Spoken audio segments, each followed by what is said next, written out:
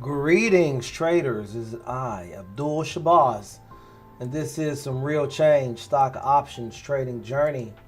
And today, this wonderful Wednesday, January the 7th, there's no place I'd rather be than right here with you. The team that is doing what we love.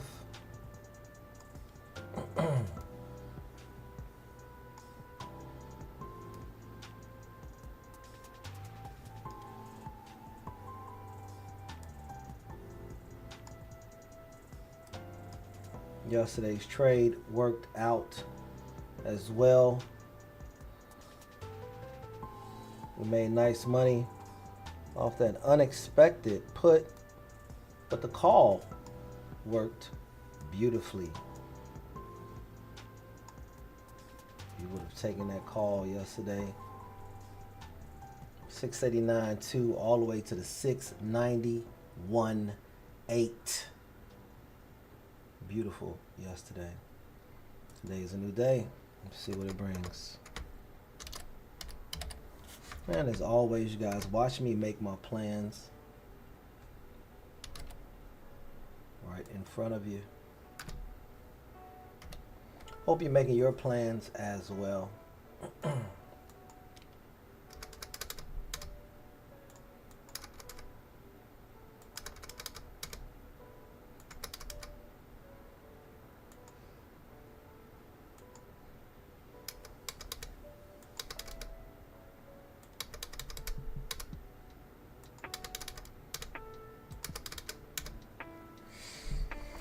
Very interesting day.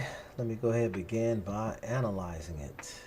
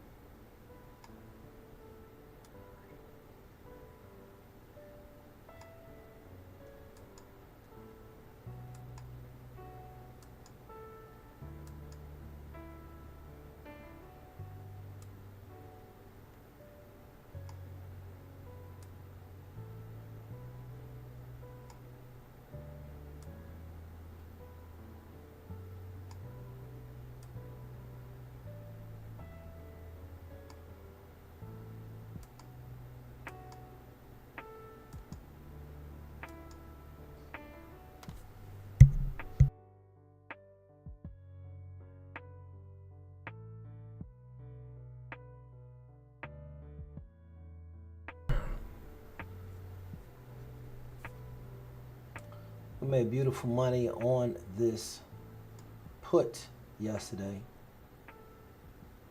And then right after I got off the air, a beautiful opportunity happened at 12 o'clock where you could have gotten in that call.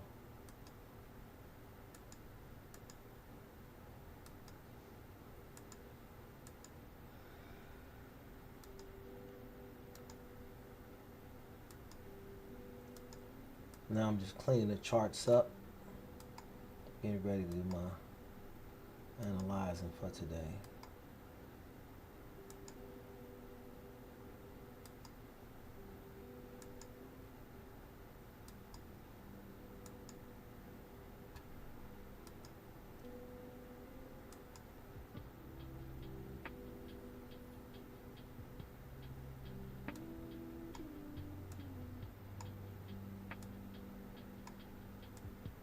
It's a daily chart that I'm looking at right now.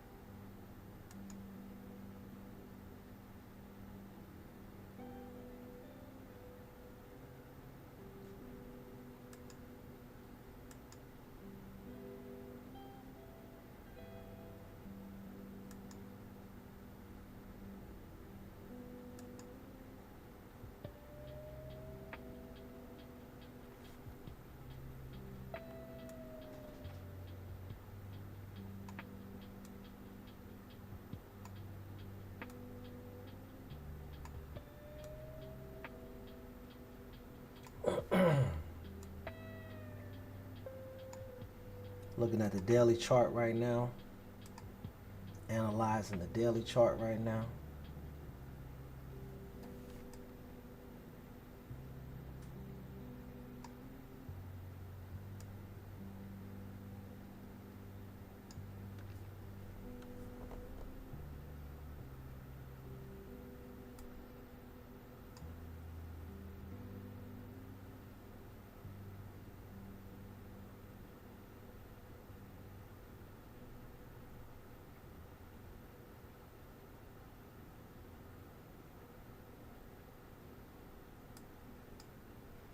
Very interesting.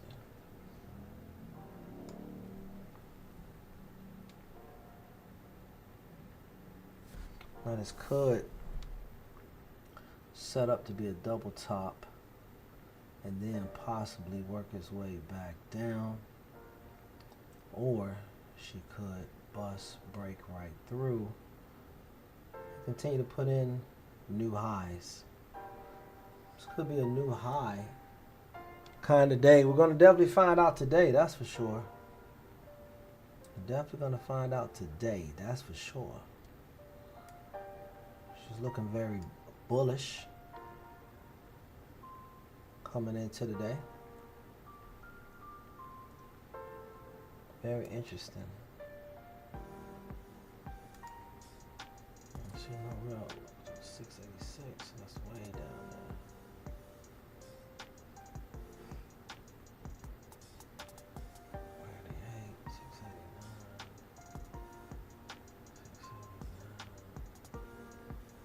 689. I do like that.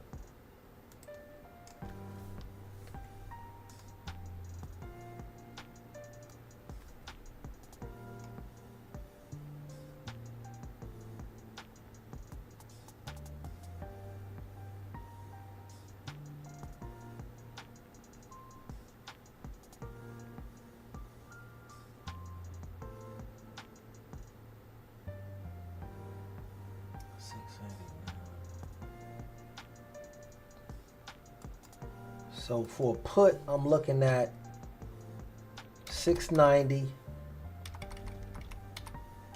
689.2 for entry, 687, 8 for a first exit, 685, 8 for a second exit. If we take a put, it's really gonna be an out the gate put.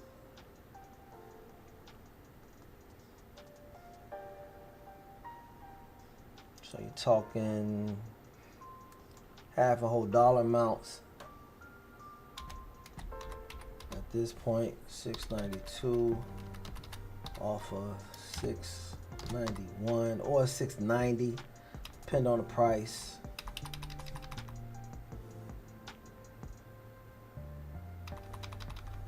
I got 698, 6. I got a retest at 698, 6.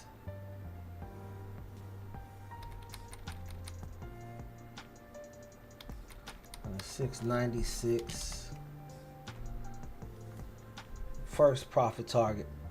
All right, so for a call, I got a 692 entry, 696 exit, 698, 6 for a second exit. For a put, I got a 689, 2 for entry. First profit target 687, 8. Second profit target 685, 8.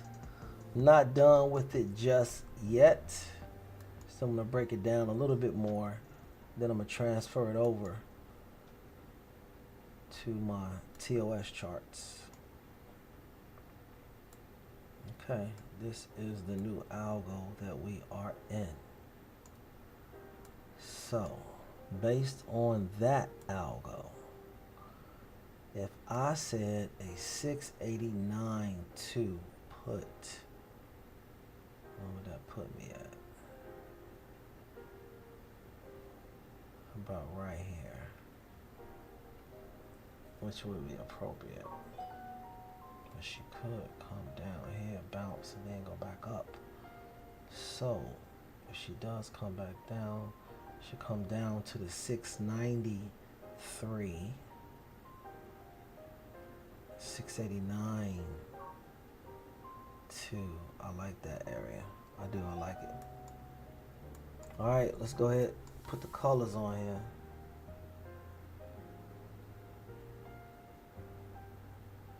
It's today.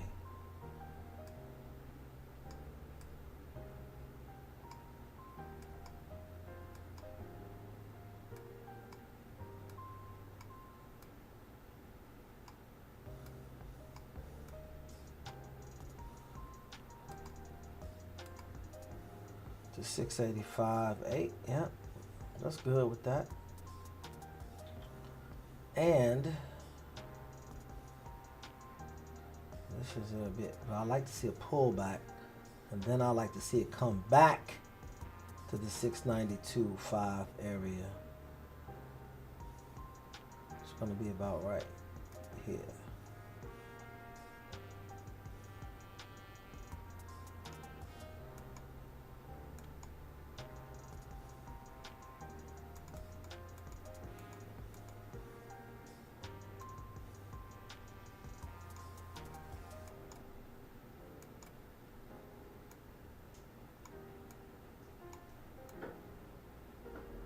We'll go to that 696.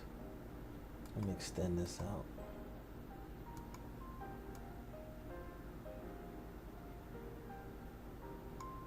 Okay.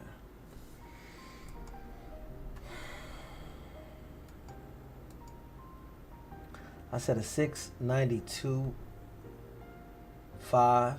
Okay. Break and retest to that area, taking it to 696, and then possibly 698. 6. I'm gonna just say 698. I'm gonna just say that. All right, now let's see how that looks when we transfer it over.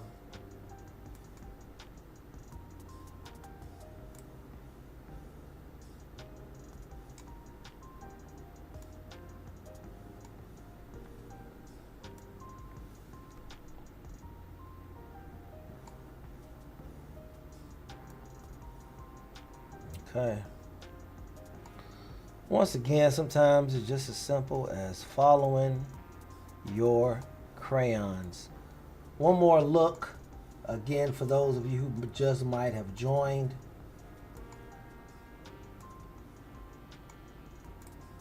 I am interested in 692 call 696 profit target, 698 second profit target, 689 to put, 687 8 profit target, 685 8 second profit target. Now I want to see how that transfers over to my think or swim, and then we will finalize it.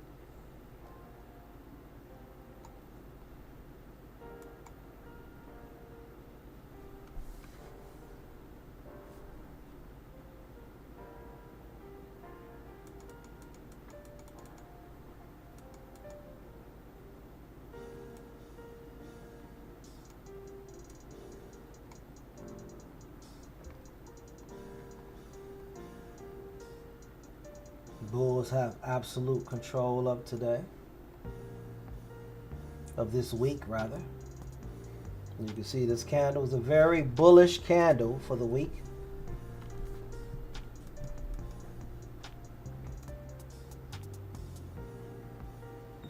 We talked about this yesterday, remember? We said the previous daily candle was a shooting star and that there were a lot of bears trapped in this wick above that candle, and their covering measured move has brought us to where we are right now. The question is, what happens now? See, I understand how we got here. We got here from bear covering. The question is, now that we're here, is new money going to go ahead and step in? It's going to be a very interesting day. Go ahead and put pre-market up. For those of you who are new to joining us, top right is the daily chart. Bottom right is the weekly chart right next to me. In the middle is the 30-minute chart. And I'm going to be very, very key on some certain areas here. Bottom left is the 15-minute chart.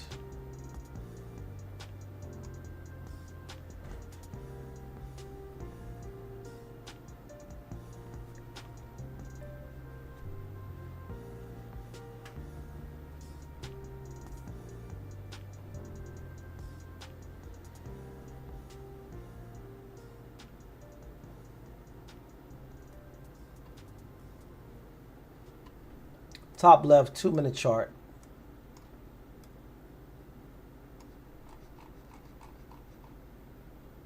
In the middle to 5.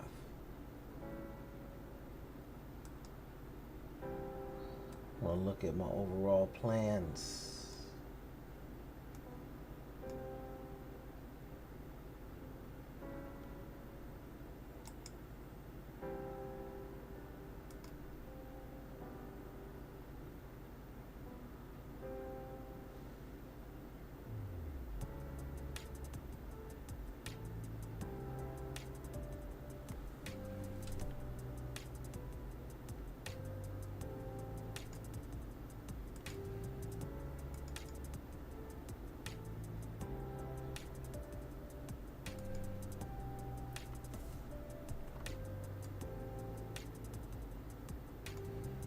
The only thing we have to look forward to the left is yesterday's action towards the end of the day, and then post and pre-market.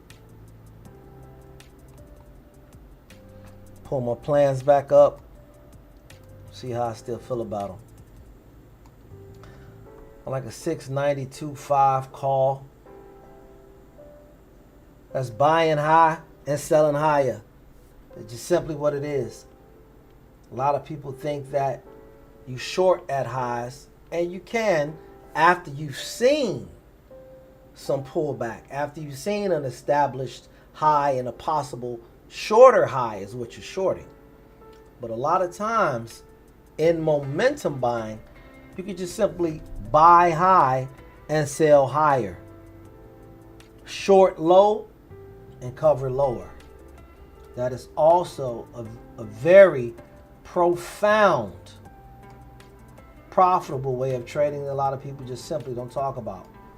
Buying high, selling higher. So I have no problem buying an all-time high. None whatsoever. Go ahead and put my alarm here at 692.3.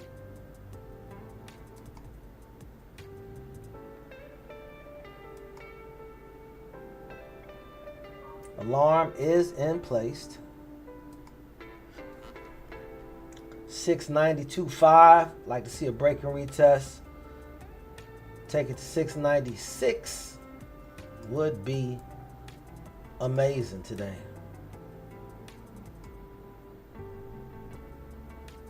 I'll put an alarm at 695.9.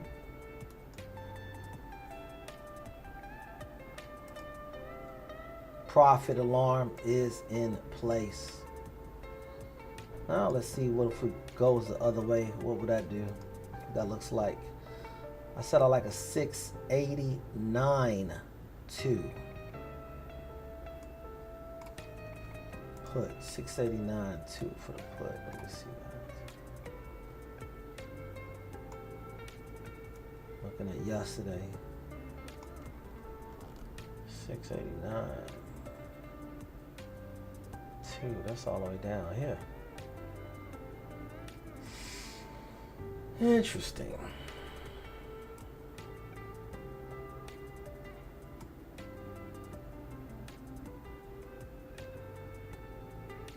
There's a reason behind that. 89, 90, 91, $2 drop.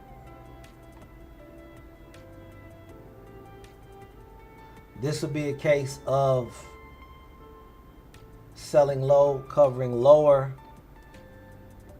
Until then, you have to keep in mind that above that area where I want to take my put at, which is that 689.2 area, above that, and you see that here with this blue line, above that is bullish strength. It happened twice yesterday. We hit that 692.3, took off, came back to it, okay, got below it, hovered around it, came back, took off again. So for me to get in a comfortable put, we got to get below it. We have to get below it. But now in order to get down here, the market does have to come down here. So you could be looking at a possible earlier position at the 690. The 693 area, possibly per se, Your Honor. Let's put the fib on it.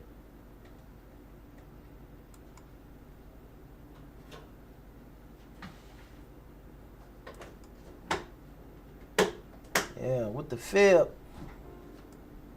Wow. Wow, wow, wow. Look at that. I got 689.2. The fib is 689.2. I did not even know that. You cannot make this stuff up.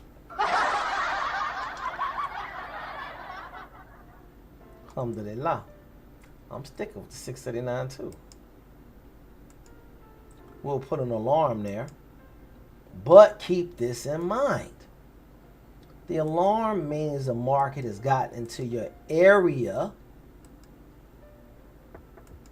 of trade.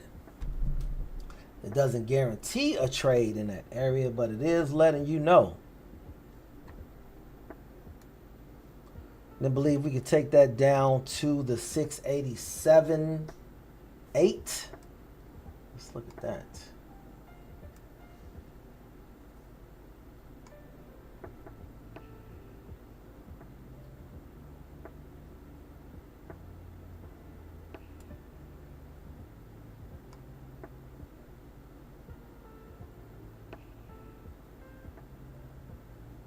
$687.8. Why don't I get that? Where that come from?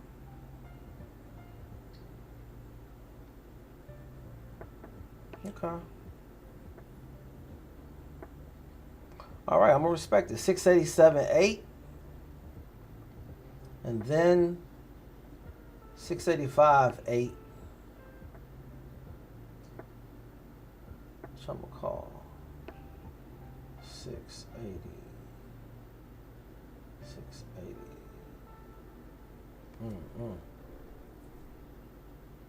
It's a lot of battles down here. 685.8. I'm gonna leave it at that. All right, those are my plans. Those are my plans. I'll take this.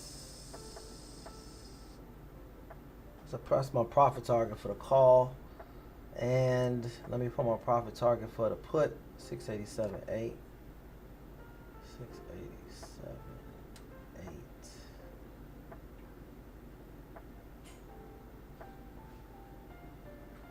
That's the first one. 687.8. She cracked that. I mean, she could come there and bounce too. Keep that in mind.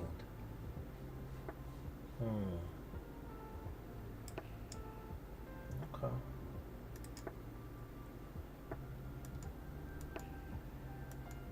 Now it's just about key setups. We're looking at the areas of profit taking and the areas where people might want to stop out, reduce their size. So now that I have identified those areas, we have to be patient and wait to see if we do get a trade through a very clear, beautiful setup.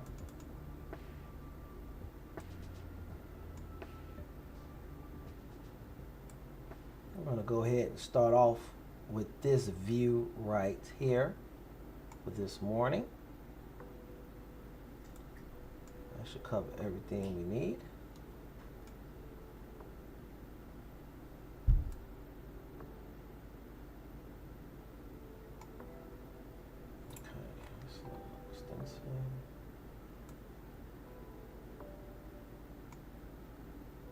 Alrighty. I'm going to go with that view.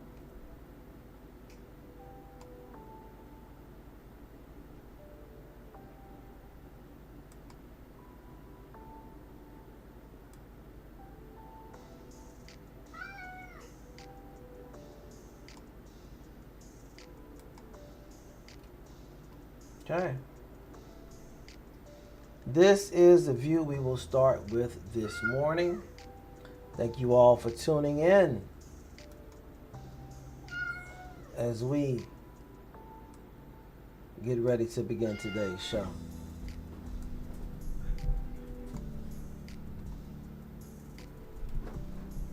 A'udhu billahi minash shaitanir rajim. Bismillahir rahmanir rahim. Greetings, traders. It is I, Abdul Shabazz. This is some real change. Stock options trading journey.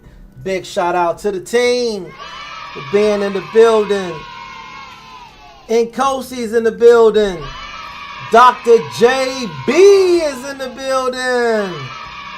Jared is in the building.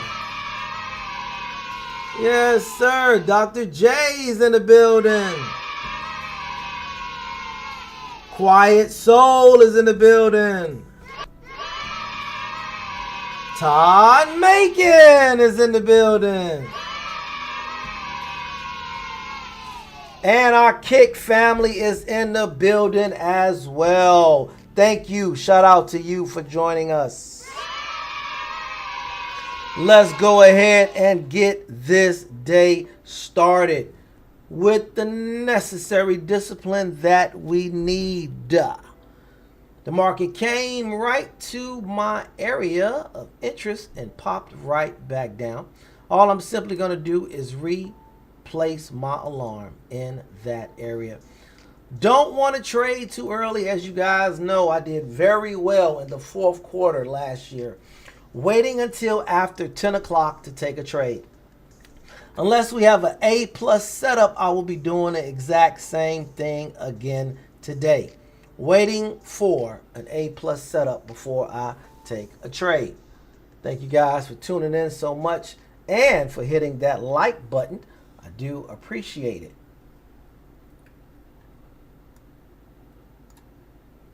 And if you would like to share your plans, please feel free to put them in the chat.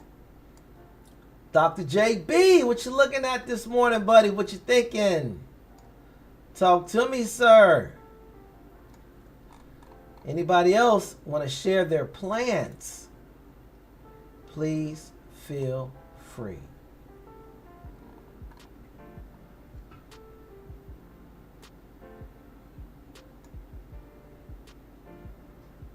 $6.90. I gotta admit though, I do like that $6.90 a little bit. If we could come down to that $6.90, don't have to wait all the way to $6.89. You could just see what happens, and if it comes back there, then just get out. But I do have my eye on that $6.90 area. Even right now, the market is starting off taking a breather. As we know, first 5 minutes is very volatile. First 15 minutes can actually trick you. Now, if you're thinking the market is going one way and then completely go in a different direction, give the market just a little time to show you exactly what it wants to do. Well, we already know that the bulls have control of the week. The bulls have control of the week.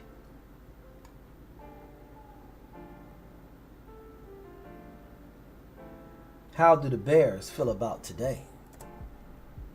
Well, we soon shall find out.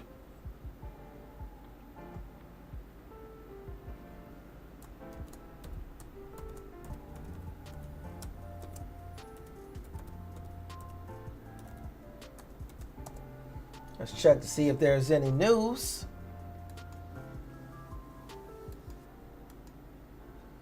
And of course, we don't care about news. It's all about the potential reaction to the news. Beautiful move out of the gate by the Bears, I may say. So far.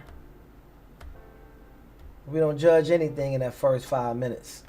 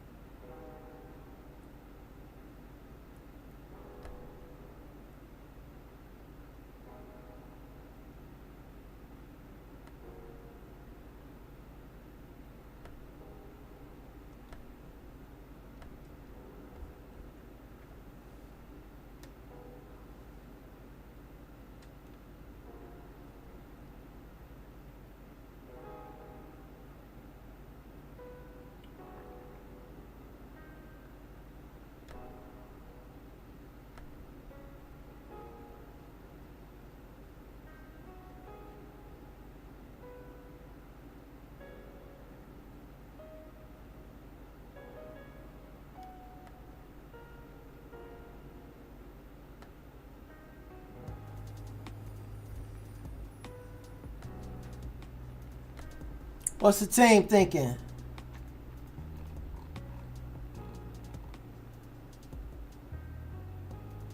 Dr. J said you're looking at a 690 call. Also a 689 call. I'm with you on that, buddy. I am with you on that. I have no problem buying high. Being patient though, giving the market just a little bit of time. As the bears keep stepping in, not wanting it to take fruition. Again, we understand why we got here. We got here from bear covering. But what happens now? Is there going to be some fresh money to come in the market and take us to that 700 that everyone has been waiting for? Very interesting.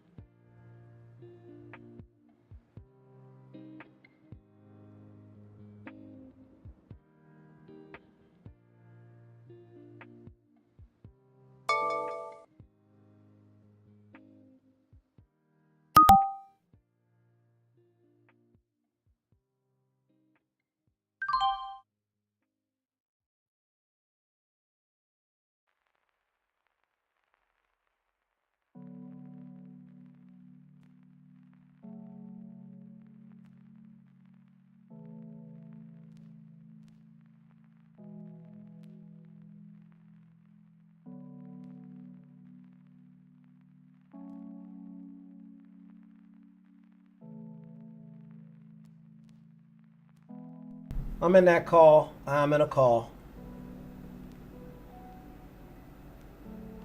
Yeah, sure. I sure will, Dr. JB. Dr. JB asked me to put on CNBC. Okay. Who are actually... You got Rusty Brazil on tonight.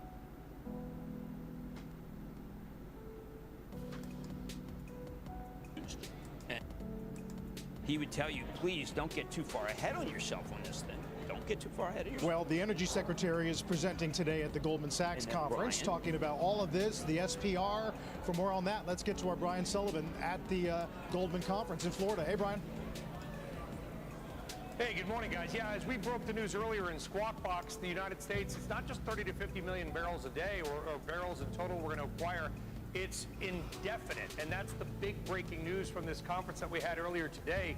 30 to 50 million is going to be sort of the first tranche, but keep in mind, to Jim's point, that's effectively a month and a half, roughly, of Venezuelan oil production, and we're also talking about only taking sanctioned oil. About 1/3 of Venezuelan oil is sanctioned, so 30 to 50 million barrels under that really rough math, don't hold me to this, guys, would be about 3 months of sanctioned oil production.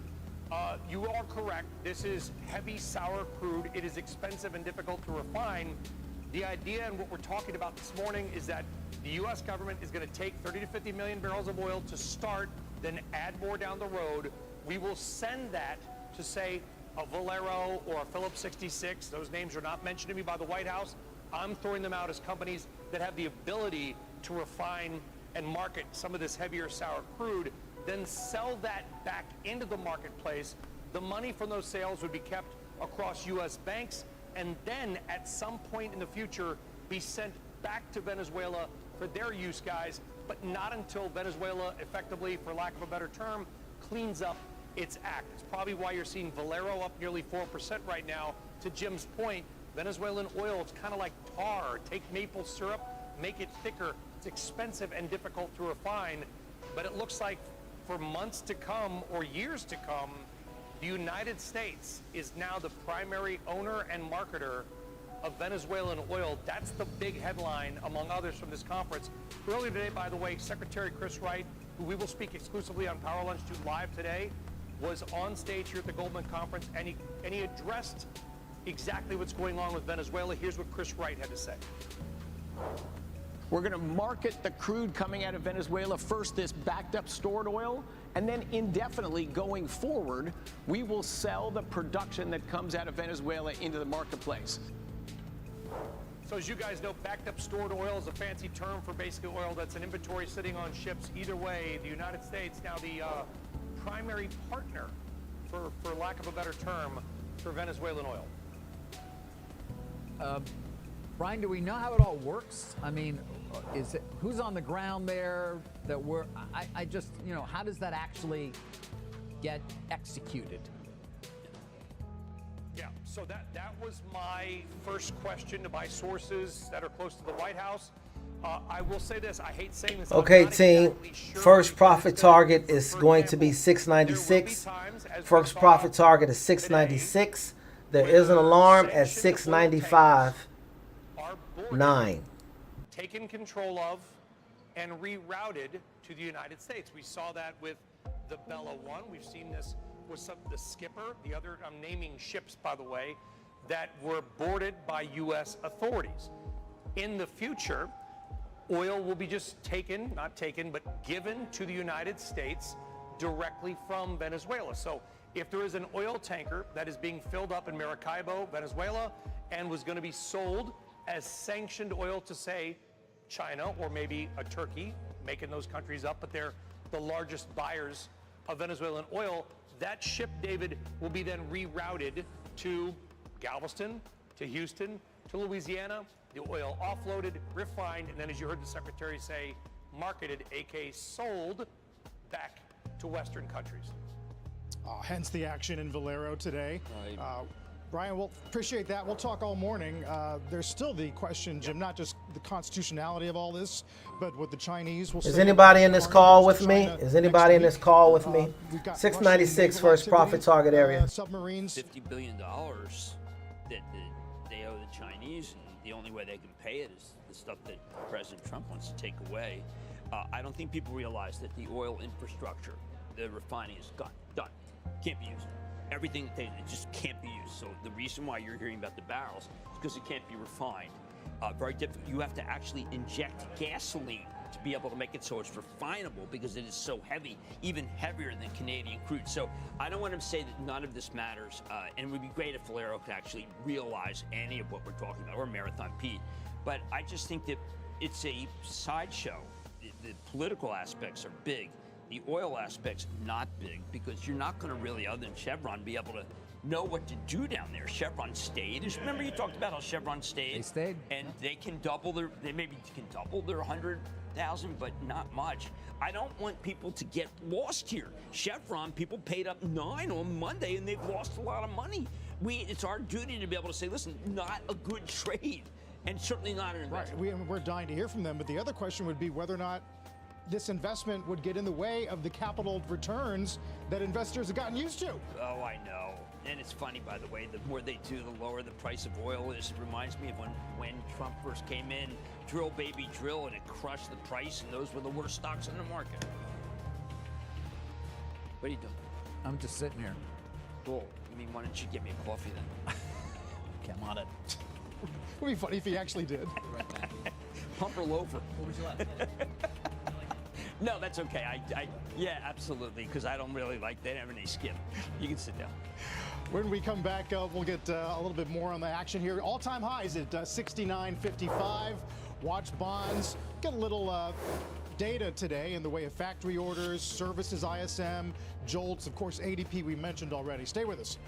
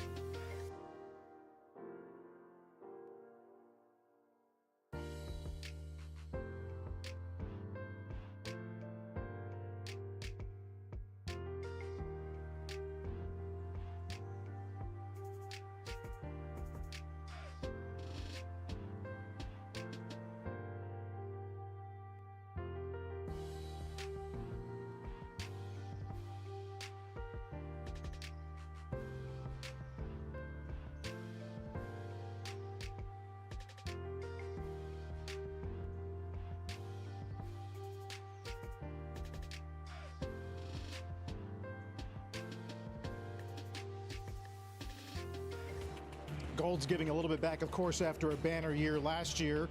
B of A today, year-end target 5K.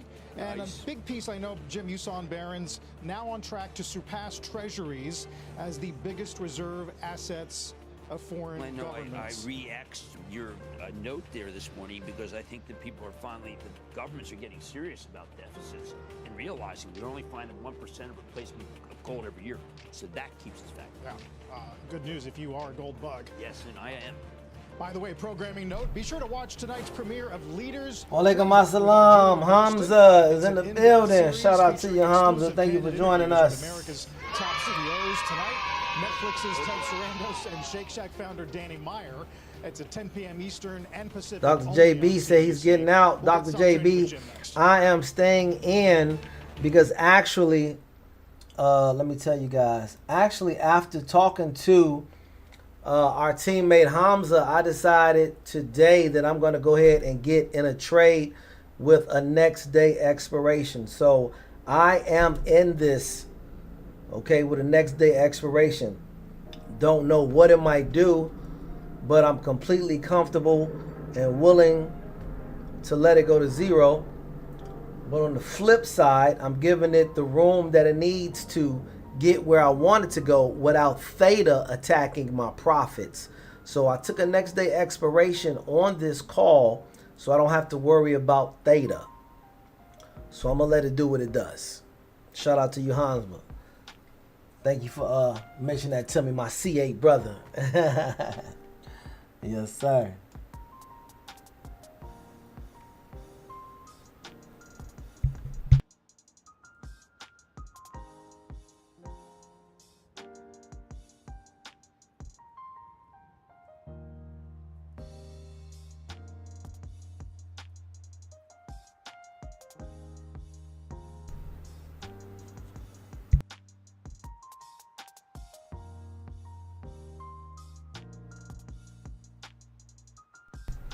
Now, of course, Dr. JV, we don't know if it's going to work out now.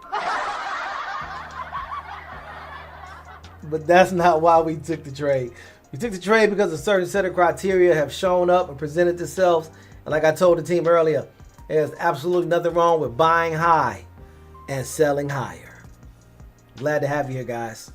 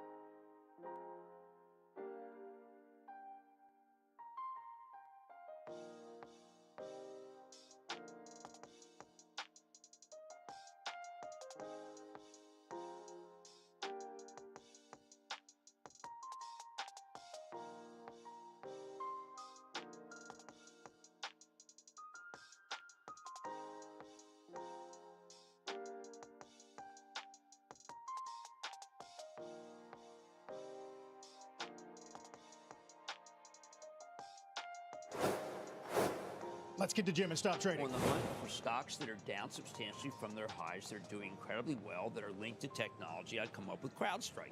Here's a stock that's down 90 points from its high. I know it looks like a high multiple, but the cash flow is locked in for multiple years. George Kurtz doing a terrific job and featured at the NVIDIA keynote as being the partner in cybersecurity that Jensen most respects, is the way I'm going to put it. And there.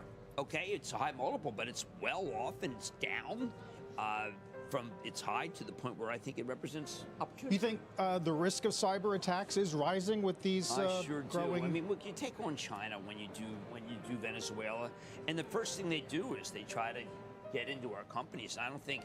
I mean, 3 times yesterday I was called by a company that knew all of my medical records and knew what I needed from an operation that I had 6 years ago. And I tried, and they said they were from the U.S., a U.S. entity, and it was all lies. It was something that they got from. And I'm sitting there, and I'm just saying, okay, well, this is just a total fraud. 3 different frauds in one day because they broke into everybody's records. And people, I'm sure there are a lot of people who actually listen and buy. It's endless. the lies, endless the scams. That's right. Jim, we'll see you tonight. Okay. Look forward to Rusty Brazil. I was going to give him intel. Yeah, Rusty Brazil. Yep. I was giving him intel on Lip Boo, but he would say, Jim, that's at the high. Why are you doing that? So I didn't. Okay. There's always more shows Yeah, and you know, for you to do it. could you make it so it's a triple venti cappuccino with I something will wet? absolutely happily get you some coffee. Yes. Okay, but it's got to be. Apparently, I may need some as well. Well, Jim, we'll see you at 6. Mad Money, 6 p.m. Split market, Dow's down 90, S&P up 8. We'll get a boatload of data in about 3 minutes.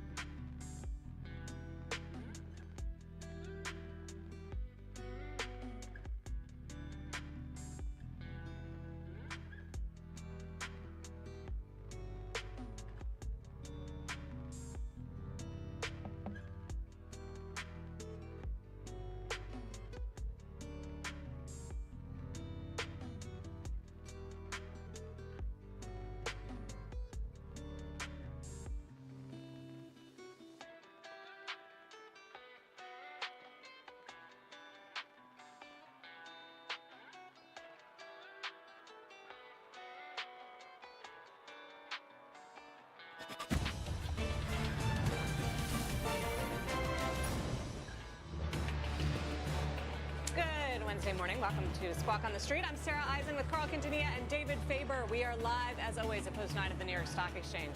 Coming up on today's show, so much for an AI bubble. Tech expert Ben Ritzis will lay out the 3 reasons he's bullish about AI in 2026 and the names he's betting on now. Plus, Warner Brothers Discovery's board officially recommending shareholders reject Paramount's latest takeover offer. We'll talk to a big WBD shareholder who disagrees with the board. And emerging markets investor Mark Mobius will be here to talk about whether he sees investment opportunities now in Venezuela. Let's get some jolts in ISM services and more with Rick Santelli. Hey, Rick. Yes. Well, let's start out with jolts. I have a feeling this is going to be the most important number of the morning on job openings. Expecting a number around 7.6 million. Buckle up. 7,146,000.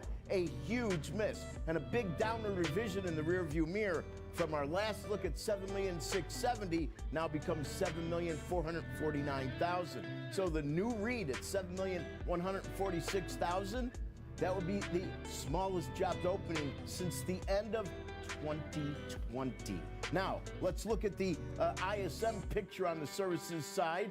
These are PMIs. On the December read, 54.4, much better than expected. That'd be the strongest read of the year. We'll find a stronger read, you're going back to the fall of last year.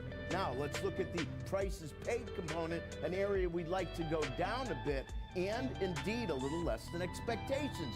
64.3, definitely less than 65.4 in the rearview mirror. 64.3 be the lowest since March of 25. On the new orders front, 57.9, a whopper of a number, much better than expected. 57.9 be the best since September of 24. And on the employment front, considering we had 41,000 on ADP, big jobs report Friday, this number comes in at 52. It popped above 50. It had been under in contraction territory. 52.0. Great freaking work, Brooks. Great work.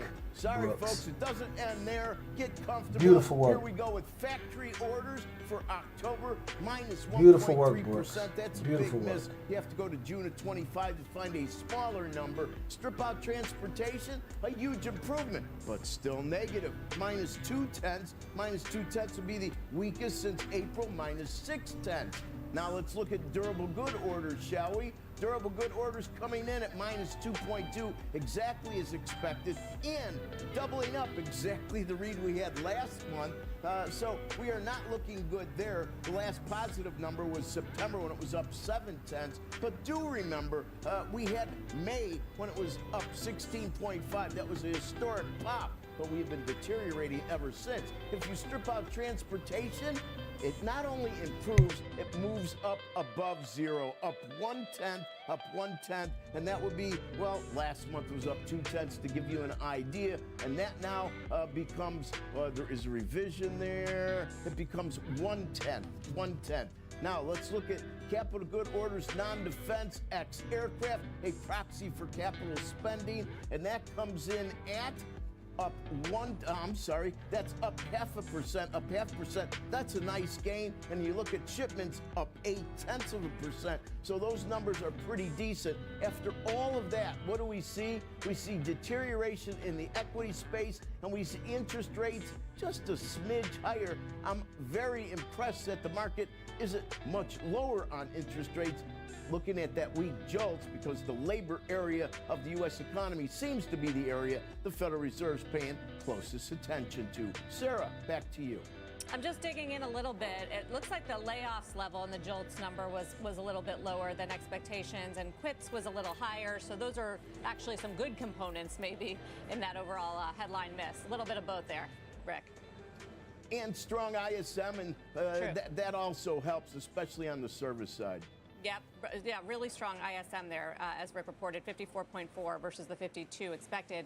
Thank you, Rick Santelli, and I'll just add a few more some good news items, I think, to the list on today. We did get ADP, as Rick mentioned, and yes, the headline was a little bit weaker than expected at 41,000 or so. But guys, this is good because remember, ADP was in negative territory a few months ago, and it did mark a little bit of a rebound.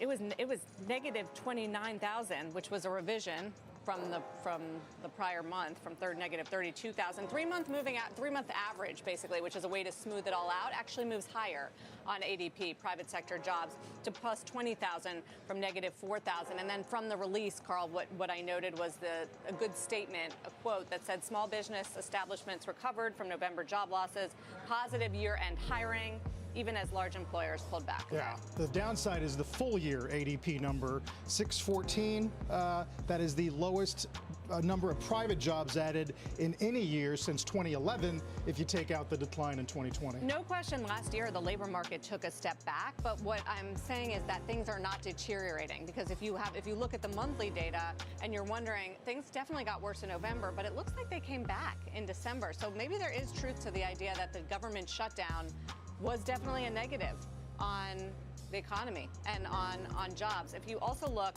beneath the surface, a really strong number that I picked out in that jobs in that ADP report was the amount of pay that the job changers get, right? When you change your job, you do so theoretically, for higher pay. And that was also a rebound in the last month. 6.6% growth. It's been steady.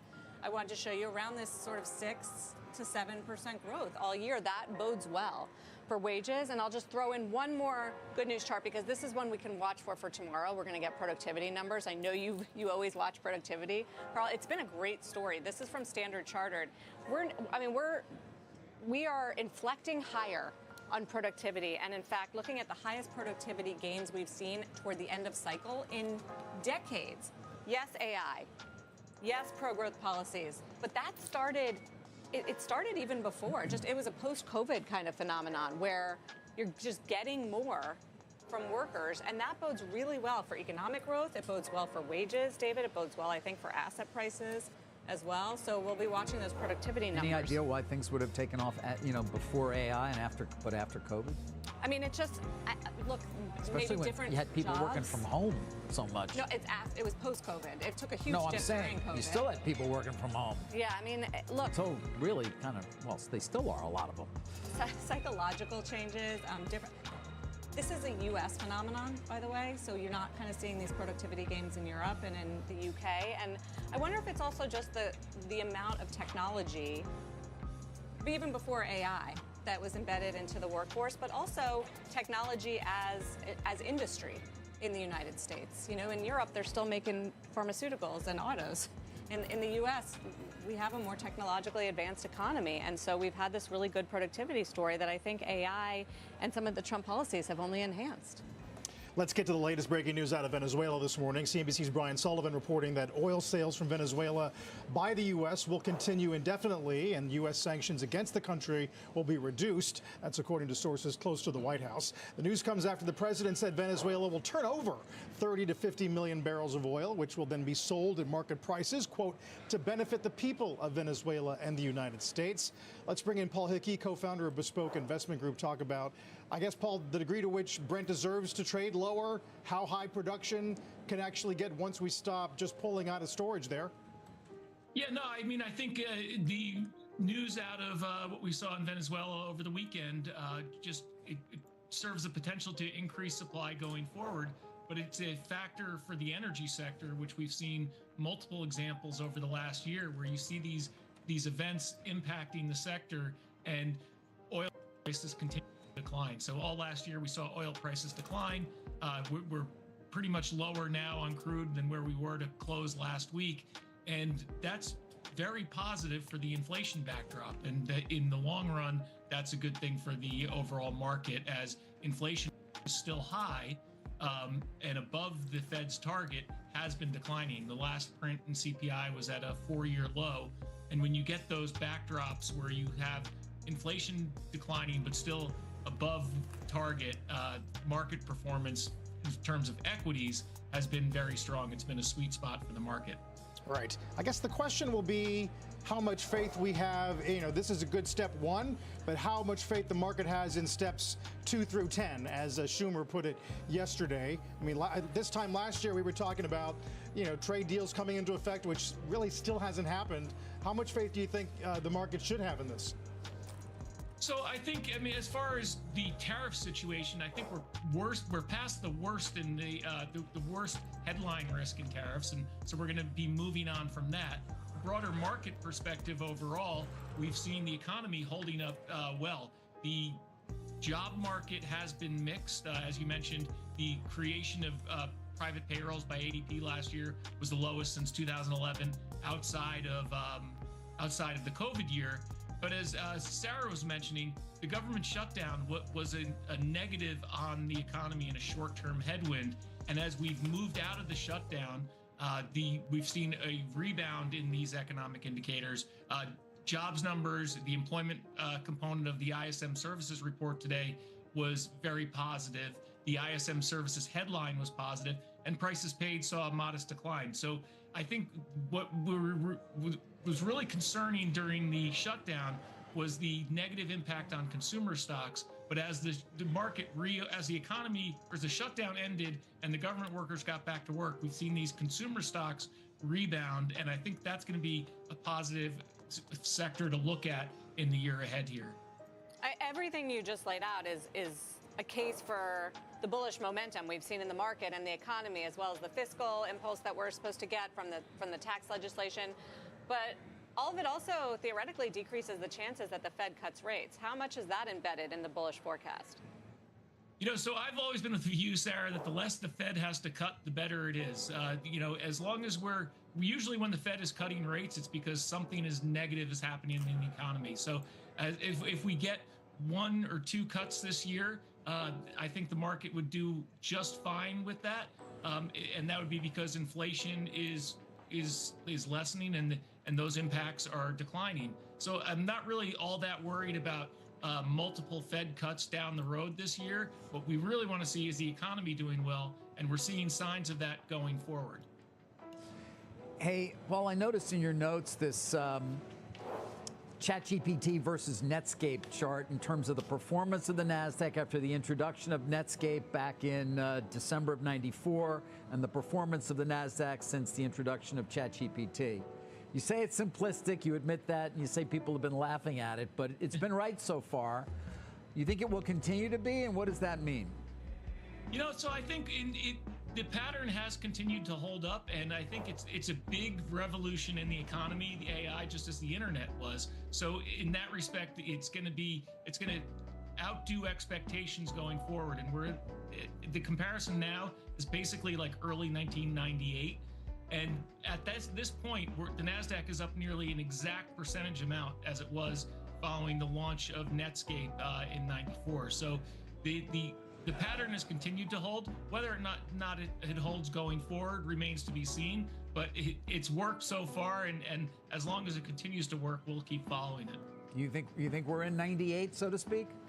I would say we're probably earlier into the AI boom than most people would say. And so, if you use the 9-inning ball game analogy, we're probably more in the middle part of the game than we are towards the end of the stage. Paul, appreciate it. As always, good to talk to you. Thanks. After the break, tech expert Ben Reitzes joins us with 3 reasons to be bullish on the AI trade in 2026 and the 2 names he just upgraded that could benefit the most. Plus, Warner Brothers Discovery's board telling shareholders to reject Paramount's latest offer. And Warner Brothers chairman Samuel DiPiazza told us why earlier on CNBC. In our perspective, Netflix continues to be the superior offer, a clear path to closing, and we believe protection for our shareholders. Ahead, though, we're going to talk to a large Warner Brothers shareholder, there he is, Matthew Halbauer, who disagrees with that recommendation. Let's walk on the street. We'll be right back.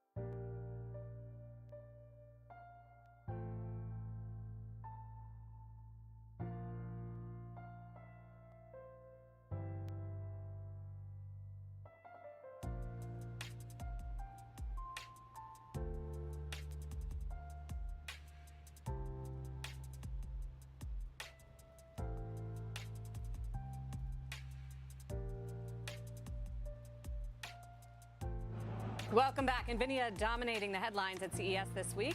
CEO Jensen Huang saying yesterday that the tech giant is seeing, quote, very high demand in China for its H200 AI chips, which the U.S. recently approved for export.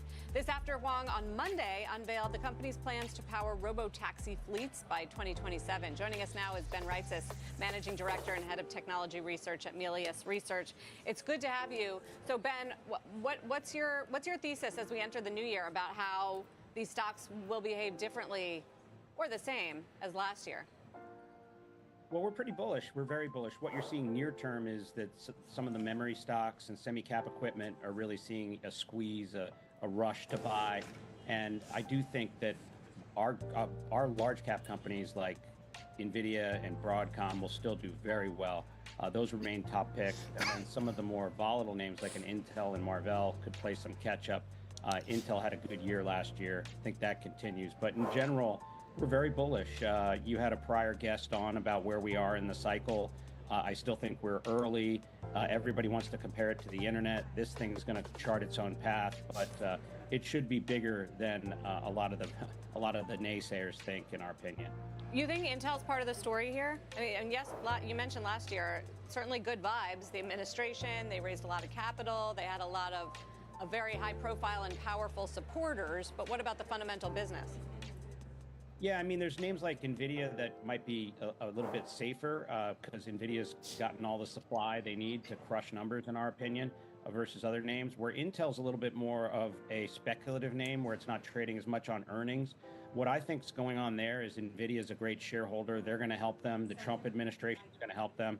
And I think that that's really going to be, as we go throughout 26, we'll hear more good news about their future foundry prospects. They have great packaging assets that are underappreciated. And then I think that they have a process in 28 and 29 called 14A. It's a node in their foundry. And I think that you'll find more folks like NVIDIA and Apple are taking a harder look at that. And that helps the book value creep up for a name like that. Coming out of CES, Ben, I want to get your take on NVIDIA. You know, I talk a lot, I know you do as well, as cost per token per dollar per watt, to quote Satya Nadella, certainly when I've heard him talk about it. This new Vera Rubin chip, what is it going to mean in terms of the competition between the likes of OpenAI, where that cost is higher than for Google, for example, with its TPUs? Yeah, great question. We wrote a little bit about it today. We put out our chart of the week. And we talk about tokens per watt. And NVIDIA is really, this Vera Rubin chip is going to be 1/10 the cost of Blackwell. And you're going to start to see a lot of next-gen models actually come out that are trained on Blackwell this first half of the year that are going to really be competitive with Gemini, if not pass it. And then when Vera Rubin comes out, you're going to hear a lot more about how that makes some of their customers, other than Google, very much more competitive, like OpenAI. And I think token economics is everything. While NVIDIA has the highest upfront price, the tokens per dollar per watt, which you said, is going to take a big leap forward again with their Vera Rubin chip. And that's really the key, with power being the constraint. You have to get as many tokens for inference out that you can per square foot. And that is the key right now. And NVIDIA is going to have it. Does this reinforce the notion then, Ben, that we may not need as much power as we think? Or does it only mean that we're just going to have even more in terms of you're going to need all the power you can get, you're just going to get more compute out of it? That's the latter, David. Power is still going to be something we're going to be talking about. Data center delays, workers, the combination of data center delays, workers, and power and the grid is not going to stop.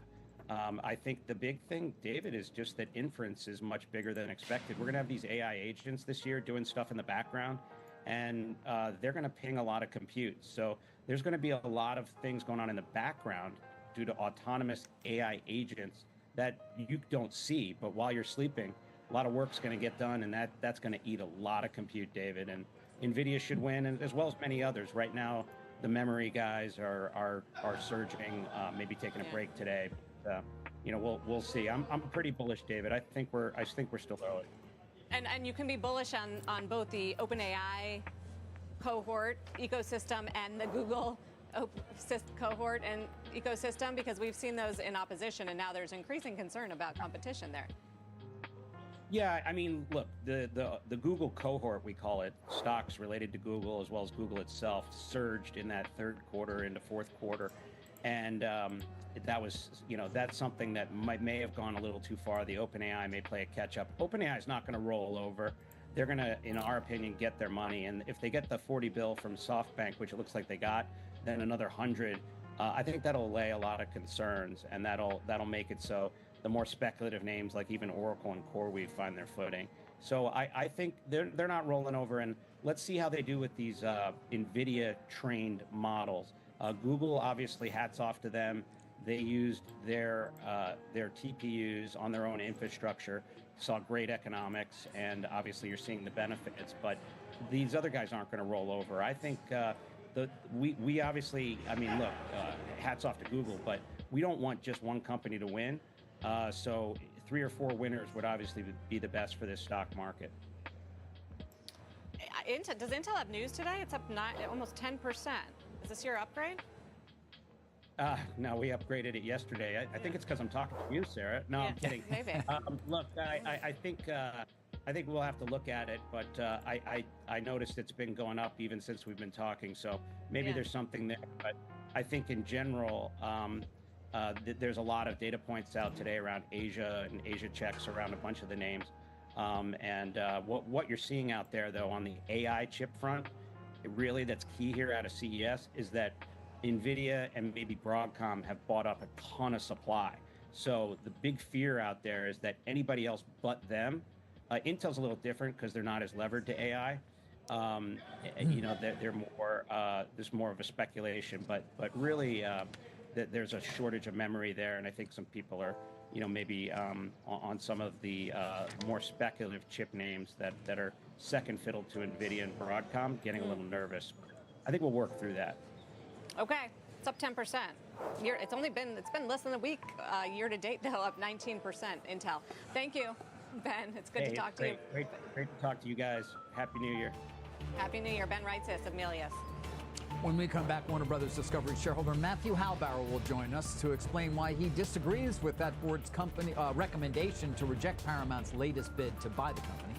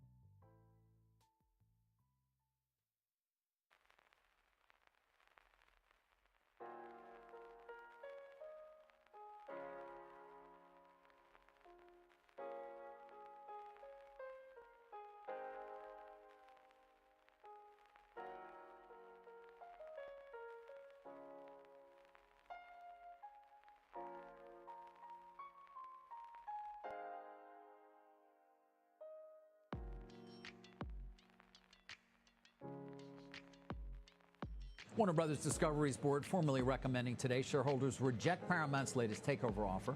Pentwater Capital Management CEO Matt Halbauer, whose firm is Warner Brothers Discovery's 7th largest shareholder, sending a letter to the board today criticizing directors for not fully engaging with that revised bid from Paramount. Halbauer arguing the $30 a share all-cash offer is economically superior, carries less regulatory risk than the Netflix deal, and could still improve, while warning the board may have breached its fiduciary duty.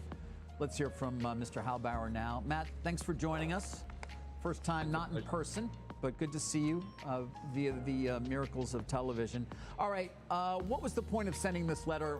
Why do you disagree with the board's assessment? David, it's a pleasure to be here, and it's good to talk to you. The board has certain rights under the merger agreement that's signed with Netflix, and one of those rights is to declare an offer as a potentially superior proposal that would allow the board to engage in discussions with another bidder. In this case, in my opinion, Paramount has offered a $30 per share that is economically superior. It is superior in terms of regulatory risk. And I understand that the board has some legitimate issues with it, but those legitimate issues don't warrant giving Paramount the stiff arm and refusing to actually have a conversation. That's not how I want my board of directors to act. I want them to be willing to engage in a conversation with a party that has the ability to close a transaction and has indicated publicly that its $30 offer is not best and final, which screams to me that it is willing to pay even more than $30. You know, I talked to Sam DiPiazza, of course, the chairman of Warner Brothers this morning, about risk arbs like yourself, about the changing nature of his shareholder base. He didn't seem as concerned. You know, I wonder, are you just another, shareholders coming along here trying to obviously benefit from what you think will be a bidding war? And does your vote really matter at the end of the day, Matt? It may or it may not. We have the ability to vote for who represents us on the board of directors. We have the ability to vote for if we want the Netflix transaction or not. We are a small voice, but I think it's important for the board to at least hear our voice as the 7th largest shareholder, because I think what they're doing is wrong. If Paramount goes away, then it is a lost opportunity. Now, hopefully they won't. I actually don't think they will. And I just want to make sure that the board, if Paramount comes back, doesn't do something that would truly be destructive to shareholder value. Well, I do wonder then in that vein, and I've noted this, and I think you have in your letter as well, this reliance now on a sort of a new argument to a certain extent from Warner Brothers about the danger of leverage at the combined company, the idea that somehow its business will be dislocated during the period of time that Paramount is, not yet bought it, and could even decline to the point of a material adverse change. What do you make of that argument? And doesn't it seem to say it doesn't matter how much you pay, we still have this issue, because that issue wouldn't go away if you raised your bid? Well, first of all, I think the argument is specious. If you look at the amount of debt that Netflix is going to put on this transaction, it's $59 billion. If you look at the amount of debt that Paramount is going to put on the transaction, it's $54 billion. So it's actually less than what Netflix is going to put on. Yeah, but Netflix is an investment grade rated company, to be fair, and Paramount will be a 7 times levered piece of junk, not the company.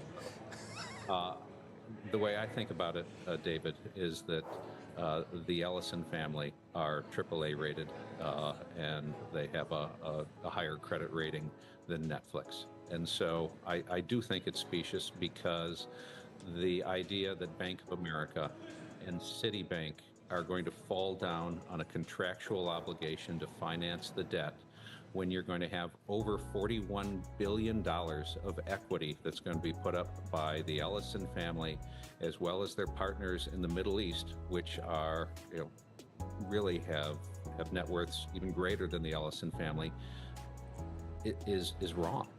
That's just not going to happen. That's not a legitimate risk factor to turn down this deal, especially when, by the way, they could have said this last time, and instead it looks like they're digging into their pocket to come up with something brand new, moving the goalposts. Well, that's interesting, and I do wonder whether that gives you pause. But let me come back to the idea in a moment, because you've been around a long time doing what you do, and we can both remember a period, let's call it around the financial crisis. Sallie Mae, for example, the take private there, banks went away, deal didn't happen. It does happen that the banks get queasy and change the terms or say, see you later, Matt. It's not a complete fallacy to say it doesn't happen. If you want to go back to the financial crisis, it did happen. And in fact, there was, some litigation. I can remember I was involved in TXU take private, and the banks tried to walk away. They actually got sued, and they were forced to finance a transaction. But let's go back. Instead of the financial crisis, let's look at COVID. There were a number of deals that were affected by what we were all experiencing during the pandemic. The banks didn't walk away during those periods of time. And do we legitimately think that Bank of America and Citibank are going to blow up their relationship with the Ellison family, with all of these Middle Eastern partners in Saudi Arabia and Qatar and Abu Dhabi? Because they're that worried about what's going on with this media market. I'm willing to take that risk. Right. And I think that almost every shareholder at Warner Brothers Discovery is willing to take that risk, contrasting to the Netflix risk, which has a very large problem, in my opinion, regarding what they're going to pay, because the Warner Brothers board has not told us about this magic undefined term in terms of the definition of the specified amount of the net debt at their SpinCo. And they have not described to us, to me, to anyone, why such a large concentration in the streaming market in the EU is going to be allowed by the European Commission for their antitrust review. Yeah, and I asked the questions of de Piazza this morning. He seems unconcerned about Europe. And of course, to your point, they have not yet really given us a value, at least a perceived value by the board in terms of the Global Network spinoff and what that will look like. All of that being said, this could just go to the shareholder vote. I'm curious as to how you see it proceeding from here. And when and if we do get to a shareholder vote in the late spring or early summer, you're going to be faced with voting for the Netflix bid, or maybe just saying or nothing. I mean, does that concern you? Are you willing to take that risk if, in fact, it comes to a shareholder vote? Oh, I'm very comfortable with our investment. And am I willing to take the risk? Yes. So, but to answer your first question, which is how do I see this unfolding? It's going to take a long time to get to the shareholder vote on the Netflix deal, because all of the accounting for the spinoff, Discovery Global, has to be completed and has to be put in a proxy. That's probably going to take 5.5, maybe even 6 months from now. And in my opinion, that 6 months of uncertainty, I don't know that Paramount wants to wait around to see what the shareholders are going to do. So I think it's more likely than not that we will see sometime, and I don't know if that we'll wait to see till their tender offer expires to see how many shares they receive in the tender offer. But I think that they will likely come back with an improved offer. And the purpose of my letter, more than anything else, is to tell the board of directors, hey, I think you've done something that's wrong, because it's just not the way you should do a deal, to tell someone you're not going to negotiate with them when they've already told you and the world publicly, hey, it's not best and final, we're willing to pay more. I think that's wrong. But when they come back, and I believe they will come back, you darn well better not do it again. Got it. No, obviously you think they're going to come back owning more than 50 million shares. You wouldn't otherwise. They do have a new ad hoc transaction committee on the board. Maybe that's a good sign. I don't know, Matt. It might be, and I don't know either. Yeah. Matt, always appreciate you taking time. And of course, as we pointed out on Twitter and on U.S. Steel, you had a perfect record so far in your appearances on CNBC. We'll see if it holds up. Matt Halbauer, Pentwater, thank you.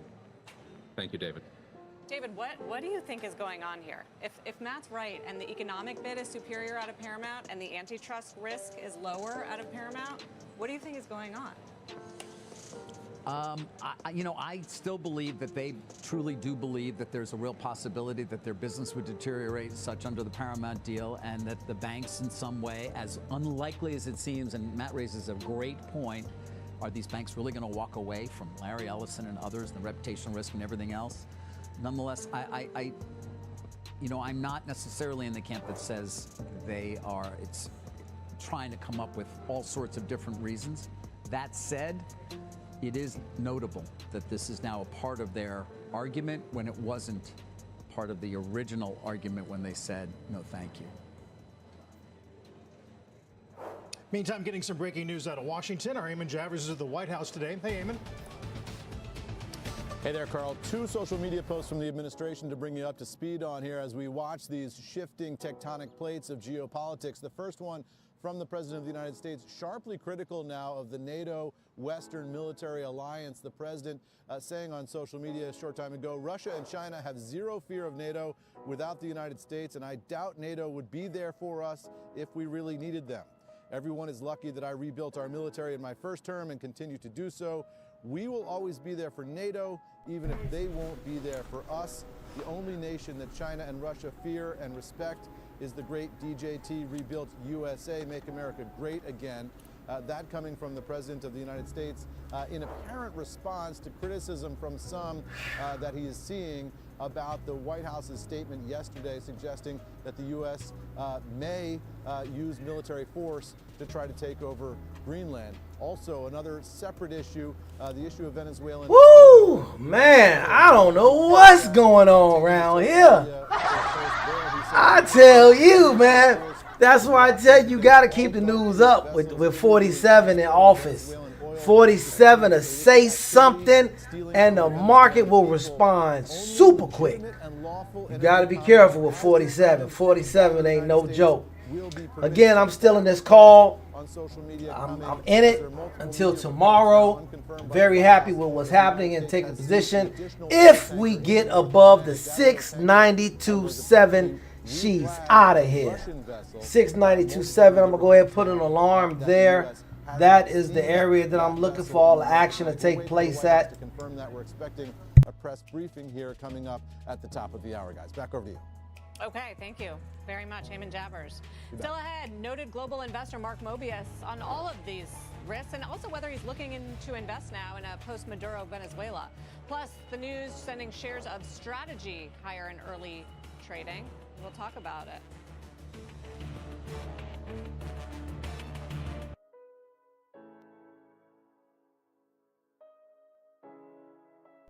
Very interesting what's going on this morning. Shout out to those of you who made money on that put, as that was a very beautiful, beautiful put. But more importantly, shout out to those of you who are still sitting on the sidelines, allowing this madness to sort itself out before you take a position. There's absolutely nothing wrong with that, as cash is also a very respectable position also to be in. Definitely wanted to acknowledge that.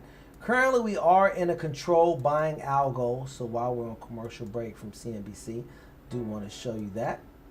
Put that up here on the chart as well.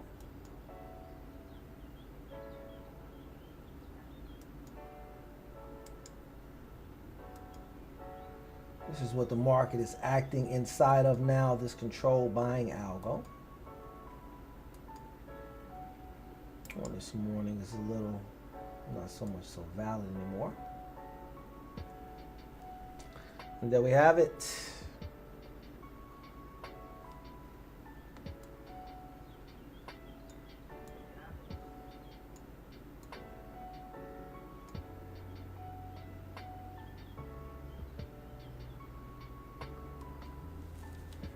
Still a battle for the day.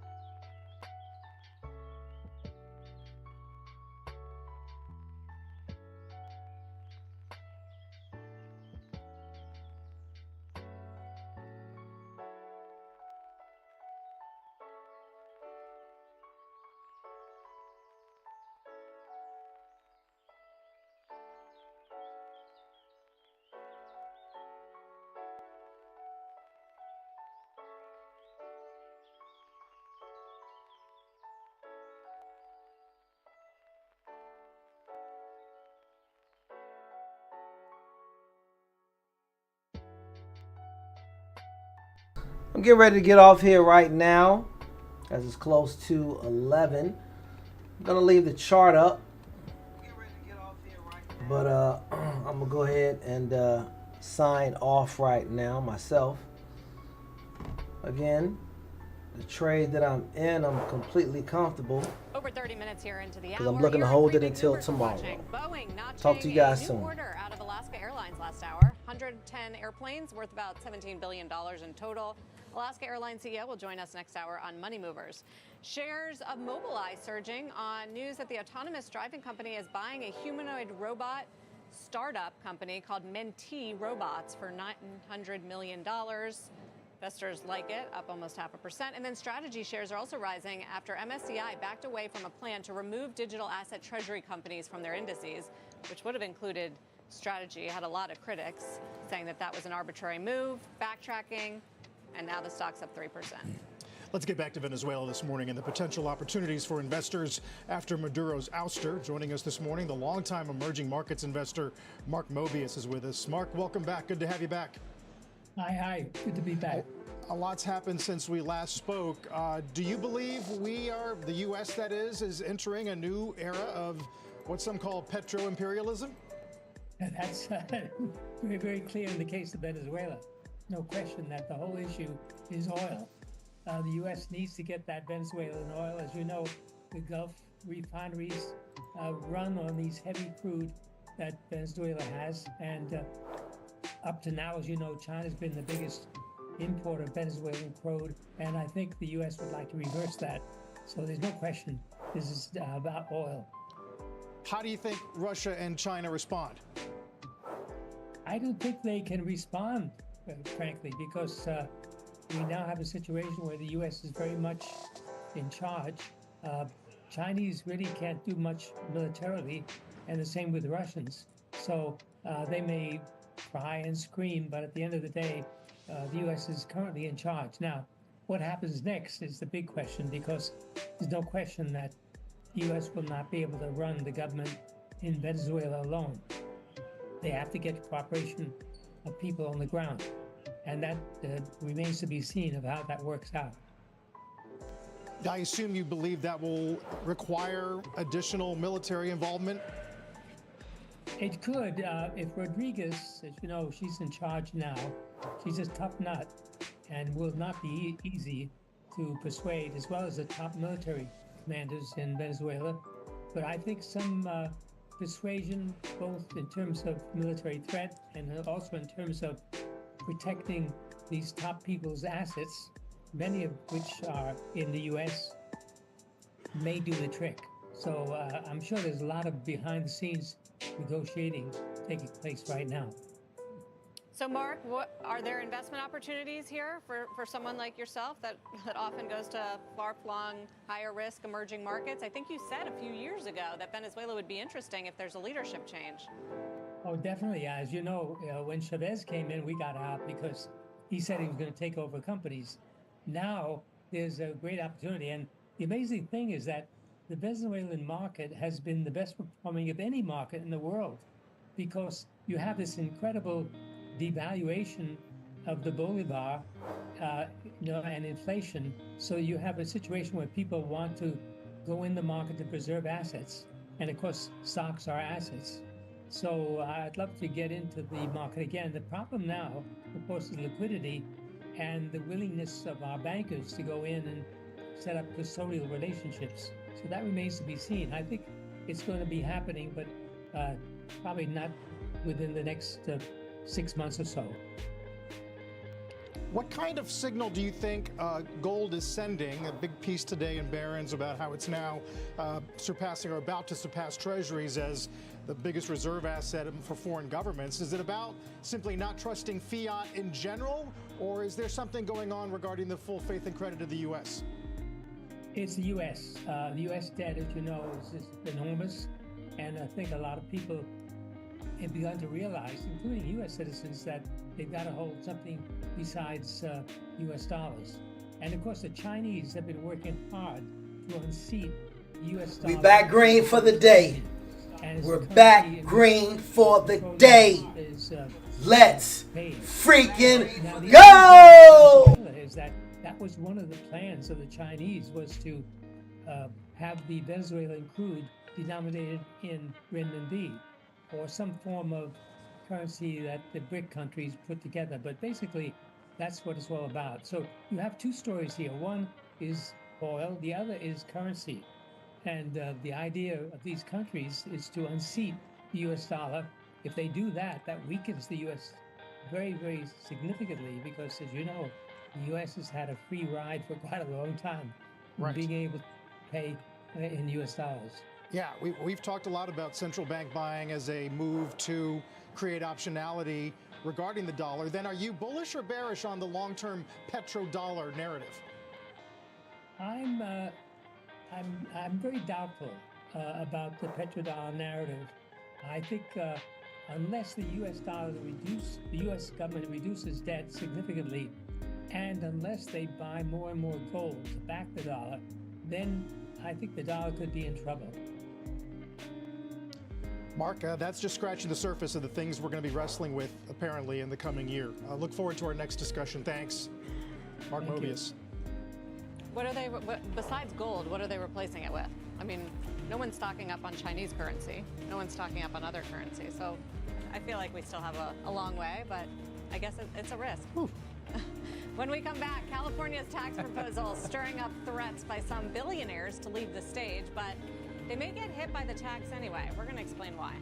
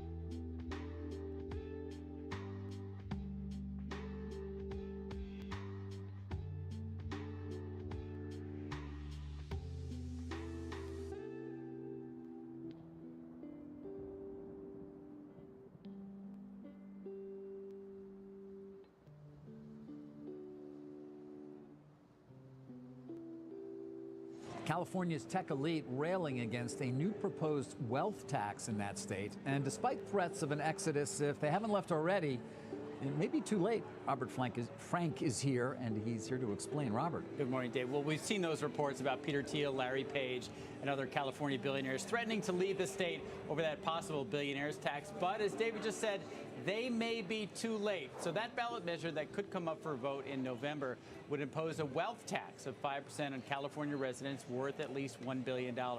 Proponents say this would raise $100 billion to offset the federal cuts to health care.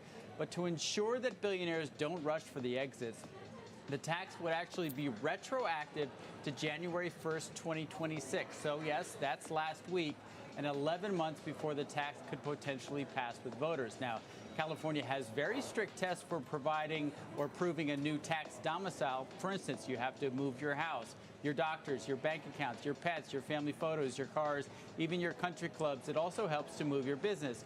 Doing all of that in just the final weeks of 2025 to meet that January 1st deadline would have been very difficult. Now, lawyers say the wealth tax may be illegal, especially since it is retroactive. And even if this passes, billionaires would very likely challenge it in court. Now, for more on what it takes to actually leave California as a tax resident and the potential impact of a billionaire's tax, you can sign up for the Inside Wealth newsletter out tomorrow morning at cbc.com/InsideWealth. So a lot of questions about whether A, this passes, and B, if it does pass, whether this retroactive piece stays in place and whether it can survive all the lawsuits that will inevitably take place. We think that it is going to be on the ballot, though. We think it'll get enough signatures to be on the ballot, yes. Any idea how many people we're talking about?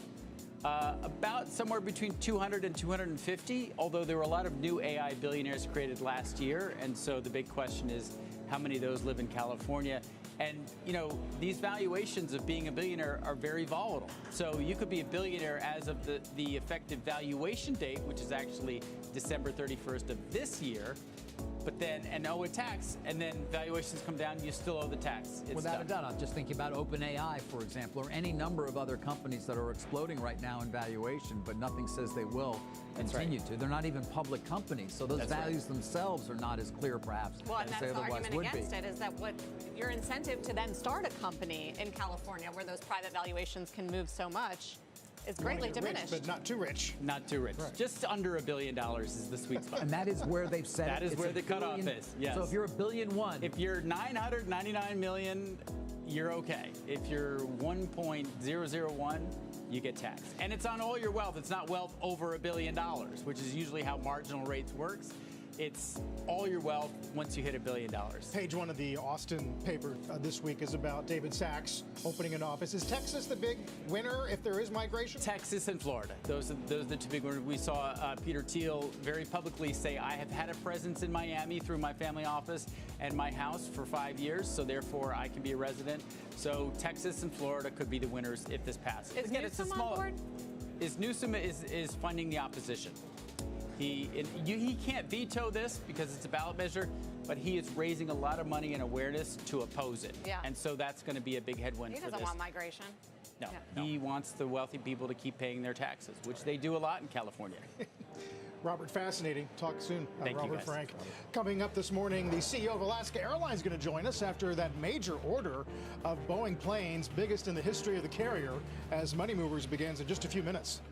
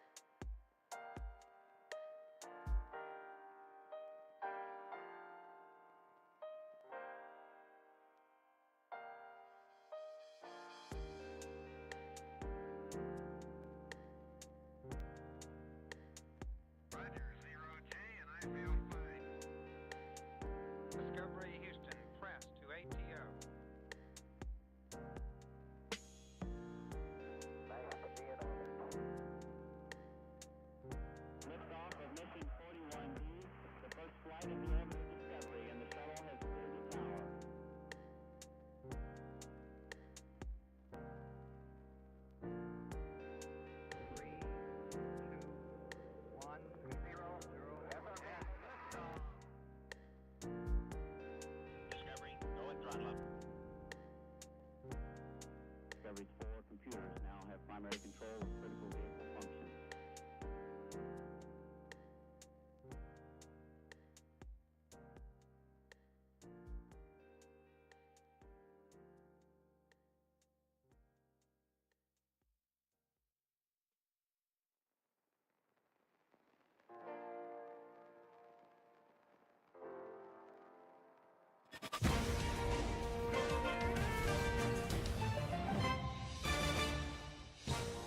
Good Wednesday morning. Welcome to Money Movers. I'm Sarah Eisen with Carl Quintanilla, live from post night of the New York Stock Exchange. Today, as the White House discusses options to buy Greenland, moves to take Venezuelan oil, and digests a slew of new economic data, we are joined by the counselor to Treasury Secretary Scott Bessent and Joe LaBorgna to discuss all of it. Alaska Airlines buying more than 100 Boeing jets, the carrier's largest order ever.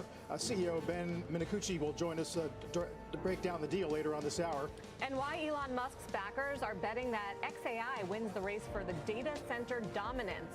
The startup raising $20 billion in its latest funding round and purchasing more natural gas turbines to scale operations. Meantime, got some fresh all-time highs again today after yesterday's first all-time high closing of the year. A little bit of weakness, though, in some financials today. J.P. Morgan, the worst performing Dow component. Healthcare leading much of the change to the upside, up almost a full percent. Let's begin with the oil trade, though, and this breaking news that our Brian Sullivan brought us earlier this morning. The sales of sanctioned oil that the president recently announced from Venezuela will continue indefinitely, and sanctions will be reduced. Brian is on the ground at the Goldman Sachs Energy Conference in Miami and joins us once again. Hey, Brian.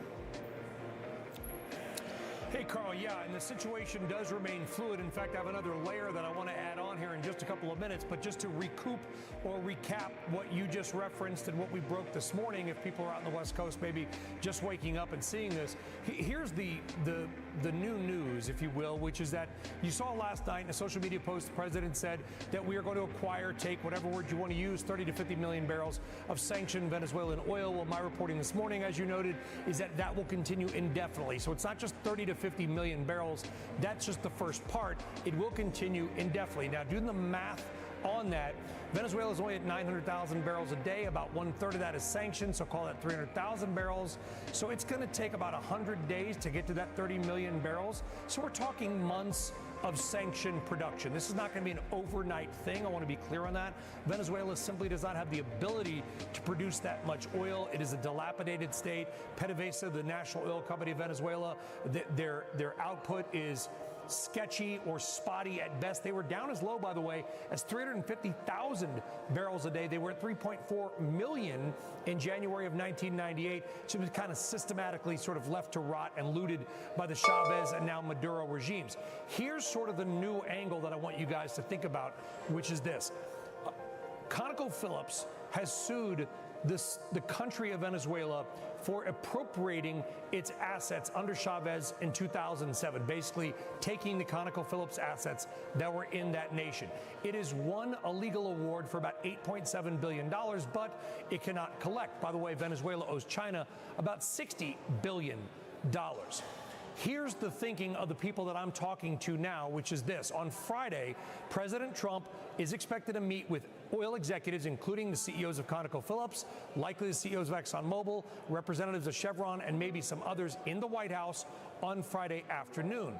As part of those conversations, it is likely that we will see some kind of negotiation or deal try to be made where ConocoPhillips or others can recoup some of that money owed by Venezuela from the U.S. oil sales that are captured from the Venezuelan oil. So we take the Venezuelan oil, we refine it, we sell it, we put it in banks for use for Venezuelans down the road, Carl and Sarah, but maybe ConocoPhillips or Exxon, which is owed a lesser amount, is able to recoup some of the money that they are owed from Venezuela vis-a-vis this mechanism. So, Brian, is that legal? And how much should Congress have power over the purse over all of this? The Speaker was just asked about this a couple of moments ago, and his answer was, we'll have to see how it plays out. Yeah, and I want to be very clear. I have a law degree. I do not practice law. The only A I got was an admiralty law, believe it or not. True story. The rest pretty much C minuses. So I'm not going to be I don't want to be your legal source, Carl. The legality of this, I'm sure, is going to be challenged. I'm sure there are members of Congress that are coming out if they haven't already. I've been a little bit occupied here, basically saying the president does not have the right to simply do this to kind of appropriate U.S. oil. We have an exclusive interview with the Energy Secretary Chris Wright here at the Goldman Sachs Energy Conference in Power Lunch. That is a live interview. Certainly, these are the kinds of questions we are going to ask. Is the legality there? And if so, under what right? And then remember, the United States, some people kind of viewed as a paper tiger. A lot of threats around Venezuela. Well, now Maduro is in a jail cell in New York City. What's the next step? How do we nudge? I'm trying to find the right word, Carl. Encourage? Coerce Venezuela to cajole to clean up its act, because I want to say this.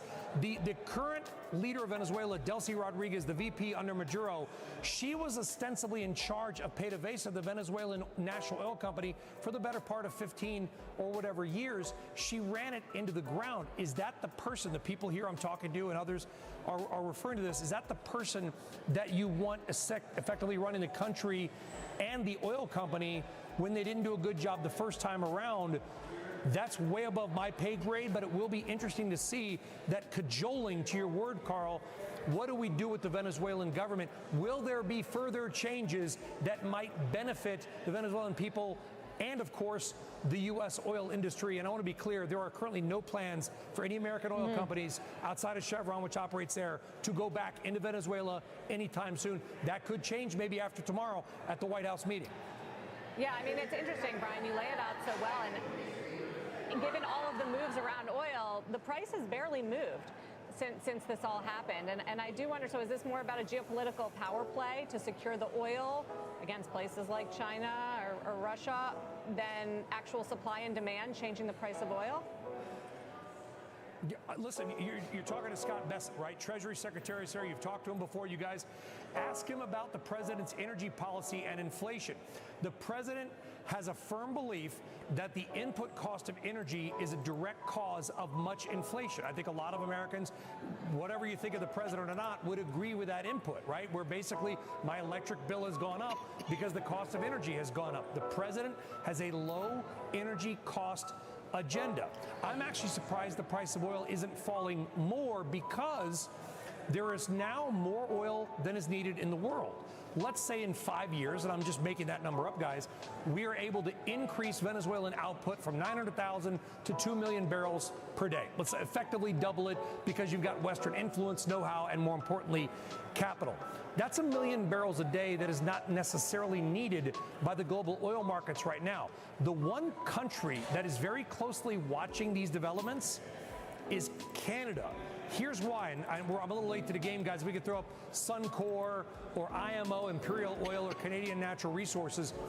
Their oil is in some ways a direct competitor to Venezuela because of the type of oil that it is and the way you refine it. Suncor's up a little bit right now, but it fell the other day because more Venezuelan oil could be a net negative for our friends up north. So many pieces here to this story. Yeah, and we mentioned earlier Carney going to China next week kind of adds to the drama on all of this. Thank you, Brian. Yes, it does. And again, yeah, we've got Chris Wright live on Power Lunch today. A lot of these questions will be answered. All right, well, that will be key. We'll be tuning in with the Energy Secretary and Brian Sullivan. Sticking with the White House, just in the last few hours, the president taking to social media with some new comments about NATO.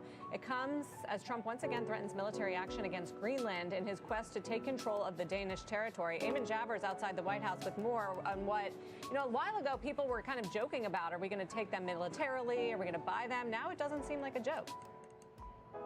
Yeah, it really doesn't, especially after the White House put out that on-the-record statement about the prospect of military force against Greenland, of course, part of Denmark and a NATO ally. Take a live look, Sarah, right now at the White House press briefing room. We are expecting a briefing here from Caroline Leavitt, the White House press secretary, any moment now. We're told this is going to be featuring RFK Jr. and about health, and the president's Make America Healthy Again agenda. But of course, reporters will have questions about all this, so we'll stand by for some news from there. Meanwhile, as you say, the president on social media today, sharply critical of the NATO alliance. Here's what he said. He said, Russia and China have zero fear of NATO without the United States, and I doubt NATO would be there for us if we really needed them. Everyone is lucky that I rebuilt our military in my first term and continue to do so. We will always be there for NATO, even if they won't be there for us.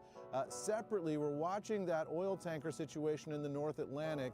Multiple media reports now that the United States has seized a tanker in the North Atlantic, and Pete Hegseth, the Secretary of War, taking to social media himself to talk about that. He says the United States continues to enforce the blockade against all dark fleet vessels illegally transporting Venezuelan oil to finance illicit activities, stealing from the Venezuelan people.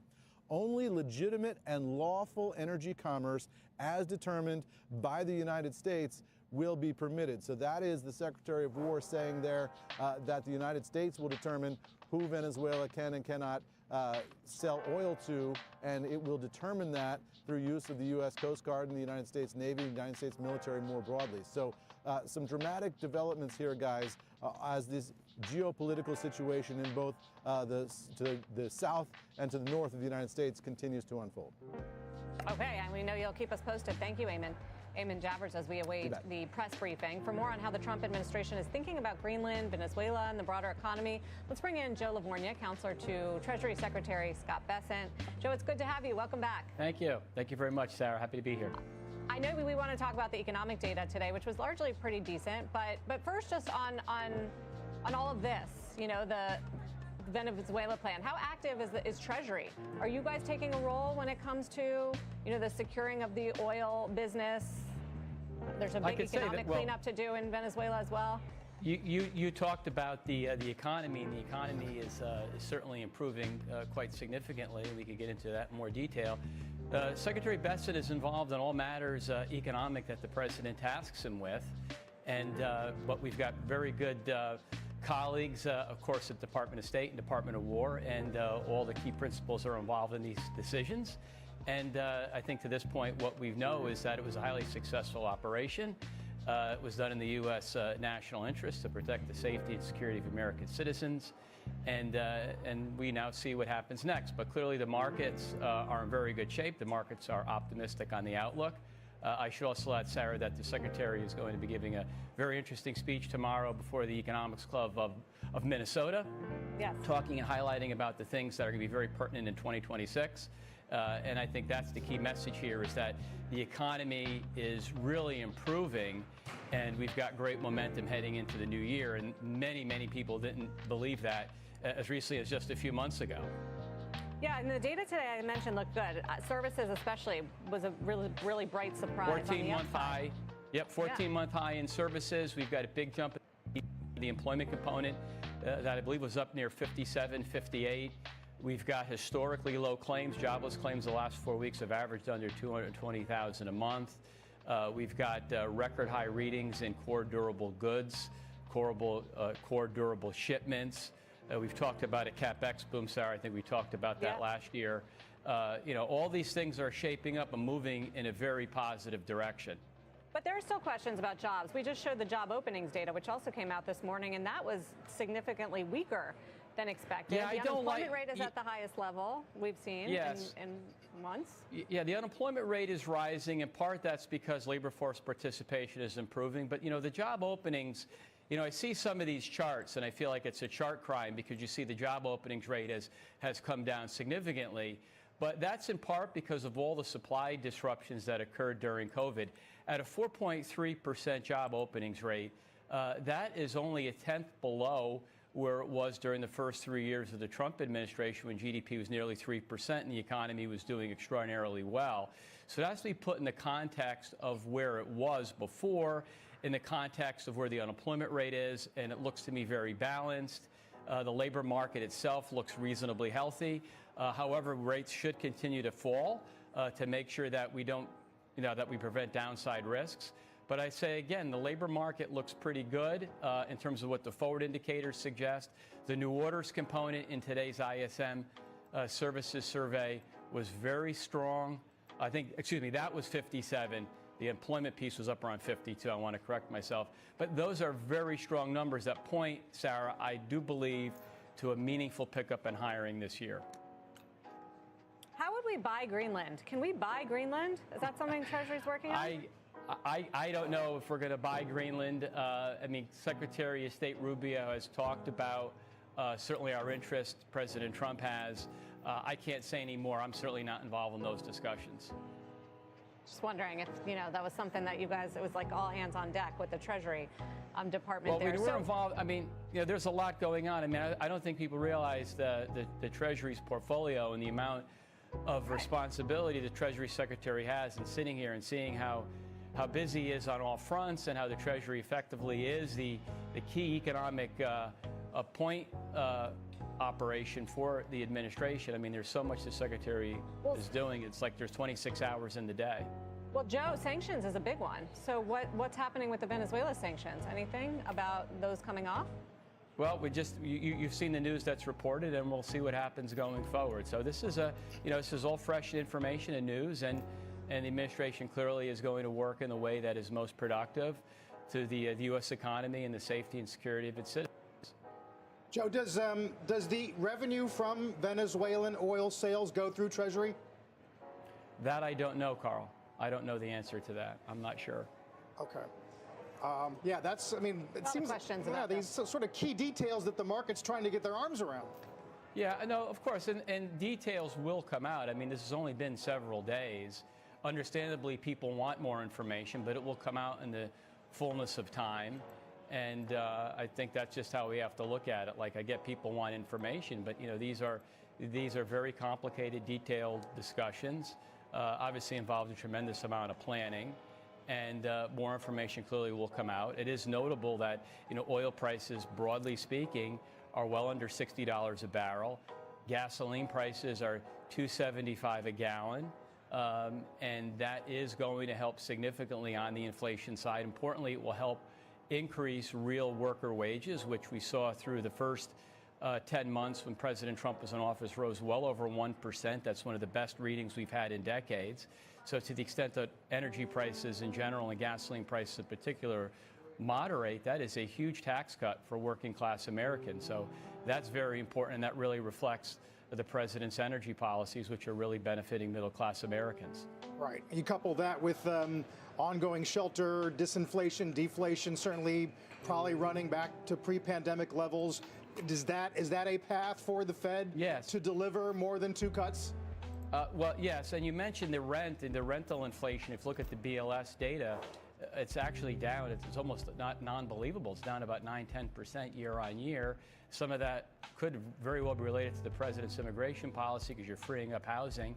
That certainly will lead to lower rents. And of course, the extent that those costs of living does decline, and the CPI, as you know, was better than expected in the last report, that will also free up worker wages. But what's important, Carl, is the CapEx boom and the data we saw this morning does suggest an improvement in underlying nominal wages. We've got productivity tomorrow. That should be very strong, very low unit labor costs. Since the Fed focuses so much on those labor costs, you would think, yes, you are supposed to accommodate that disinflationary boom that we're seeing with lower interest rates. The yield curve is still very, very historically flat.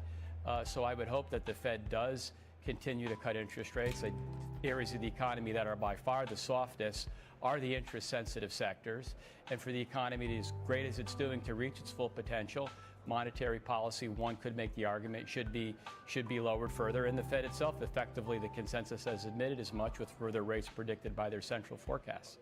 How else are you guys looking at this affordability challenge? I know you mentioned oil prices are down, but people still feel it. And there's this there's the K-shaped spending recovery that we've seen that all the retailers are talking about. So how are you going to help? I know there have been some rollbacks in tariffs and some postponements of tariffs. What else do you think you can do there? Well, I mean, certainly the key thing is getting wages, take-home pay higher, and that's happening through a combination of factors. One was preventing a massive tax increase had the TICJA not been extended, but also raising wages through the no tax on tips, no tax on overtime, reduced taxes on retirees. Those are all things that help.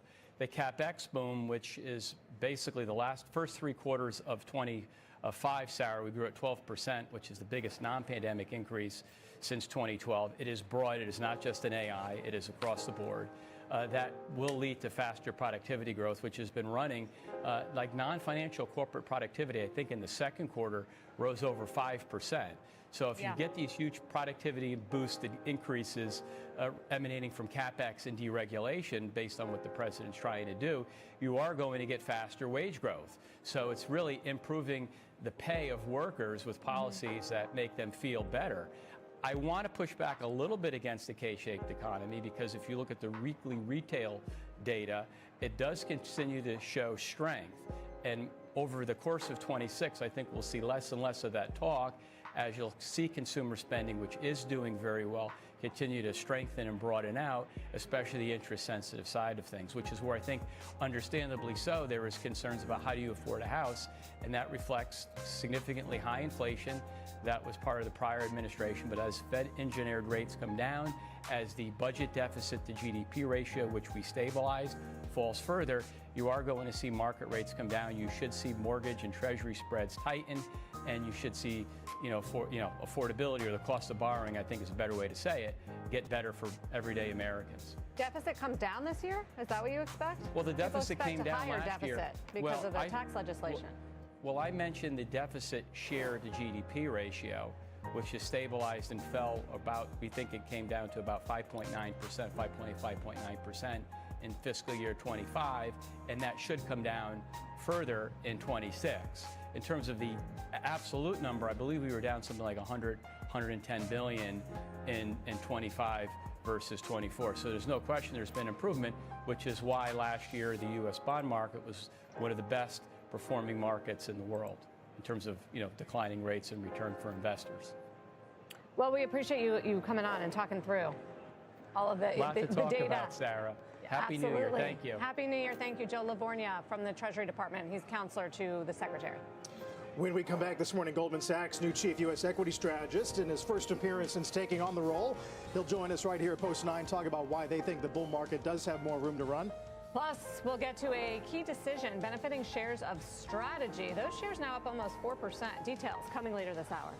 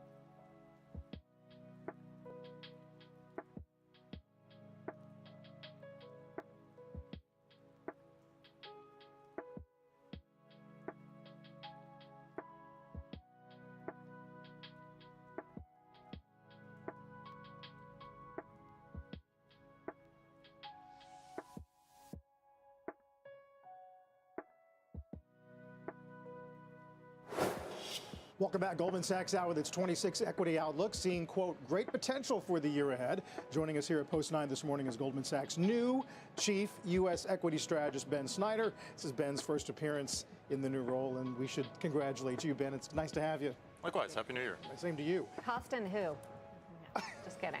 We love David. So you're looking for a good year? We think so, yeah. As we've discussed many times on the show, earnings are the most important driver of stocks. And last year, the S&P rose 16% in price return.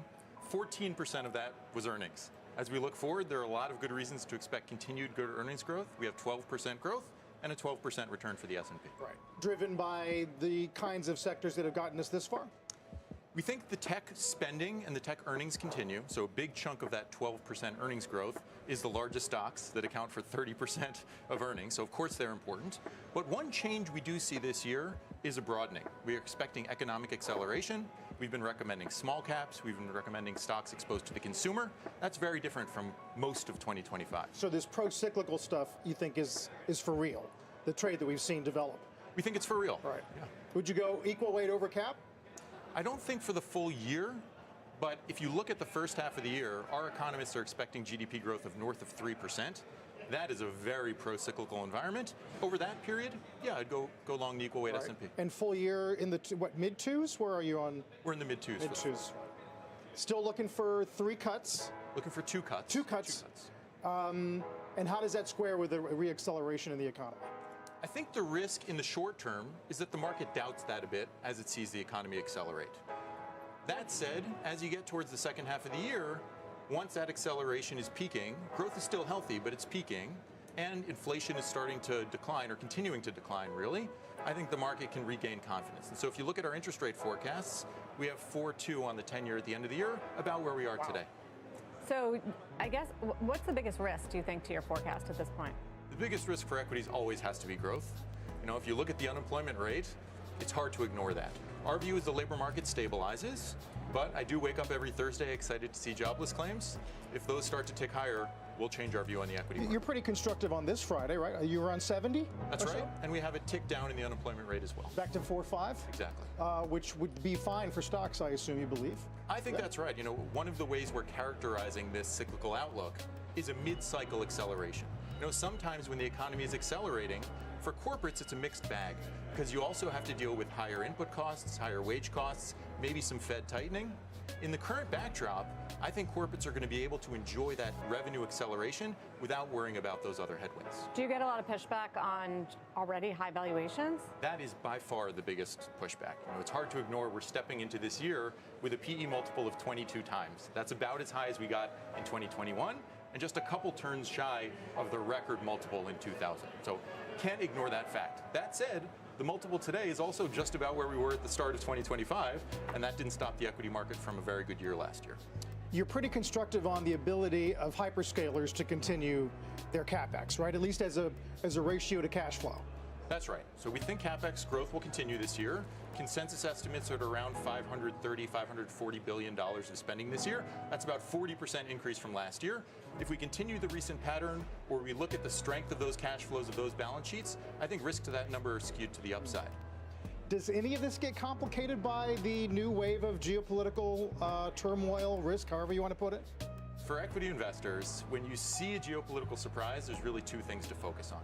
The first is a short-term increase in uncertainty, which usually leads to a short-term increase in volatility. Maybe we're seeing a bit of that today. But over the medium term, the real question for equity investors is, how is this likely to affect those cash flows and earnings? And for us, today, the answer is pretty little. Pretty little. Where do you tell people to hedge their risk right now? Well, part of the reason we feel so confident or optimistic heading into this year is if you look at implied volatility, it is still extremely low relative to history. And despite our forecast for over $2 trillion in debt issuance this year, credit spreads rank in the bottom decile of history. So for investors who want to maintain that upside exposure to equities, we think they can do it through options. We think they can hedge through credit as well. Yeah, remarkable. Even the new supply getting really well received first few days of this year. Ben, congratulations again. Look forward to having you back many times. Ben Snyder, Goldman Sachs. Still ahead, Alaska announcing its largest order of Boeing planes in history today. Alaska CEO joins us later this hour with more on the expanding growth plans. We'll get into the latest $20 billion funding round for xAI and how that may differ from the funding rounds for Anthropic and OpenAI as Money Movers continues.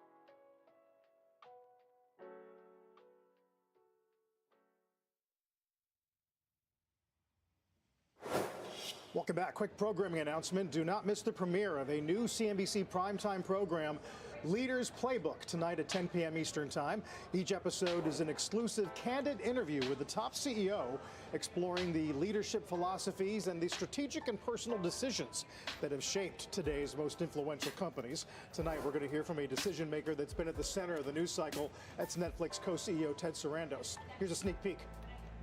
Don't be afraid. There's a lot of trial and error in this business. There's a lot of trial and error in all businesses.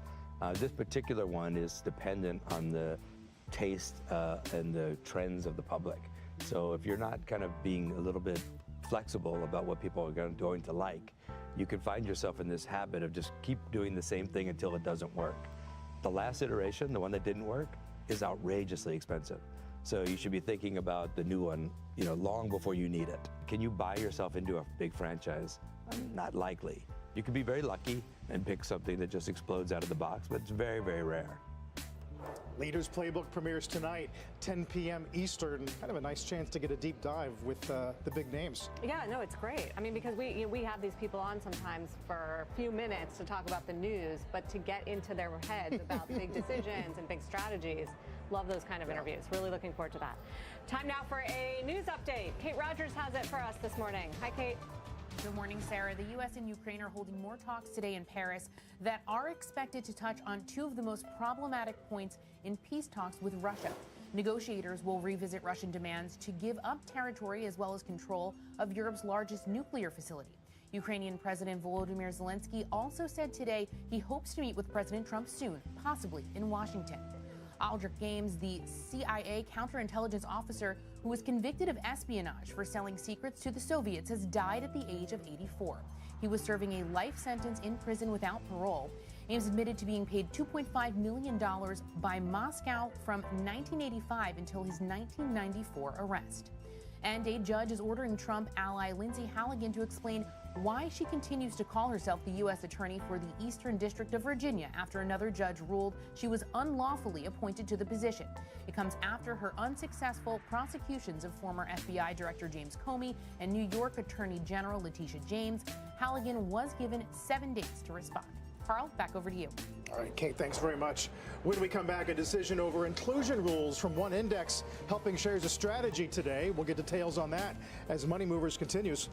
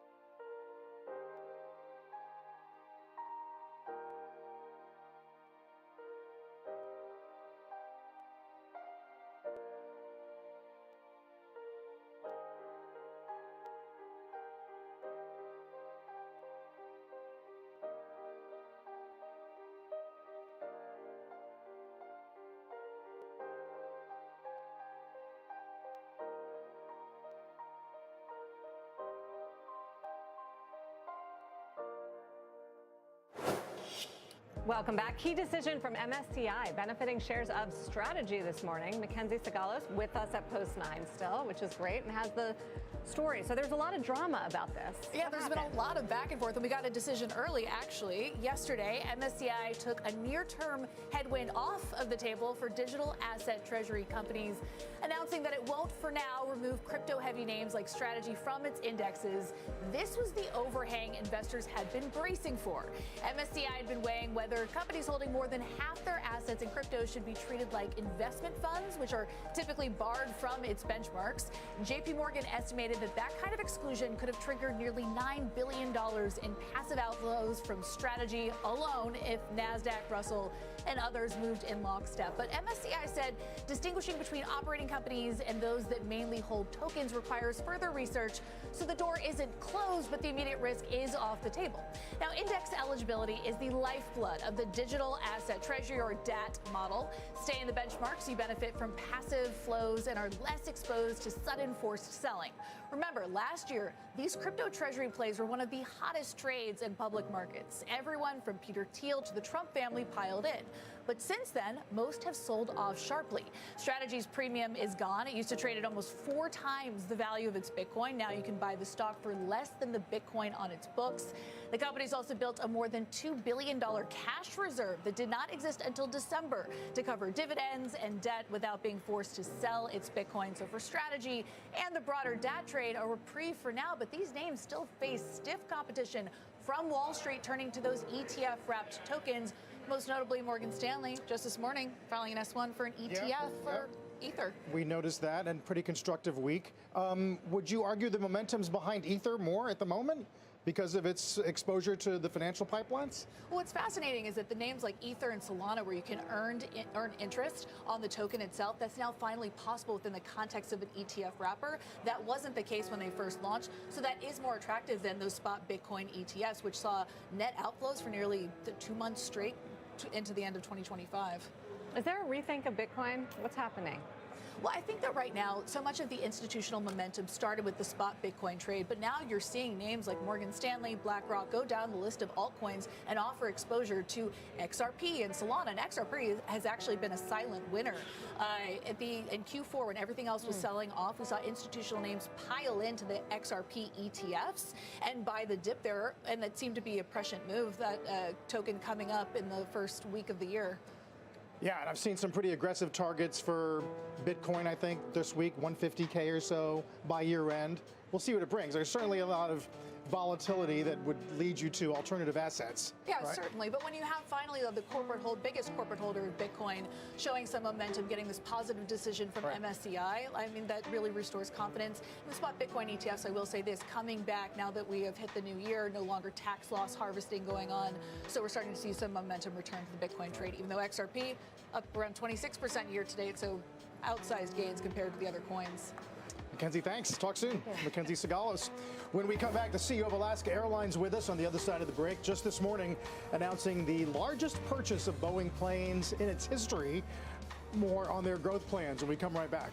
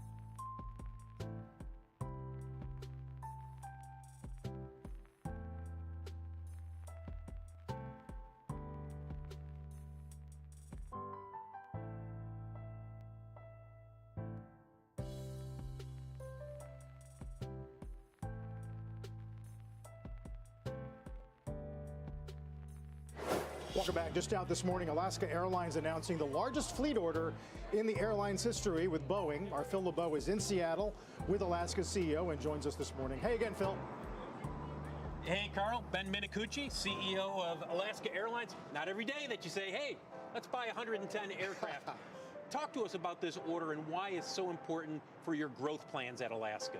Well, Phil, first, welcome to Seattle. It's great to have you in person. Yeah, this is a significant order for Alaska.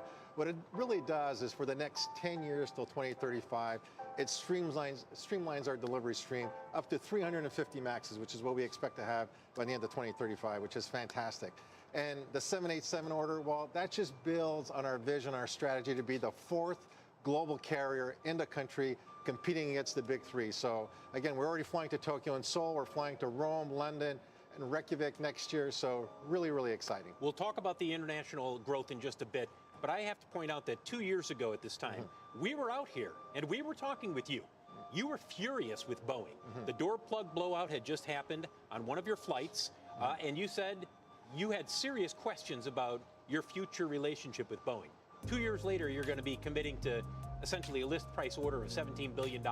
When did things change? When did you say, I can do business in the future with Boeing?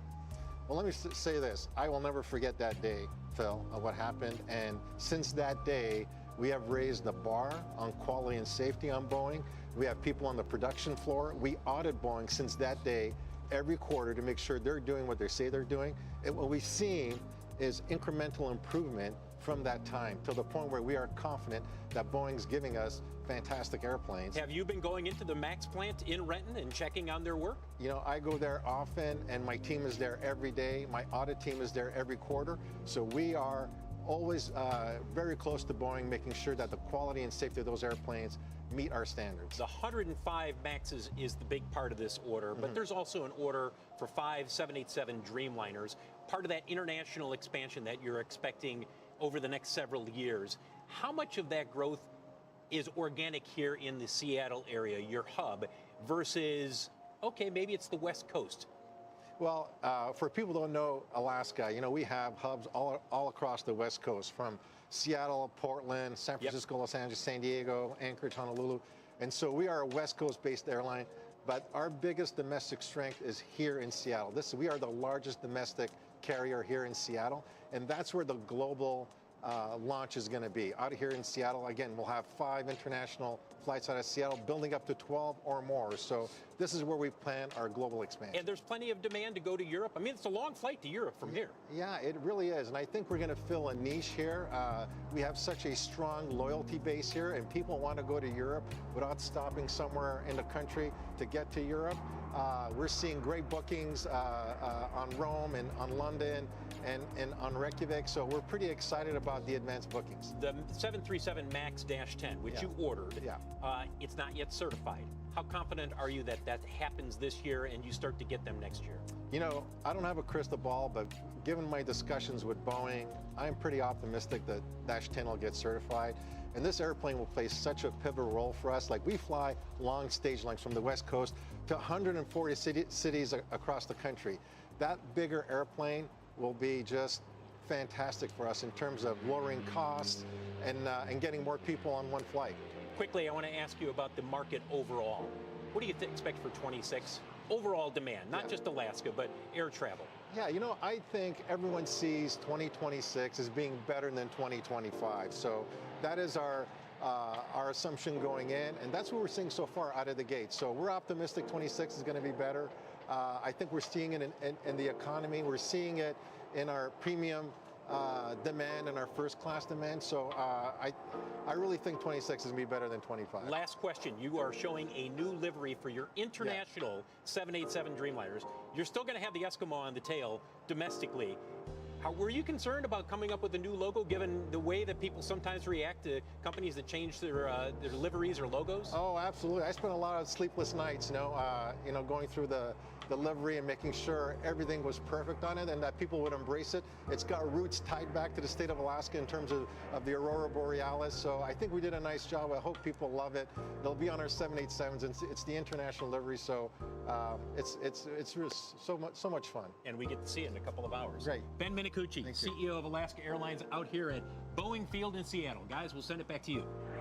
Okay, Phil, thank you. Phil LeBeau. When we come back, new details showing how the $20 billion funding round for Elon Musk's XAI differs significantly from its competitors, rewarding loyalists. Tech Check has that story after a quick break.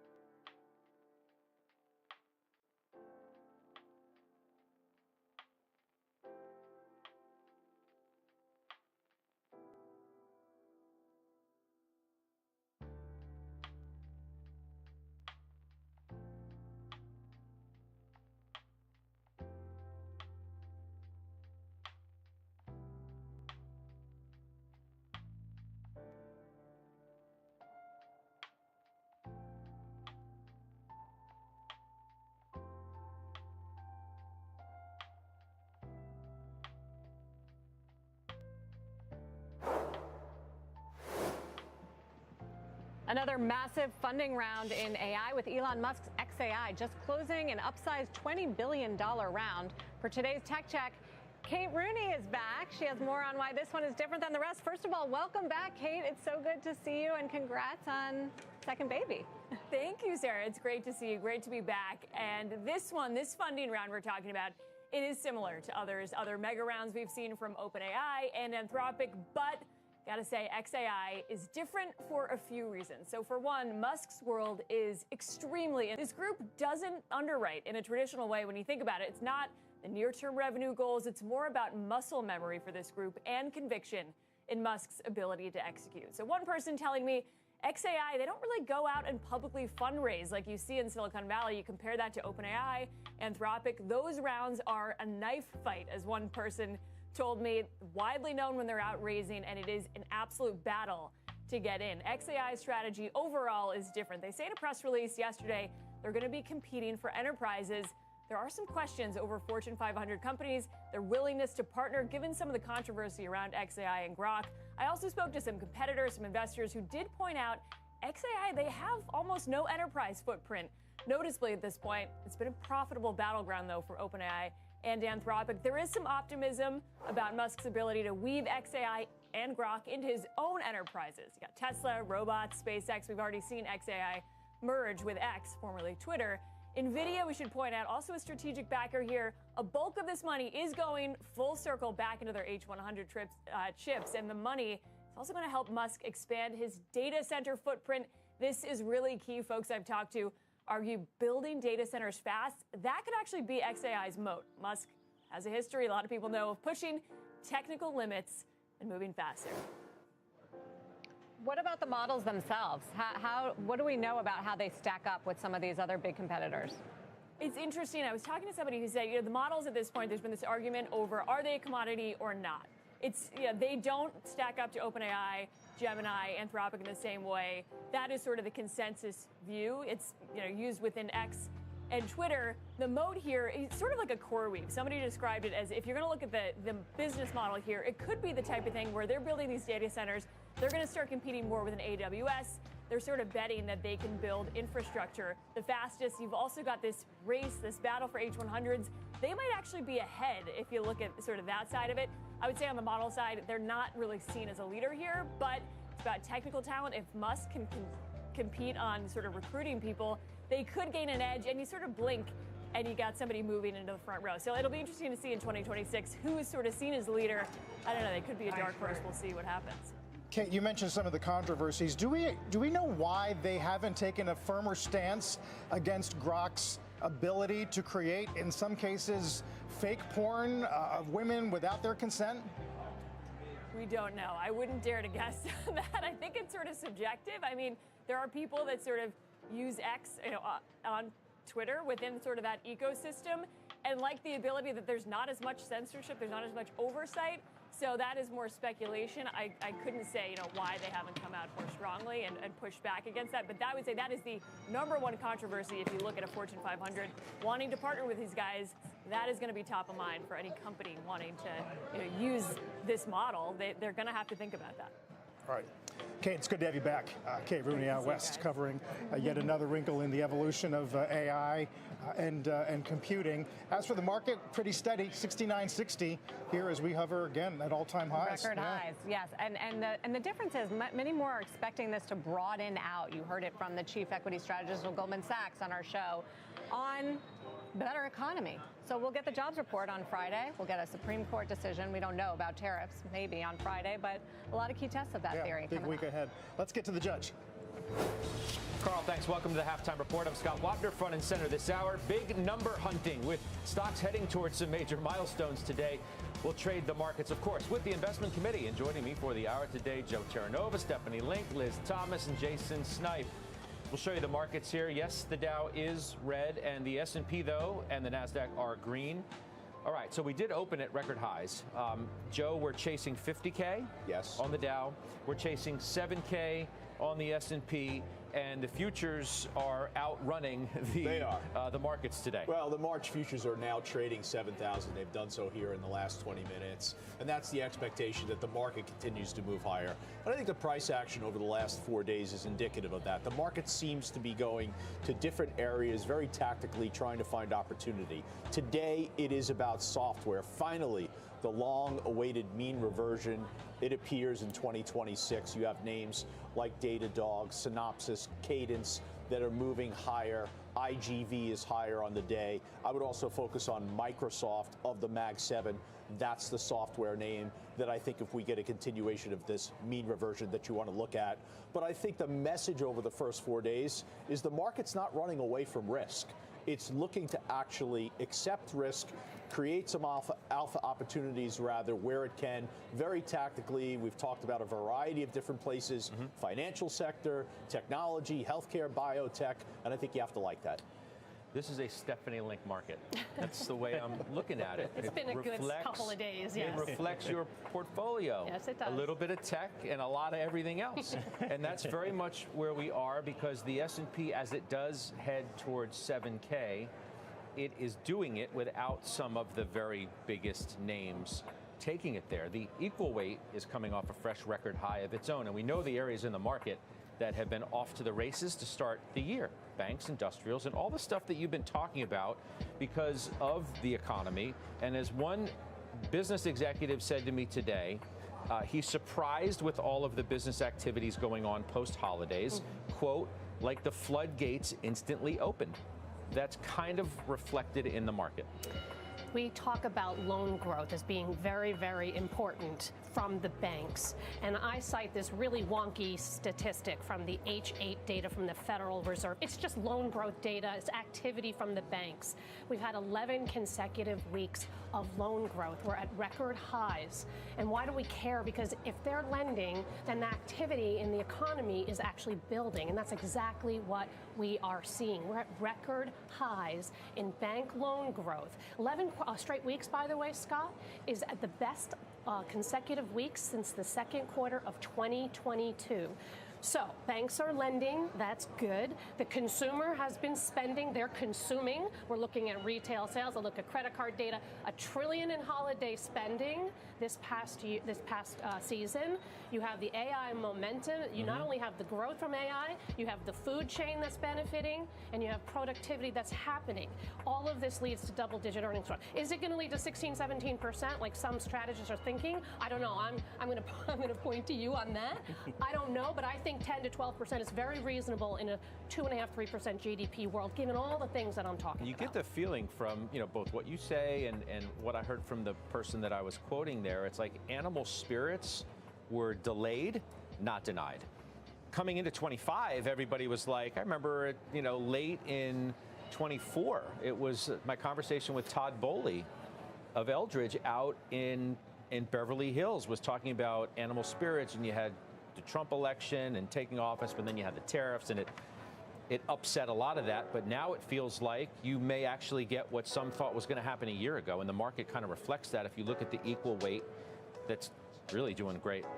What do you think, Liz? Yeah, I mean, if we look at just cyclicality in general, we're almost hitting on all cylinders. All of the indicators that the market would give you for cyclicality, things like consumer discretionary outperforming staples. We had the value index hit a new high before the growth index. Some of the recovery that we had after that pullback in November. All of the cyclicality stuff is here, even in commodities, right? Copper is doing well. Gold obviously still doing well, but all of the stuff that would tell you economic activity not only is picking up, but is expected to stay strong. To Steph's point about consumer spending, I think that's a really important thing for investors to realize, is that despite the fact that we didn't have the year-end rally or the Santa Claus rally that we all hoped for, the consumer kept spending. Retail stocks should benefit from that. The economy should benefit from that. And I think sentiment will start to recover after the soft patch that we saw in the fourth quarter of 2025. So I am still cyclically bullish. I like materials for the year very much. I like healthcare as a place for investors to rotate into looking for growth exposure, and that continues to do well. And I just like how the market's shaping up, especially after a geopolitical shock coming into the year to kick it off with a bang. Especially, Jason, when you had so much conversation last year about valuation of the market. Yep. Well, it's rich at 22 times. Yep. You're not going to get multiple expansion this year, so you have to have a really strong level of earnings growth to carry the market higher if it's going to go higher. I love a note from Barclays today, which takes on the valuation question and comes back with the fact that they say they look reasonable to start off this new year. Quote, while 22 times is not cheap by any stretch, in our view, current levels have not historically impeded returns, provided EPS growth remains positive. While we do think that current street estimates are overly optimistic, we still expect the S&P 500 to print double-digit EPS growth this year. It better. Yeah. It has to. No, it has to. It has to. It has to justify that valuation, which may, in fact, grow a little richer. And there's no doubt about it, Scott, that the earnings picture looks very positive, whether it's 12, 13, 14, 15%, somewhere in that neighborhood, I think, what we hear from strategists. And I think, the multiple on the market historically is not a great timing mechanism for markets, right? That's what we do know.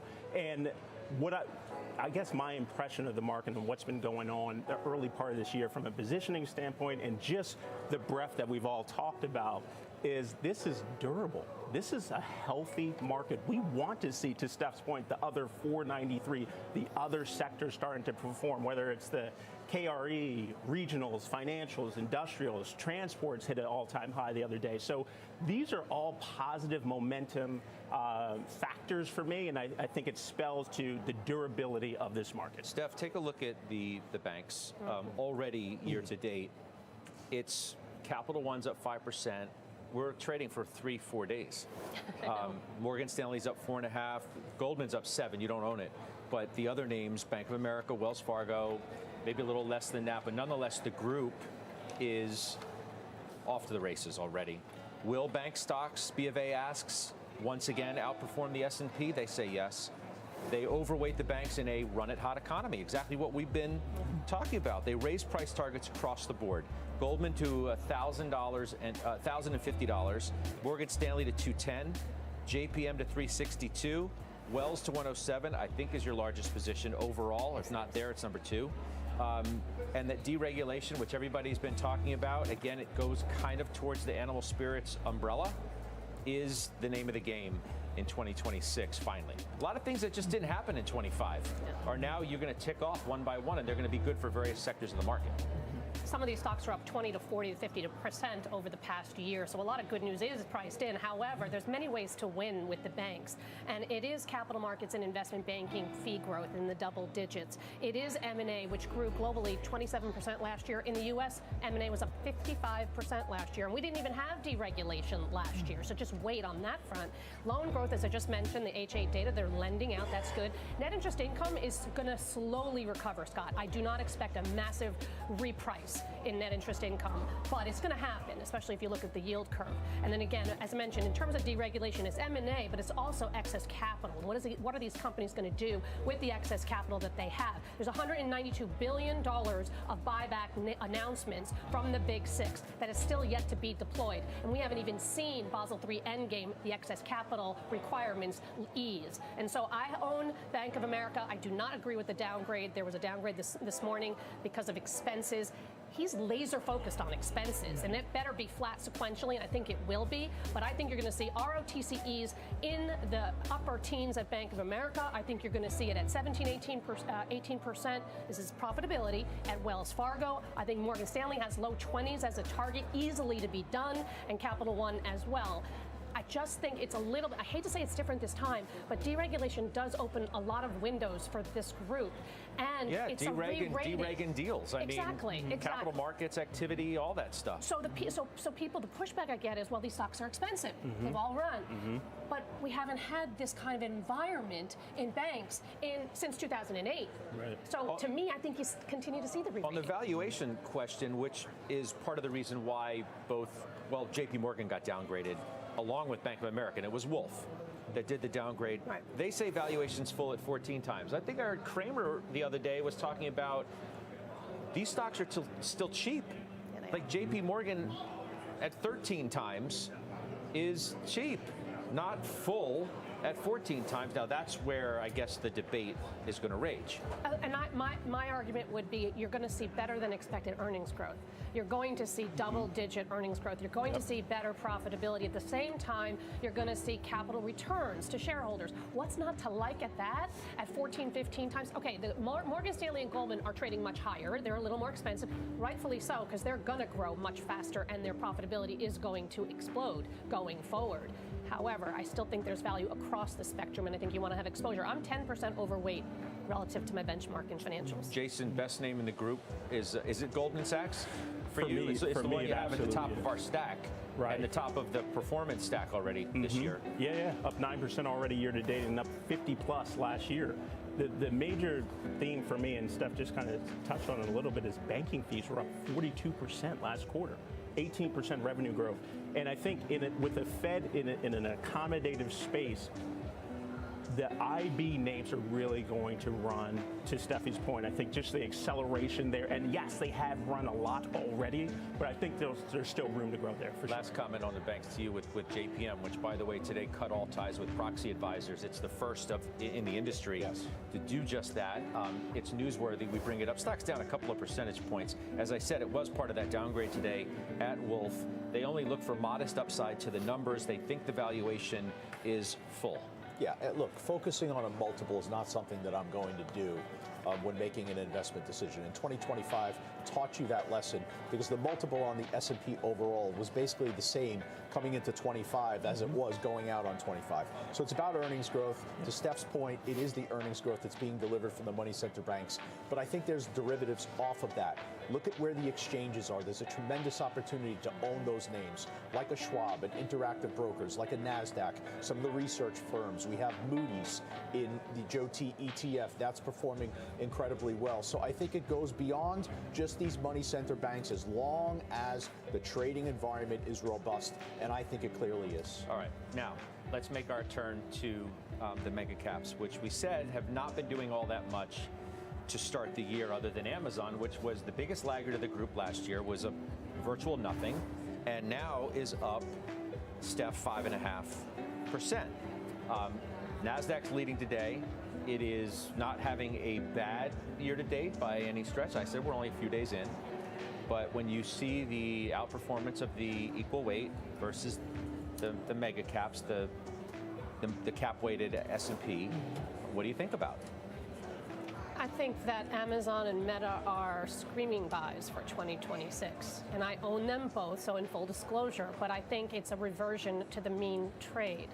And that's not the only reason. The fundamentals are extremely robust. I have no idea why Amazon is only up 10% in the past year, because AWS is accelerating and it probably could get to the mid 20% growth rates. Retail, no one has retail sales numbers like Amazon. 11 to 12% same-store sales. They're recovering internationally. Advertising is growing double digits, and that's their highest margin business. So I think you're going to see earnings revised higher at this company, especially as capacity improves and in terms of data centers in AWS. So that one doesn't make any sense to me at 14 times EBITDA when historically it's traded at 18 times. Meta, on the other hand, I don't know if you don't want to go there, Scott, but I think it's now a buy. You went there. We'll go there Okay. because Brad Gerstner was on yesterday. Yeah, I heard. And he doesn't own it anymore. And you know his long history with it without, reading the whole quote from him yesterday. In essence, he thinks they're behind. They're behind a lot of the other players that matter, and maybe it's too much ground to make up. If they turn some things around, would he be back in? Maybe. But he's not now, and that is telling for somebody who has a long and distinguished history in this name. For sure. Absolutely. I think this company has $30 to $8 of earnings power by 2027, and it's because they are spending so aggressively, and they may be behind, but they're spending aggressively to lift that gap, if you will. And in the meantime, the stock, it almost trades at a one peg. It's 22 times. It's growing earnings at 20%. Revenues are 26%. I think you're going to see an acceleration because of AI help a lot of their businesses, namely messaging, some new tools as well, some new applications as well. And in the meantime, you have impression growth growing double digits, 14%, time spent up 5%. And the cost cuts. If they actually, in fact, come through with the Reality Lab cost cuts, that's $5 billion. That is a lot in terms of what they can do with it. CG Capital agrees with you. They see the pendulum swinging back to Meta. That's the headline of their note today, that they believe the market is underestimating or underappreciating the impact of the investment in AI that they're having. Joe, last on Meta. Meta's down 2% over the last 30 days. I think from a fundamental perspective, I agree with what Stephanie's saying. It's a longer-term investment. I think you have to stay there. Quantitative models look at 30-day momentum. That is why it's so important. Right now, Amazon has a significant lead on all the other Mag 7s. Over the last 30 days, Amazon is up 7%. You can't find that type of performance anywhere else except maybe Alphabet or Nvidia, which is going to give you 2% higher. Apple's down 5% over the last 30 days. Tesla, Microsoft basically unchanged. So I think I agree with Stephanie on the fundamentals of Meta. It's a little bit of a longer-term investment. Right now, the focus on the quant models is specifically on Amazon, which I think continues to move higher. What about Nvidia, Jay? Which just can't get above $200. Yeah. And what I would say is I think CES did not disappoint, from my vantage point in terms of what was stated about the Rubin chips. We're talking about 5 times compute from the last iteration of chips. The second story for me is inference cost down 10x. I mean, these are significant developments for me. I think they just continue to innovate, and we always talk about the showman that he is, but he does deliver. He does deliver. And, the news from China about the H200s, we'll see, that's been a mess. So that was the information reporting today that China has told tech companies to halt H200 chip orders. We'll see what develops from that. But I think that the other point for me, you're talking about a stock that is now trading at 25 times, which is experiencing 40% earnings growth. I think that's a good buy right here. All right, Liz, so you get the comment about the group at large as HSBC questions where we are in the cycle, and they believe that we are still in the initial stages of a mega cycle of AI. I absolutely agree with that, but I don't think the same winners that have won by double-digit percents will continue to win throughout the entire life cycle. That's not usually how it works. So I think we're at the stage now where you've got other sectors that can come in and start to benefit from this, and we're already seeing that in some places. There are productivity gains that are actually starting to materialize. They're anecdotal at this point, but they're starting to materialize, and that's what investors have been begging for all the way through 2025. Even back in 2024, all of this CapEx spending on AI needed to result in revenue, needed to result in productivity, needed to continue producing earnings. Now that's actually happening. And I think in 2026, the phase is that AI starts to bleed into other sectors. Productivity gains are seen in other sectors, particularly some of the ones I've already mentioned, healthcare, materials. I think industrials is in that camp as well. And that's where you see the broadening out and the durability of the economic growth story that can result from AI. But will all of these Mag 7 names be the darlings forever? No, and I don't think they should be. I think we have to share some of the love. Is there a bigger show-me story in the market for 2026 than Apple? The stock, everybody knows the anthology of where their AI is, and they've had the executive reshufflings and departures and what have you. The market started to give Apple the benefit of the doubt halfway through 2025. They're going to get it right. They're going to get it right. They're going to get it right. They're going to get it right. Keeps going up into the right. Now it's been down for 6 straight down days. It's the longest slide since August. You have some firms out there defending it today. But how about that notion that they got a lot to show this year? Well, first of all, technically, it's pulling right back to the 100-day moving average. It's the first time it's doing that since August. I believe, from a market cap perspective, for the first time in many years, Alphabet is now valued higher than Apple.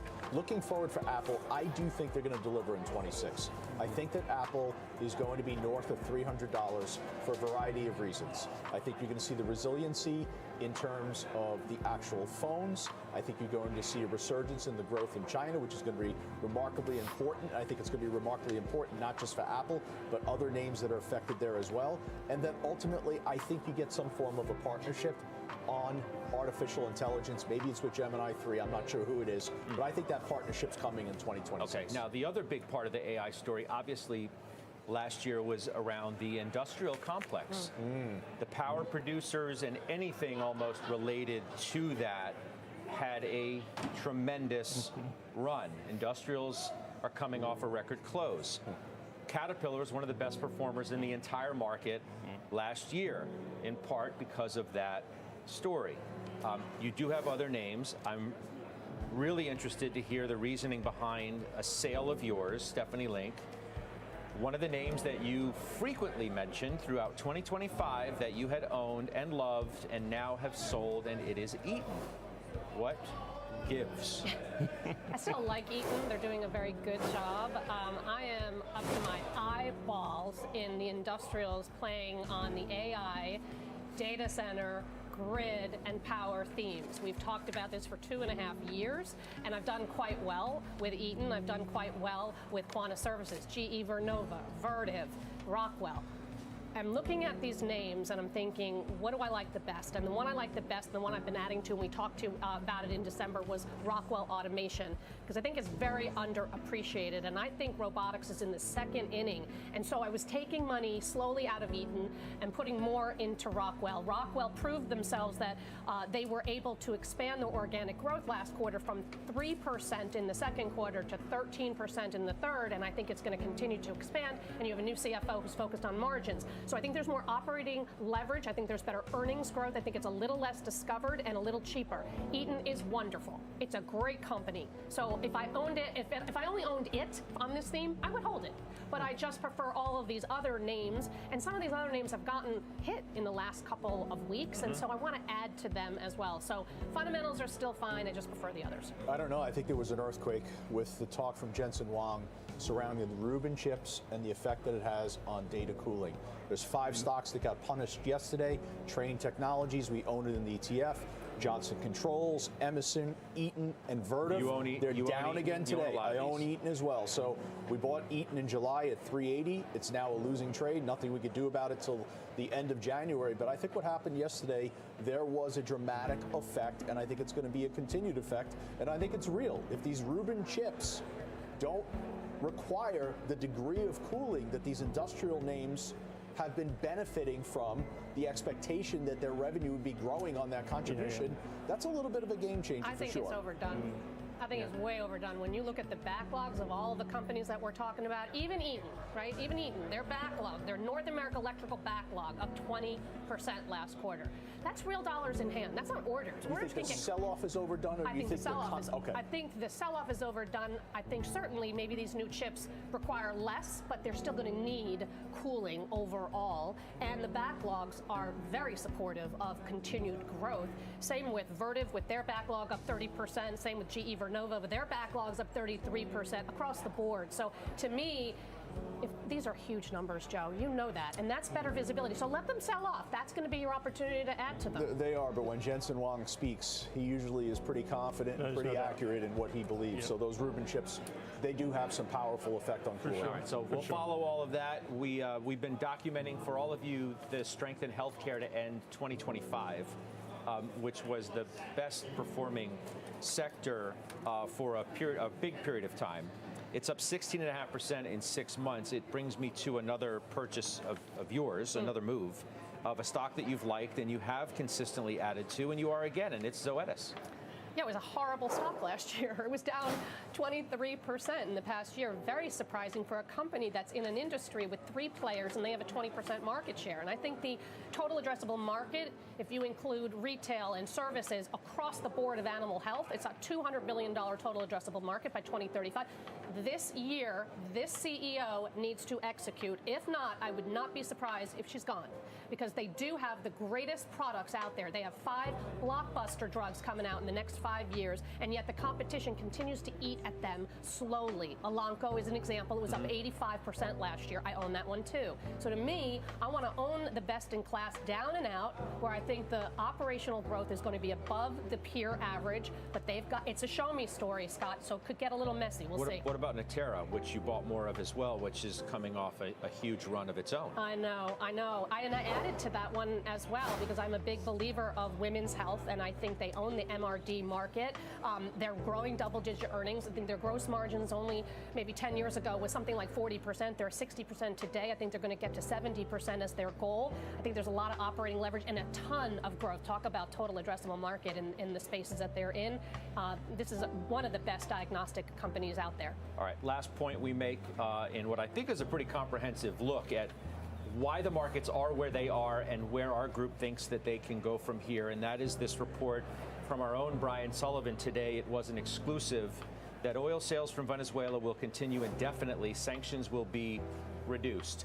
It's a big scoop and a market-moving one at that, because names like Valero, and if you think about refinery-type names and the ones that had already moved the most on the backside of the initial actions related to Venezuela, it is the one that you own. It's Valero, and it is up again on this Sullivan report. Because they have proven to be able to efficiently produce heavy oil and deliver it to where they are profitable on that. Remember, it trades at a discount, heavy oil to light oil. So Valero is well positioned, Marathon is positioned, Phillips is positioned as well, but to me, Valero is the one that you want to focus on specifically. There was also a little bit of a resolution with Governor Newsom in Northern California. Valero's presence will remain to a certain extent in Northern California, which is good as well. All right, we bounce for a couple. We come back, calls of the day, and we do have more moves ahead. We'll see you in a bit.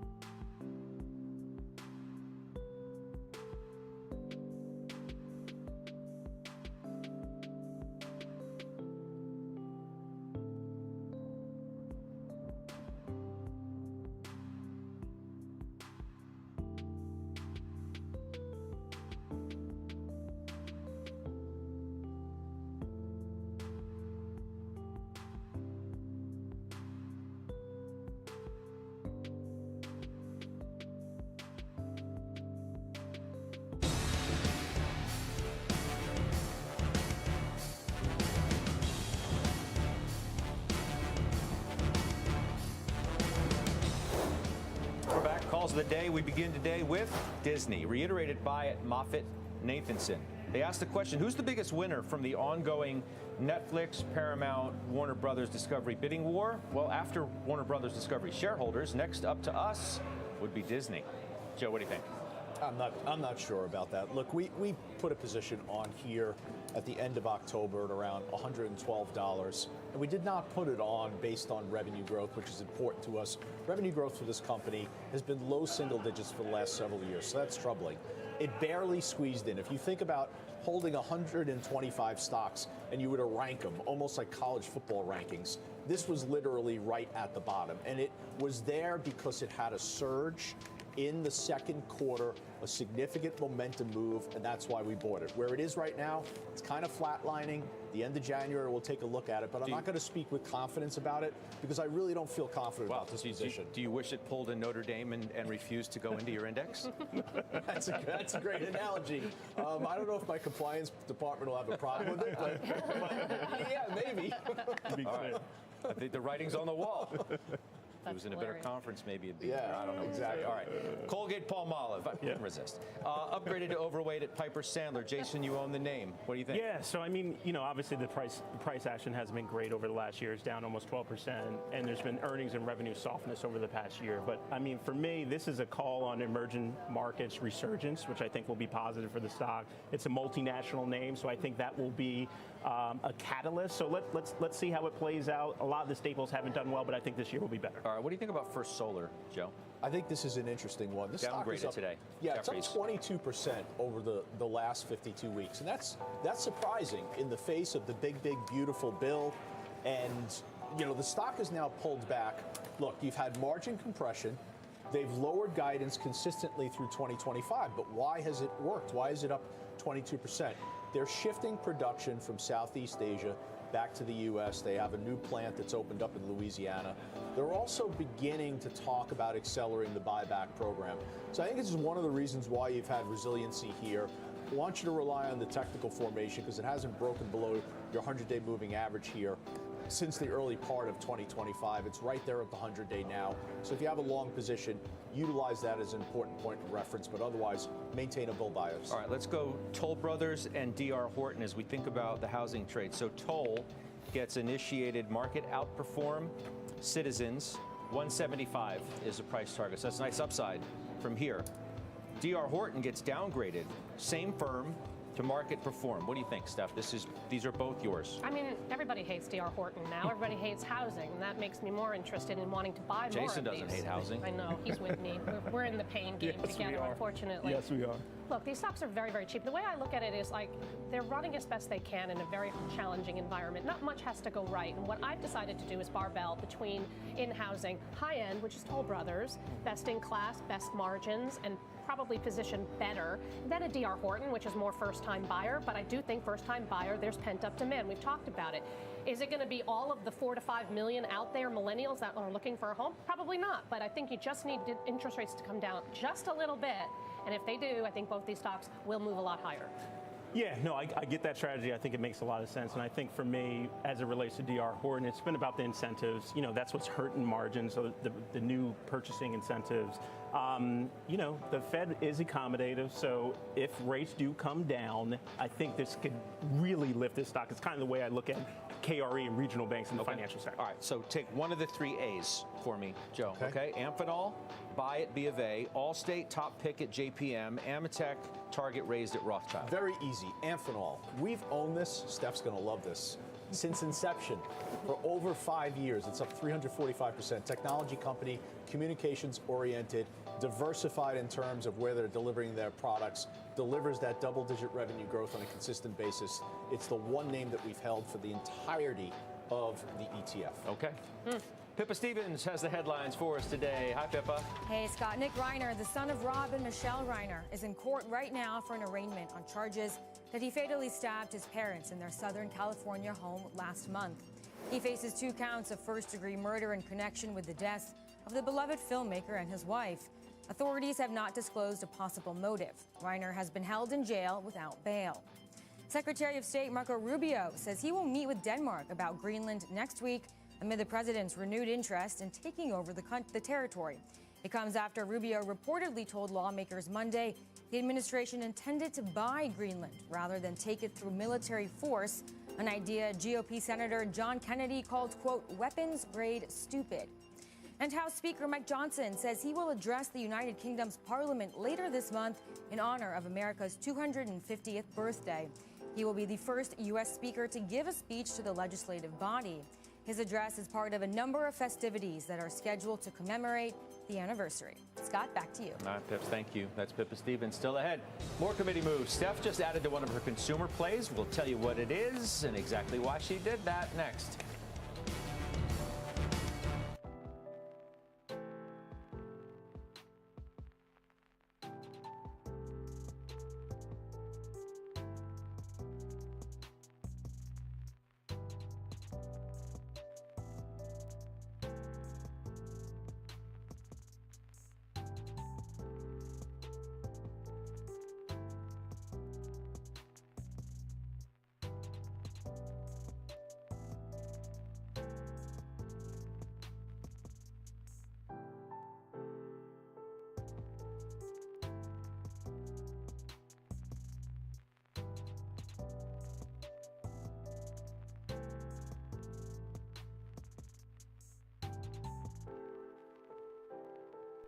Okay, Dr. JB, thanks for checking in, buddy.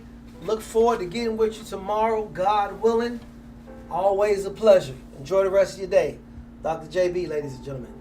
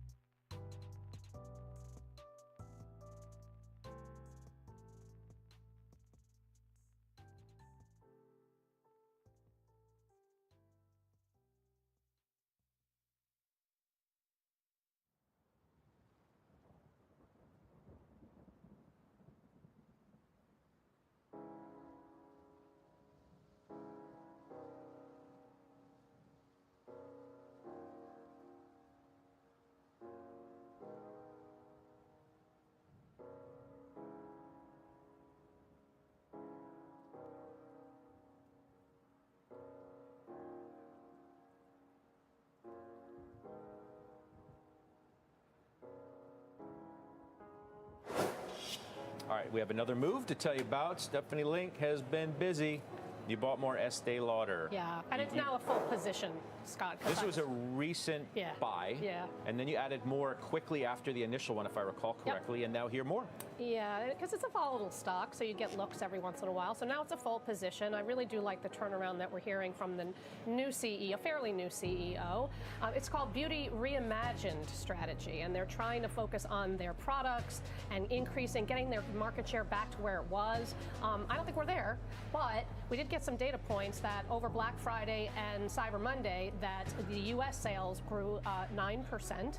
And in China, last quarter, we know their sales grew 9%, way better than the last couple of years. And the stock is still down 70%, by the way, from 2022 levels. So it's not really discounting an improvement, in my opinion. And those two regions are about 48% of total sales. So we need those to recover. And I think we're getting little baby signs from this whole new strategy from the management. Yeah. Goldman reiterates the buy on it today. Target goes to 128 from 122. So they're behind you. They like it as well. Liz, on the consumer? Look, the consumer stocks had a really rough 2025, and staples and discretionary ended the year as laggards. The consumer kept spending, however, and I talked about this towards the end of the year. They kept spending begrudgingly. There was a big stop in consumer sentiment. Everybody sort of felt bad about how things were going.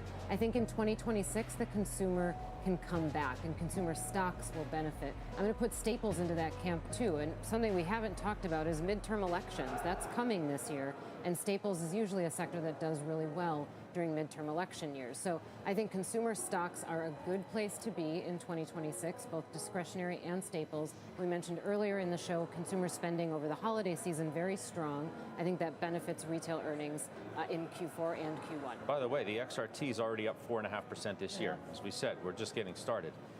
You own the Gap. That bodes well for that. Yeah, and it was up 7% yesterday. Another reasonably new position of yours, if I recall. Yeah, I mean, I've been in it. I made 20%. I got out of it, which was stupid of me, and then I just got back into it because I think Richard Dixon is a rock star and he's getting it done. And I think their comp store sales have been above plan. Their inventories have continued to shrink. Margins continue to expand, and they're gaining market share. So people are going back to the Gap, and they're going back to Old Navy. And the Old Navy in particular is a value offering for consumers that are looking to trade down. You were talking so much in the break about Costco. For what reason other than, I mean, the stock, we could show the chart of last year, not good. Well, and at all. Show it 2025 if you could for Costco, guys, please. Not good at all. And I did a horrible job advising the viewers on what to do with the stock because I was advocating. I think it surprised a lot of people. Look, I was advocating for it as it was pressing towards. Here. I mean, it is what it is. Can you guys pull it out to 2025 for me, please? So why is Costco so important to me? When we have names in the ETF that are there for an extended period of time, you grow almost close to them and you really observe them and see how they're trading. And Costco entered the ETF in July of 24 at around $429. And it delivered not just in price appreciation, it delivered in the earnings growth, the market share capture, it participated with Walmart. I understand the valuation got rich, but we really ran into a ceiling here in the second quarter of 2025. And you saw this bifurcation in terms of what Walmart was delivering and what Costco was delivering. And Costco has not reversed that at all. And I just wonder if how they absorbed the tariffs relative to how Walmart absorbed the tariff was distinctly different. But it's in a perilous position as we go into the next rebalance for sure. What do you see? Definitely. I mean, so costs were obviously a problem.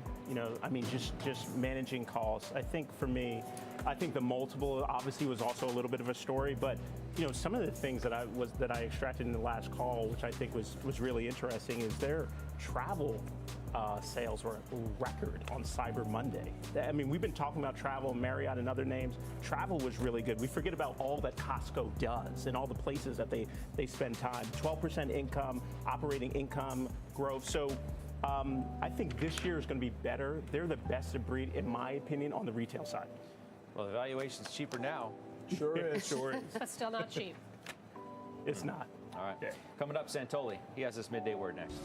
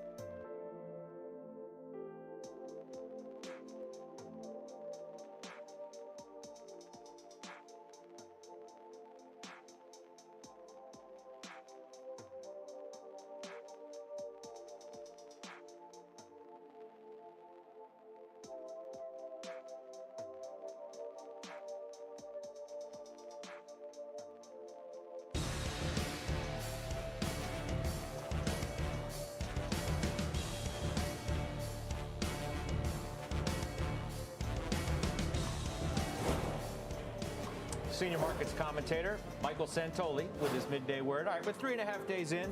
We have had obviously a great start, and maybe now we just need a breath. Yeah, most of the market is exactly doing that, Scott, getting a breather. S&P still up like 1.7% or something 4 days into the new year.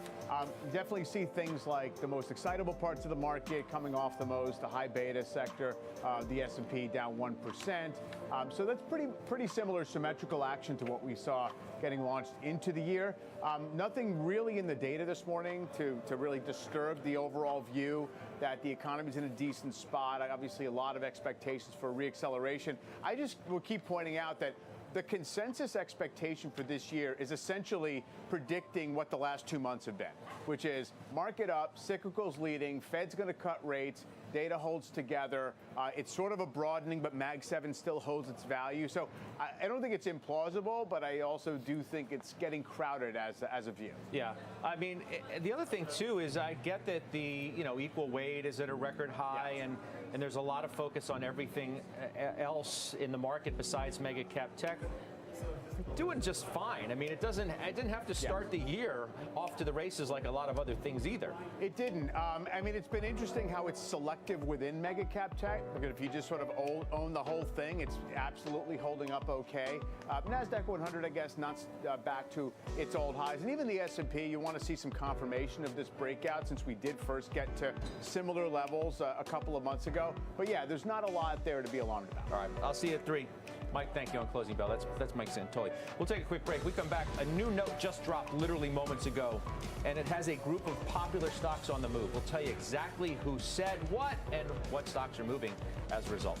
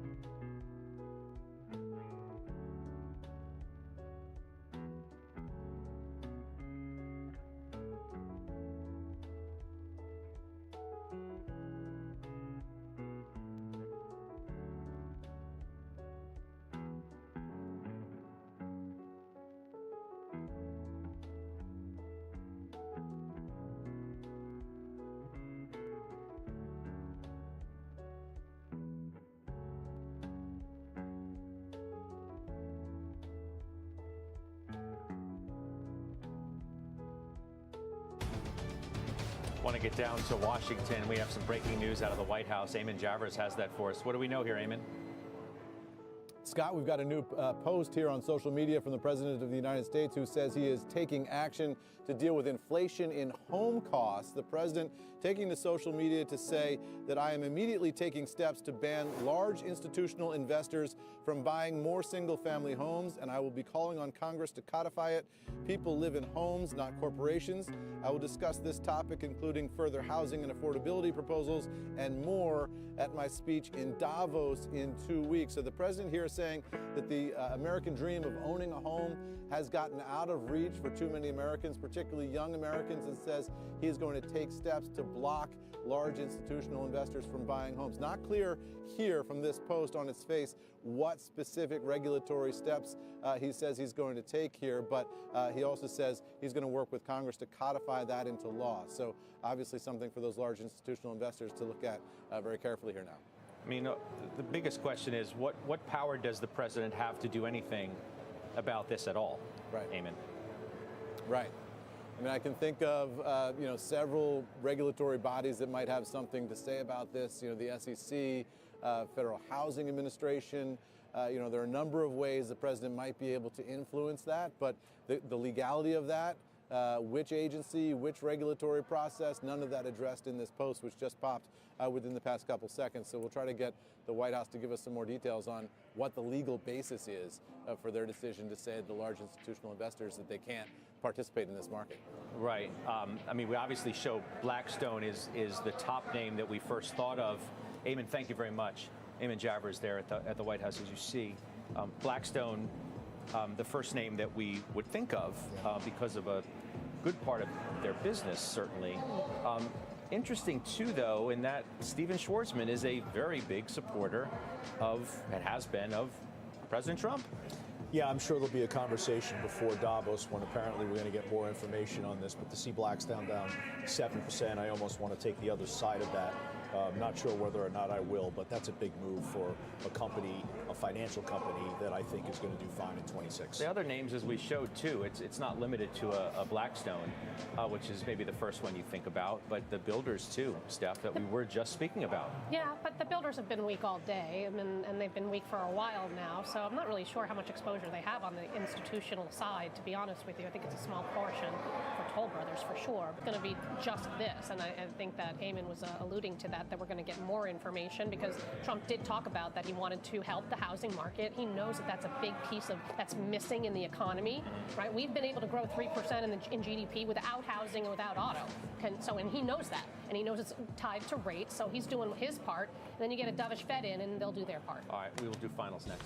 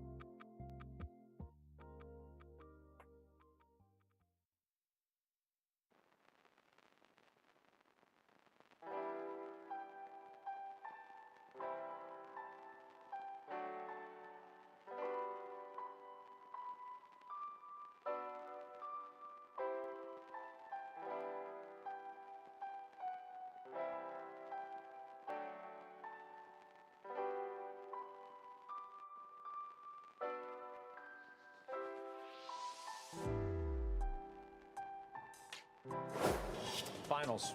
Palo Alto Networks. Materials. Capital One. IDEX Labs. All right, I'll see you on Closing Bell with Tom Lee. Don't miss that. We'll see what these markets do. The exchanges now. Scott, thank you very much. Oil prices are falling today. We've had some new highs for the market this morning. And are some of the AI darlings losing their shine? We'll talk about all of that today. Welcome to The Exchange. I'm Kelly Evans. The Dow and the S&P hitting fresh highs to kick off the session before pulling back this hour. The Dow and the Russells have dipped negative. The strongest performer is still the Nasdaq, up 0.2%. And that's despite the memory stocks taking a breather after yesterday's staggering moves. Western Digital giving up about 10% of that. Seagate and SanDisk are also lower. Intel's up nicely, though. It's leading the S&P with a gain of nearly 7%, biggest in a couple of months' time. And we're also, of course, keeping an eye on the energy complex. Oil is down about 2% today. It's about $55 a barrel amid news that Venezuela will ship sanctioned oil to the U.S. indefinitely. That news also benefiting the refiners, with Valero still up about 3%. And that's where we begin today with our Brian Sullivan, who broke that very news for us this morning, and Eamon Javers in Washington. A good afternoon to both of you. Brian, kick things off. Yeah, well, you're seeing Valero move, Kelly, because Valero is seen as one of the companies that can process more Venezuelan crude oil. Remember, the crude oil that comes out of Venezuela is kind of thick. It's called heavy sour crude. It takes a specialist type of refining. Valero does that very well. So the idea in the marketplace is that Valero may see more input, more oil, and thus make more money. Here's the news. Last night on social media, the president saying that they were going to take, the United States going to get or take, whatever word you want to use, 30 to 50 million barrels of Venezuelan oil, which we would then process, sell into the open market, keep the money in a bank, and basically then give it back to Venezuela at some point. And my reporting this morning was that 30 to 50 million, just a start, that this is going to continue indefinitely. Now, I want to go through some of the quick oil math. This is sanctioned oil. So if Venezuela is doing 900,000 barrels a day, 1/3 roughly is sanctioned. That's 300,000 barrels a day. So to get to 30 million barrels is what, roughly, it's a long time. It's months and months and months. So this is not going to be some quick grab of Venezuelan oil. This is going to take a long time. The question here at the Goldman Sachs Energy Conference, and the people we're speaking with, and the Secretary of Energy, who we'll speak with in just about 1 hour's time on Power Lunch, the question is, number one, why? We'll talk about that. But number two, how much energy and oil can you actually get from Venezuela? Could you meaningfully ramp up Venezuela processing? And would any U.S. companies go into Venezuela anytime soon? As I have reported for the last few days, Kelly, as you know, the answer to that question is largely no. It's not like tomorrow U.S. companies are going to say, okay, guess what? We're going to go into Venezuela, which is still relatively unstable. There's a lot of safety concerns. They actually don't even really know who's kind of in charge of Venezuela at this point. Here's the carrot and here's the stick. The president, and I'm sure Eamon will touch on this, will meet with energy executives Friday at the White House around 2 p.m. The discussion is likely to, my sources tell me, discussion is likely to fall around this. Basically, what would it take to get a ConocoPhillips, to get an ExxonMobil, to get another U.S. oil company to go back in to Venezuela? It's going to likely take not only obviously more oil, but probably some hefty tax breaks or some kind of financial inducement. Whether or not, by the way, with ConocoPhillips, that involves getting back some of the $9 billion that they're owed from the government of Venezuela in a near 20-year lawsuit. So there is your basic setup. I know there's a lot there, Kelly. The Secretary of Energy will join us live and exclusively in about 1 hour's time. There is a lot going on. And still, I want to be clear, a lot of questions about how this ultimately plays out. Right, and Brian, we see the price of oil falling on this news, and that's good news for U.S. consumers. But again, it kind of makes life more complicated for the very producers the U.S. is counting on to help them out on the Venezuela front. Yeah, I think it's a good question, and one we'll probably get to with the Energy Secretary, which is the Trump doctrine on energy and inflation is that because energy is such a huge input cost to so many things, it can adjust inflation up or down. You want to bring the cost of oil down, so the price of gasoline's at, $2.25 in many parts of the United States. But you don't want to bring the price of oil down so low that, I think to your point, Kelly, it induces or forces some U.S. oil companies to say, it's just not economically feasible for us to take more oil out of the ground at whatever, $35, $40 per barrel. And so we're going to lay people off. We're going to slow the industry. Texas has been the economic engine in large part of the United States. This is, of course, the most energy, sort of invested state I don't think Trump and his allies would want to do anything to jeopardize Texas or the U.S. economy. It's a fine line. Right. No, it's like we love your industry so much. We want more of what you do, but at cheaper prices. And hopefully you guys can, figure that out. It's true. Brian, really appreciate it. Great stuff this morning. Of course, we'll see a lot more next hour. Brian Sullivan standing by in Florida. Let's get to Eamon Javers for the very latest out of the White House on a busy day, Eamon, as questions also continue to swirl about what the moves in Venezuela mean for any potential action in Denmark and Greenland and other parts of the world. Yeah, real open questions there, Kelly. What we heard from Caroline Leavitt, the White House press secretary, just a short time ago here at the White House was a rundown of some of the mechanics of how this transfer of oil from Venezuela to the United States will actually work. Here's what she had to say. The interim authorities have agreed to release that oil to the United States, so it will be arriving here at home very soon. The United States government has already begun marketing Venezuelan crude oil in the global marketplace for the benefit of the United States, engage the world's leading commodity marketers, key banks to execute and provide financial support for these crude oil and crude product sales. All proceeds from the sale of Venezuelan crude oil and products will first settle in U.S.-controlled accounts at globally recognized banks to guarantee the legitimacy and integrity of the ultimate distribution of proceeds. So a couple of questions that we're still looking for answers for here. One is the big one, which is, what is this a payment for? That is, did the United States agree to anything in exchange for this oil, or is this just a transfer of oil wealth from Venezuela to the United States as a result of that military action? And then a couple of other follow-on questions, including in terms of the proceeds from this oil. What you heard the press secretary there saying is that those proceeds will be distributed based on decisions made by the U.S. government. So the big question is, where's the money going to go? Who's it going to go to, and on what basis, and how much? So all of that, still TBD here at the White House as we try to get a little bit more clarity on exactly how all of this is going to work, Kelly. Yeah, fair enough. Eamon, we appreciate it very much for now. Eamon Javers. We'll stay in Washington because there's been more breaking news just in the last few moments. This time, it's on the housing front, on a hugely controversial story over the years that's had, at times, various different parts of the world giving it political support. Anyway, Diana Olick, what can you tell us? Yeah, Kelly, the stocks of the institutional owners of single-family rental homes have just been taking a huge hit because President Trump just posted on social media that record high inflation has pushed Americans out of the dream of home ownership, especially younger Americans. And he said, "It is for that reason and much more that I am immediately taking steps to ban large institutional investors from buying more single-family homes, and I will be calling on Congress to codify it. People live in homes, not corporations. I will discuss this topic, including further housing and affordability proposals and more, at my speech in Davos in 2 weeks." Now, the key in that statement is that he would need Congress to pass something like that. But it's important to note, large institutional investors, and the biggest names are Invitation Homes, American Homes for Rent, and Progress Residential. It should be known they own less than 5% of all single-family rental homes in the U.S. They are concentrated in certain markets, which can push buyers out in those areas, but the vast majority of rental homes are owned by small to mid-sized landlords, mom-and-pop shops. But again, you can see those stocks are taking a huge hit on that, Kelly. Yeah, down 5-6%. So, Diana, this was a post on Truth Social, so Yes. We'll wait more detail. I imagine, private equity obviously has a huge component of this, and they've had a lot of friendly policies from the administration, including things like changing who can access them, trying to get them into 401k plans and so forth. Nevertheless, this shows you the administration is doing anything it can. I'm sure it's had 30 different proposals for how it can lower housing prices. They've probably heard 50-year mortgage. We hear various reasons why that wouldn't make much of a difference. Build more supply. Well, I guess that's hard to do.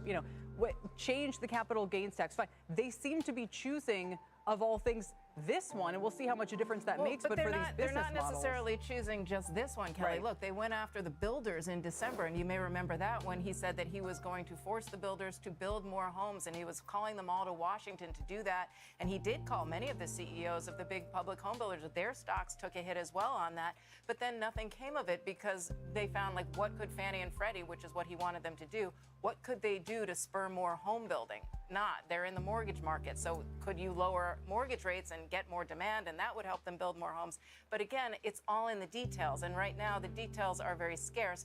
How would you get these large institutional investors to stop buying homes? It would take an act of Congress or something. But remember, these are very big companies with, very strong ties to the administration, especially when you talk about something like Blackstone, which owns single-family rentals. Yeah, and by the way, we're showing shares of Rocket, Zillow, some of the mortgage companies higher.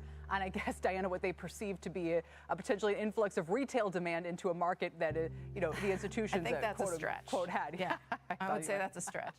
Well, we'll see. Nevertheless, probably more to come still on this front. We'll leave it there for now, Diana. Thanks, Diana Olick. Let's turn our attention back to the broader markets, which have been shrugging off any larger headline risks, whether it's from Venezuela, with the Dow and the S&P touching fresh record highs this morning. And let's bring in David Zervos. He's Jefferies' chief market strategist and a CNBC contributor. David, it's great to have you here today because a lot of folks feel like this market is getting ahead of itself, to use that tried and true phrase. What do you think are the ingredients for it to continue to do well this year, to continue building on the gains that we've already seen? And why are we so strong right out of the gate? Well, Kelly, Happy New Year, first of all. And let me just say, I think the two topics that you started the show with and that have been dominating all the shows this morning on CNBC are two of the big macro drivers that I think are propelling this market. One is housing reform, which I think is going to be a very big part of the administration's policy to tackle affordability. And a lot of that's going to center on interest rates, but also on the types of things we just saw with the single family home announcement and energy. If this president, if our president can get house prices more affordable, get interest rates down, and get gas prices down, there's going to be a much different outcome, or much more likely to be a different outcome in November for the Republican Party than if those were to go in the other direction. Imagine gas at $3.50 to $4 or higher, and interest rates up 50 to 75 basis points at the long end, and mortgages following suit. That would not be a good storyline for come November. The opposite is what they're shooting for, and I think that's why there's so much focus on Venezuelan energy policy and so much focus on the housing policy. I think those are the two pillars that are really the keys to the election, and that's why we're seeing them in focus. Macro drivers, and I think the market likes it. On the jobs report, Dave, which we're going to get Friday, we got ADP this morning. How would you position for this? I mean, let's go to your bread and butter, and I can't wait to get it. I want to get into the red, white, and spooze trade, but let me just set it up in the following way. What does the market want? We all want the jobs market to recover, to continue. If it's too strong, I understand that might pose a little bit of a risk to what we're talking about here with rates and everything. So. What do you think what would be the best possible news on the labor market front right now? Well, I think for the markets, a lot of strength is going to be a little bit disconcerting. So I don't think the market's going to love a blowout payrolls. And it would be an unlikely storyline because we have seen a pretty significant deceleration. And frankly, Kelly, this has been happening now for years. Since 2023, we've seen the unemployment rate rising. It's over a percentage point above its lows of the beginning of 2023. And I think the market and the policymakers are kind of not focusing enough on that. I heard Jim Bullard say this morning, 4.5 to 4.6, that's kind of neutral.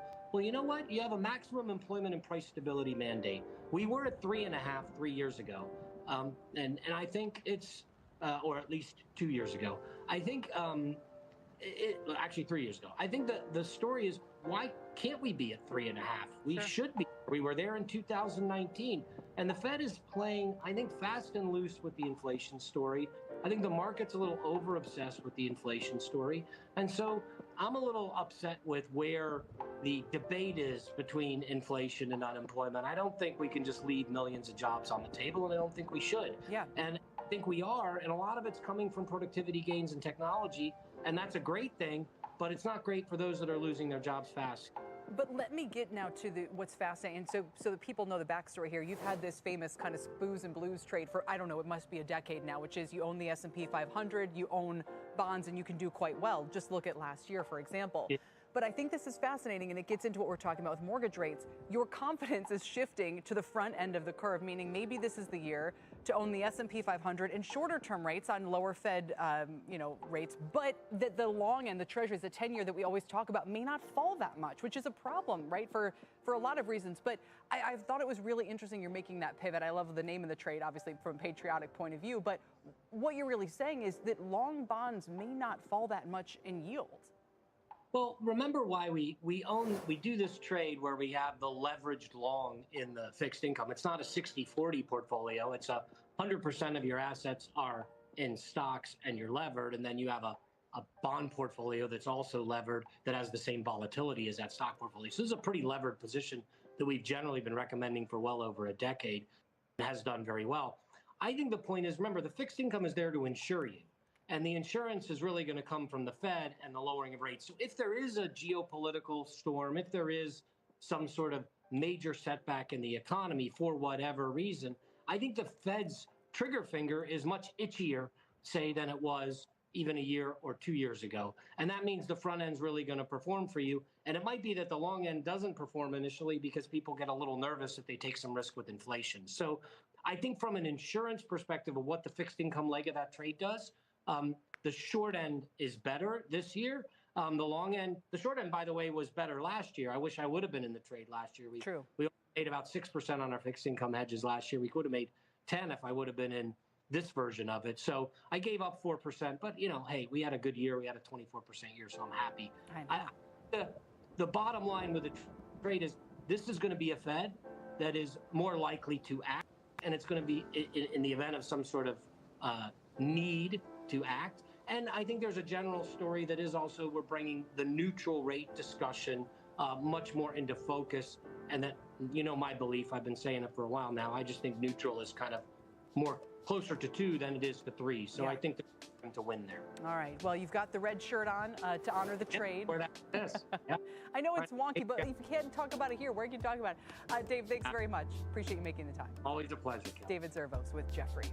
Coming up, the Dow and S&P hitting new all-time highs, but our strategist is turning bearish on stocks. Oh, yes, and says it's time to buy commodities. Well, it seems like it. But he's also warning of a Chuck Norris premium in the markets. We'll ask him what he means by that. First, though, the memory stocks on a tear to start the year, sparking a global rally in the semi space. We mentioned Intel surging 8% today. SanDisk is still up nearly 50% in a week, despite today's pullback. We'll talk about whether that rally can keep going right after this. This is The Exchange on CNBC.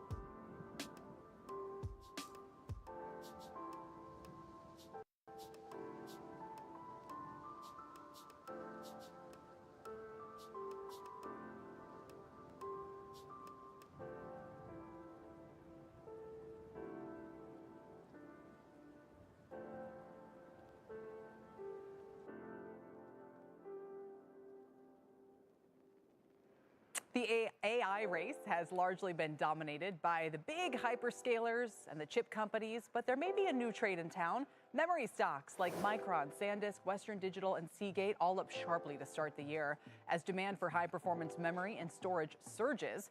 NVIDIA CEO Jensen Huang even giving them a shout-out, calling memory a completely unserved market at this year's CES. So is this the next leg of the trade, or was it already?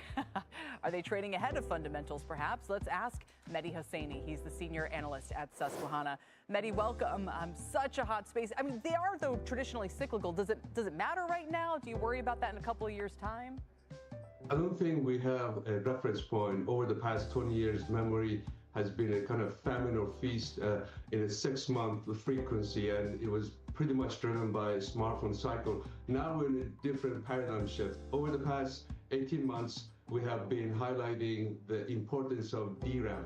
And as of last Monday night, here we are.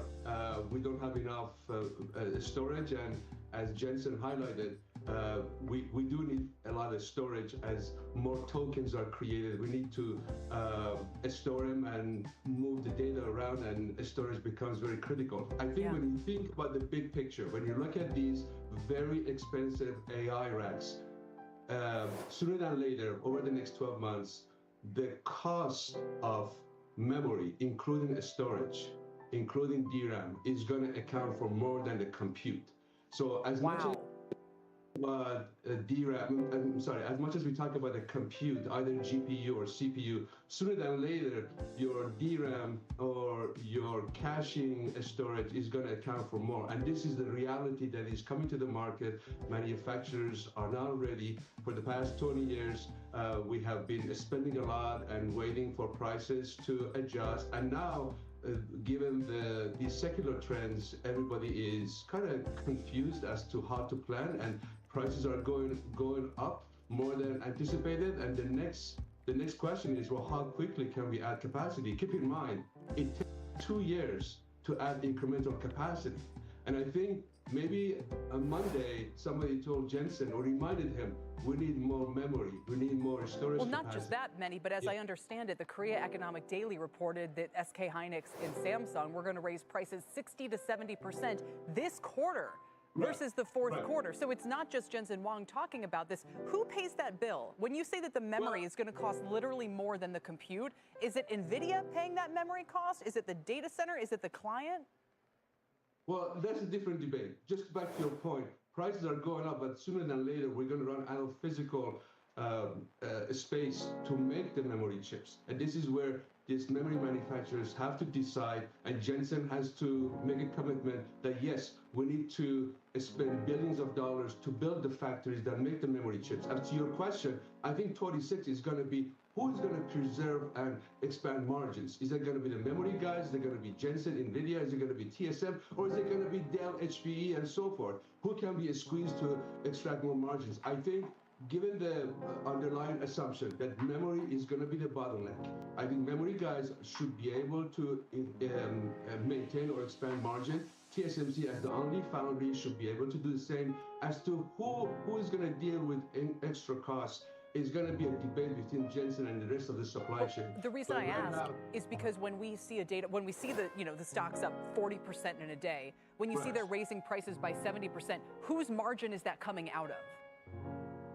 We're going to find out soon. I think if you think about the DRAM or HBM DRAM is purchased by NVIDIA or AMD or Broadcom. So they have to deal with the 70% gross margin associated with high bandwidth memory. When it comes to storage that suddenly has taken a center stage, well, it's not necessarily NVIDIA. I think the guys who build the rack, the guys who have to combine a compute with the storage and networking have to deal with higher prices. Look at Supermicro, Dell, HPE. All of these guys are really struggling with a 5 to 10% gross margin. Yeah. So if they want more billions of revenue, they have to deal with lower gross margin. Just to finish that, I think the business plan as of right now is for those ODMs and OEM, bring the volume and deal with a very low gross margin. Exactly. I think those are the guys who are going to be paying the incremental cost. It's fascinating. I just want the audience to know as well, and if they're saying, well, everything he's saying, what do I do? And you increase your estimates for all of them, for Micron, for Samsung, SanDisk, SK Hynix. So you think this keeps going. Just be sure to come back and ring the bell, Mehdi, when it stops. Yeah. Sure, we'll do it. He's like, we've got time. Mehdi Hosseini of Susquehanna, really appreciate it. They always said electricity was going to be the bottleneck. It turns out it's memory. That's a twist to start off 2026. Coming up, JP Morgan is banking on AI to give its portfolios a leg up on the competition. Speaking of AI, when JP Morgan's getting involved, there goes the memory prices again. We're going to talk about what it means for the future of financial services next. And as we head to break, let's do a quick check on Bitcoin. How's it doing? Down around 1.5% today. Around 91,000 after nearing 95K on Monday. We're back after this.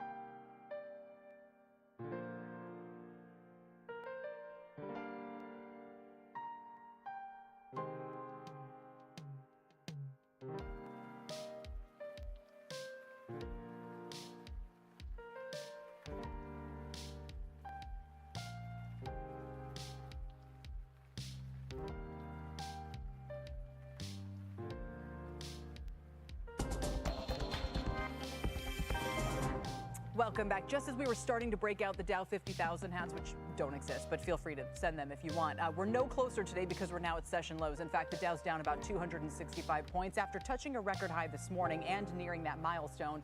We're at session lows right now, which would have us snap a three-day rally after the first close ever above 49,000 yesterday. Caterpillar, UNH, and 3M are all weighing on the Dow, by the way. The S&P, 50 points away from hitting 7,000 for the first time, and it is still up about 3 points. We're seeing some weakness in the staples, though. A quarter of the sector stocks are falling to multi-year lows today. That includes names like Conagra and Campbell's, which are trading at 2009 levels. Kimberly-Clark and Brown-Forman, lowest since 2013. Wow. Meantime, Apple is trying to avoid a sixth straight day of losses on its part. That would be its longest losing streak since August. It's down about 4% in this stretch. Elsewhere, Anywhere Real Estate is what I should call it. Anywhere Real Estate, ticker HOUS, and Compass. They're both soaring after the antitrust waiting period for their proposed merger expired without any regulatory challenge from the government. This would combine the two largest residential brokerages by sales volume. Both stocks back to their highest level in about 4 years. They're up 22 and 13%. And then, of course, we have this move on that's helping the brokers broadly with the Trump administration cracking down on institutional home ownership. Meantime, JP Morgan just made a move that involves AI, and it is an industry first. For more, let's bring in Leslie Picker. Leslie? Hey, Kelly, yeah, JP Morgan is now the first major investment firm to fully eliminate external proxy advisory services from its voting process. This is according to an internal memo obtained by CNBC and first reported by the Wall Street Journal. JP Morgan's asset management division, with about $4 trillion in AUM, is launching what it calls Proxy IQ. Now, this is an AI-powered tool that analyzes data from more than 3,000 annual company meetings. Proxy advisory firms such as ISS and Glass Lewis provide information and voting recommendations to institutional investors. ISS declined to comment to CNBC other than to say that it's proud of its 4-decade record. Glass Lewis did not respond to our request to comment. JP Morgan's memo said, quote, by harnessing advanced AI, we no longer need third-party data collection or voting recommendations in the U.S., cementing our first-mover advantage and reinforcing our unwavering commitment to vote solely in the client's best interests using our information advantage. I am told there will be a transition period during the first quarter of the year for this product. Chairman and CEO Jamie Dimon, though, has long lamented what he has called the, quote, undue influence of proxy advisors. In his 2023 shareholder letter, he said the firm planned to generally eliminate third-party proxy advisor voting recommendations from its systems. President Trump as well signed an executive order last month to reassess the rules around the proxy advisories firm's processes, Kelly. All right, Leslie, thank you very much. A huge deal, both for the AI space and obviously for the professional space as well. Let's get to Pippa Stevens now for the CNBC News Update. Welcome back, Pippa. Thank you very much, Kelly. Well, a federal agent shot and killed a Minneapolis motorist this morning during an immigration crackdown in the city.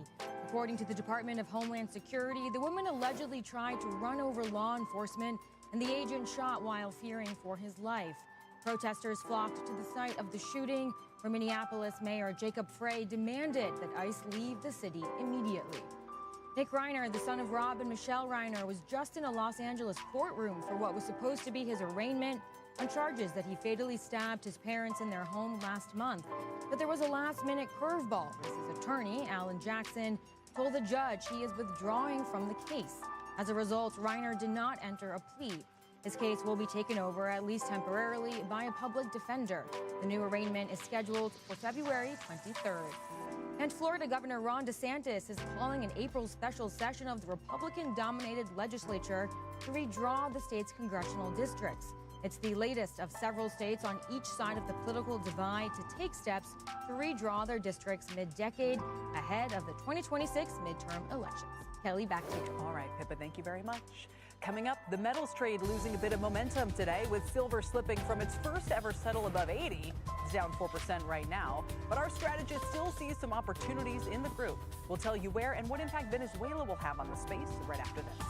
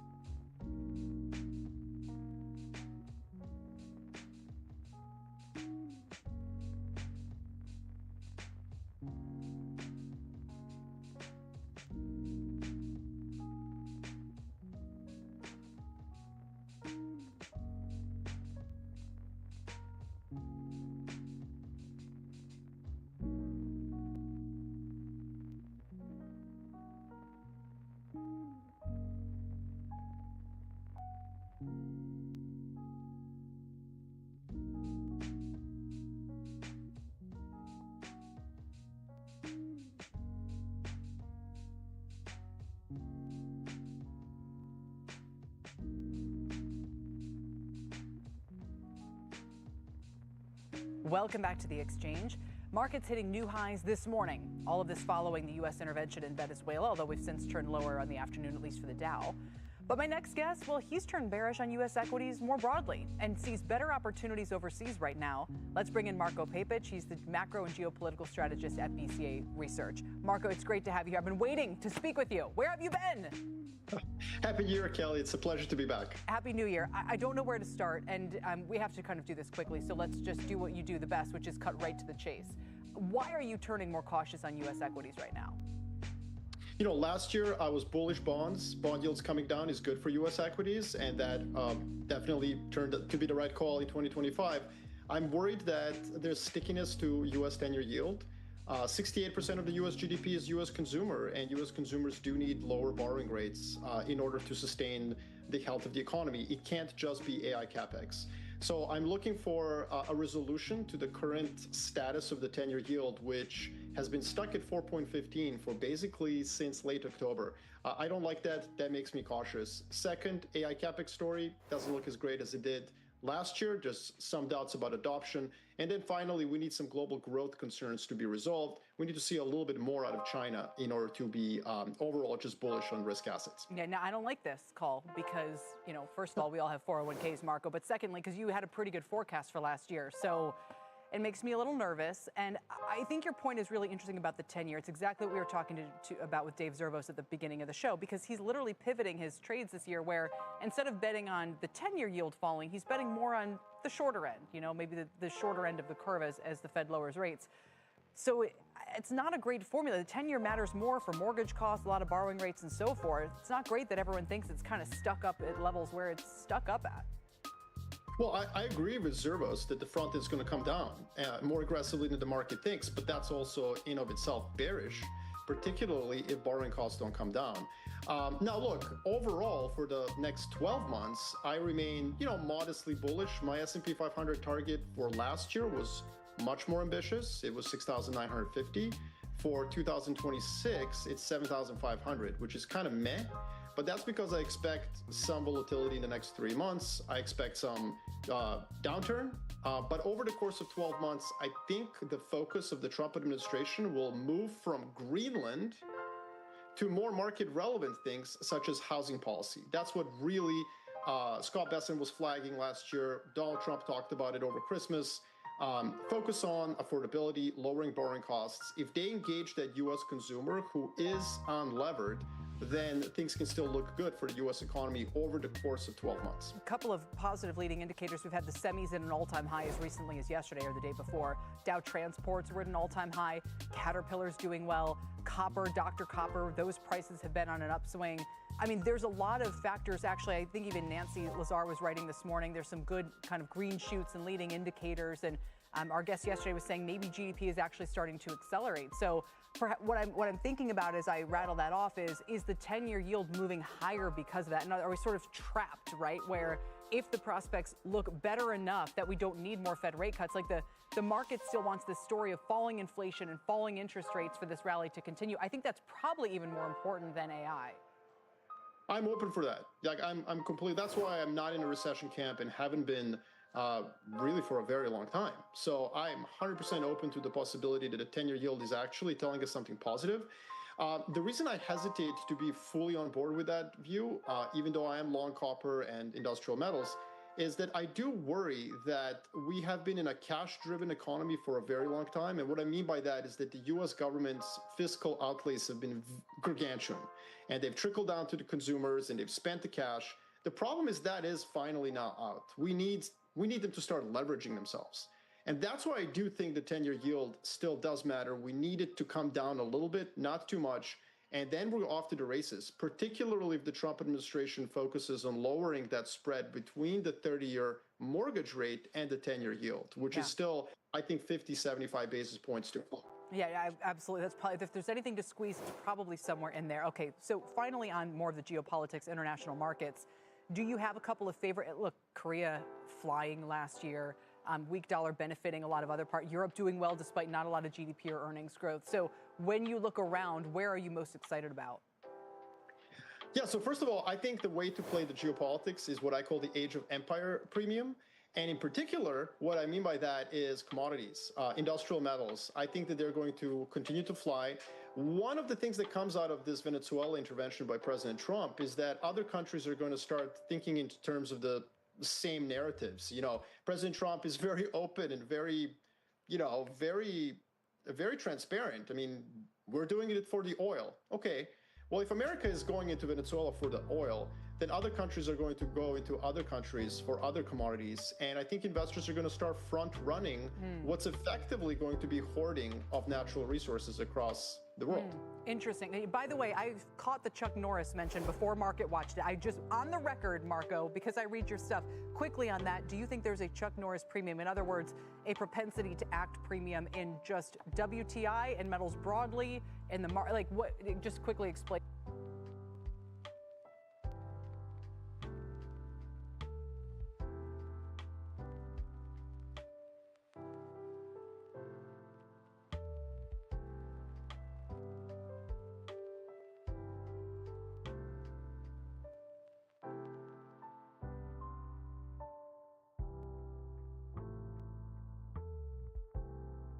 So yes, Chuck Norris premium, you know, 1986 movie Delta Force, which I grew up with watching this stuff. So look, the Venezuela intervention was so extraordinarily successful that it behooves any policymaker to want to repeat it, you know, rinse and repeat. I worry about Iran. I worry that the Trump administration is going to become enamored with these surgical Delta Force strikes around the world. Iran is clearly something Trump has been talking about over the last couple of weeks, even before Venezuela became topical. So I do worry that most of us look at what just happened and say, oh, there's going to be more supply of oil. But the reality is that there may actually be considerable geopolitical risk premium we have to think about first before we get to that more oil barrels out of Venezuela. Got it. Understood. I love the way that you are drawing on all of this to help us understand what could happen next. Marco, thanks for the time. Really appreciate it. Always a pleasure. Thank you, Kelly. Marco Papich with BCA. Coming up, Netflix is cheering Warner Brothers' rejection of Paramount's latest deal offer for the company, saying in a statement they welcome the board's commitment to their merger agreement. And we'll hear from Netflix co-CEO Ted Sarandos next.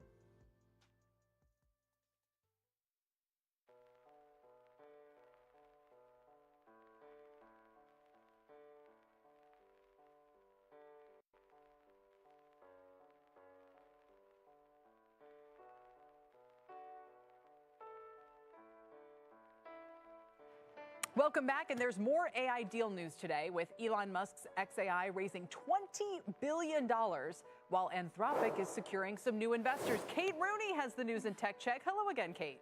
Hi, Kelly. It's great to see you. So I'm told by a source that Anthropic has now signed a term sheet for a $10 billion funding round. This is going to be led by Singapore's GIC and Coatue. Those are both previous investors. Anthropic declined to comment, but I am also told that this puts the company's valuation squarely at $350 billion. The Journal was first to report this one today. Meanwhile, xAI this week closing a $20 billion round. There are a few key differences when you compare these companies and these funding strategies overall. So Musk's world, if you look at this, extremely insular.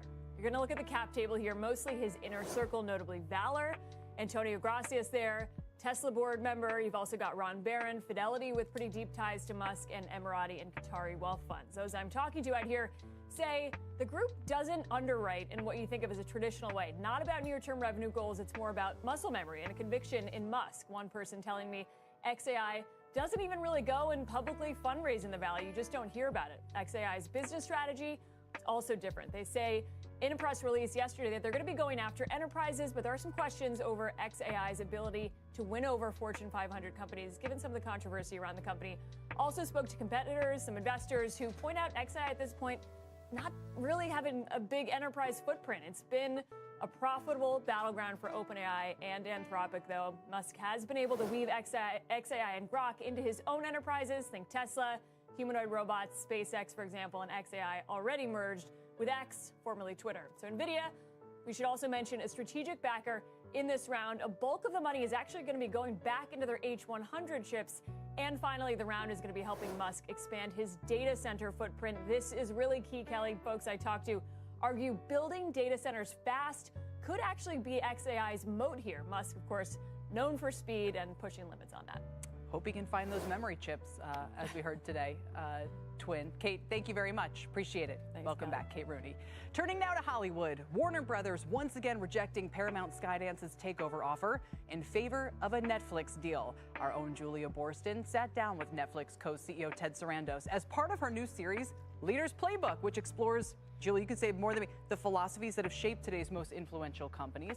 Do tell, perfect timing for all this. I don't know if you addressed that directly, but, you know, kind of more broadly where they're coming at. Well, yes, it's perfect timing because Netflix's deal to buy Warner Brothers studio and streaming businesses is really a departure from its longtime strategy of building internally and is just the latest example of a leadership approach that co-CEO Ted Sarandos explained to me, which is never say never. Things change. Either the conditions change or your insights change. For me, the advertising one, I always looked at it like we were counter-positioning against television by saying no ads. So we attracted all the people who are really irritated by ads. Everyone is not irritated by ads. And in fact, young people, they'll take a lower price to watch advertising because that's what they grew up on. But when you think about all this within the context of a company that's about innovation, how do you think about using things like Never Say Never as a tool to continue fostering experimentation and innovation? It's you farming for dissent, which is part of the original culture that is alive and well at Netflix. Meaning you have to create an environment where people can say there are no sacred cows here. And that I know how you feel about this, Ted, but how about this? And people know that that's not a career ender.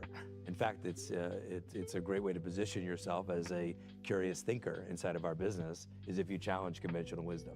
Because I think Netflix was built by challenging conventional wisdom on almost everything. Tonight at 10 p.m., we are debuting the first 2 episodes of Leaders Playbook. The first with Netflix's Sarandos and Chief Content Officer Bella Bajaria, followed by Shake Shack founder Danny Meyer and CEO Rob Lynch. Kelly? Love it. And it is getting, I understand why Paramount is saying, we'd prefer, why WBD is saying we'd prefer the Netflix offer. If the funding and everything behind Paramount looks a little bit more shaky, but it is a big departure for Netflix, and the shares have been flattish lately. And as with many things, it'll probably pay off for them in the long run if they get this asset. But I can see that investors are a little nervous about it. Yeah, I mean, Netflix shares have overall declined since this deal was first announced. And the reason why Netflix wants to do this deal is because when it comes to valuable intellectual property, if you think about the brands that Warner Brothers has, not just HBO and all that streaming content, the fact that they have DC and they have the Harry Potter films, those are really iconic brands. And for Netflix, this is an investment in content. And as they continue to scale globally, they just don't see any other assets out there like this. So it's worth departing from your strategy and worth being flexible when the right assets come up. I love that point of view. Perfect timing, actually, for people to watch this tonight. Great stuff, Julia. Thank you. Julia Boorstin. Coming up, the defense ETF, the ITA, hitting an all-time high today. Our trader says this stock is the top name in the space. It's up nearly 17% over the past month, and we'll reveal it next.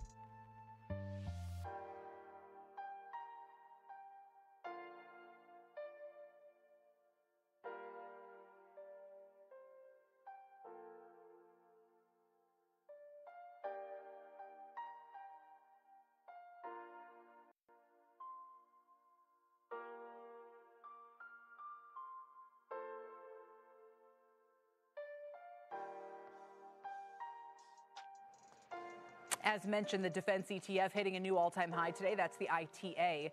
Amid tensions in Venezuela and the president turning his sights to Greenland once again. Joining us now with his trades, Jeff Kilburg is founder of KKM Financial and a CNBC contributor. I don't know how you feel about the markets overall, Jeff, but you feel positive about the defense names? They've been up a lot over the past year already.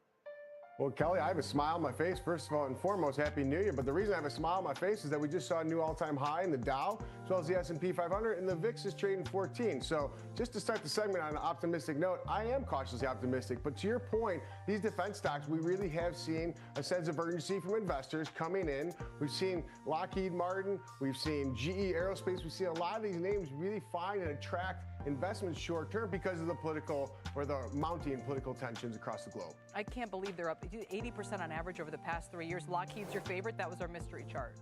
So Lockheed Martin is an Essential 40 holding. We own in our Essential 40 ETF, ESN, and it has been a laggard, Kelly. It did not have a great year in 2024, but we think it's going to be bouncing back here. We think about U.S. owned. What are critical names to the U.S. economy? Lockheed Martin is that name. So we get excited about owning this. We don't look for more geopolitical tensions to mount, but nonetheless, Lockheed Martin is the solution. But don't forget about Boeing. Boeing's a great name here. We just saw a big order, the largest ever.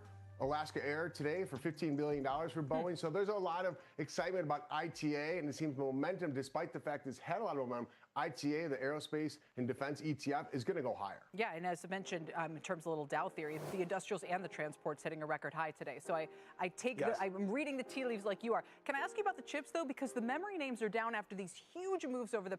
SanDisk is up 47% in a week. Micron up 18%. Seagate, Western Digital, similar story. What do you do here? And what do you do with NVIDIA, which is the elephant in the room? Well, NVIDIA, let's start with Micron. Let's go there. There's a lot to talk about the chips. You're seeing SOX, which is the semiconductor ETF we like to talk about, having a great start to the year. But it is interesting to see the dispersion inside of there. But Micron, that's actually our largest holding in our new ETF, Kelly, the Mango Growth ETF. That was up over 240% last year. So it makes all the sense in the world after being up another 20% just to start off January 2026 to have a little breather or some profit taking. But it makes a ton of sense as we are seeing a race towards these data centers. We're seeing more and more competition come out there, and that's really making a run towards memory. I get a little concerned if you don't own any profit taking or utilizing options to establish a position. But we're going to hang on to Micron here, but you have to have the stomach for these chip names. Hanging on to Micron, you're long Intel, you're long NVIDIA. You're long. Yeah. Well, look, it's giving you the reason going back to Intel. I'd not necessarily agreed with the U.S. government taking a 10% stake in Intel, but that was the best performing stock for our Essential 40 ETF last year. So we're hanging on as well. U.S. industrial policy. Jeff, thanks. Really appreciate it. Jeff Kilburn. Right. Power Lunch after this.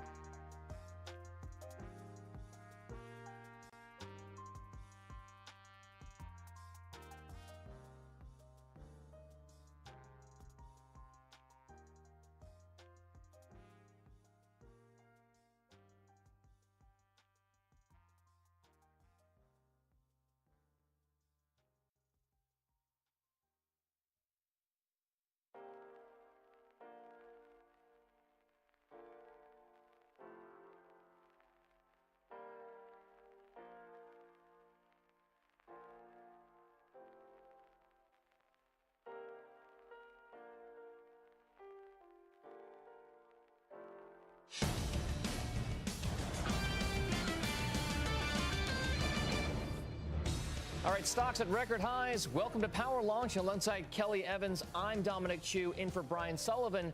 who is actually on assignment right now. The Dow and the S&P both hitting new highs today, intraday at one point, with the Dow closing above the 49,000 level for the first time yesterday.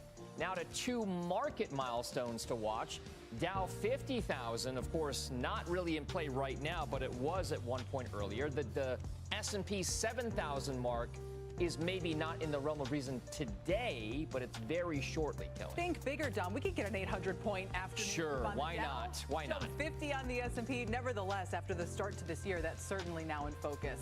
Let's start with the developments in Venezuela, where, as mentioned, our colleague Brian Sullivan breaking the news today that the country will ship sanctioned oil to the United States indefinitely.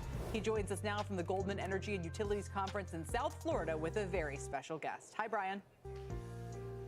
Kelly and Dom, thank you very much. That's exactly right. This is the interview of the day, the week, the month, maybe the year, who knows.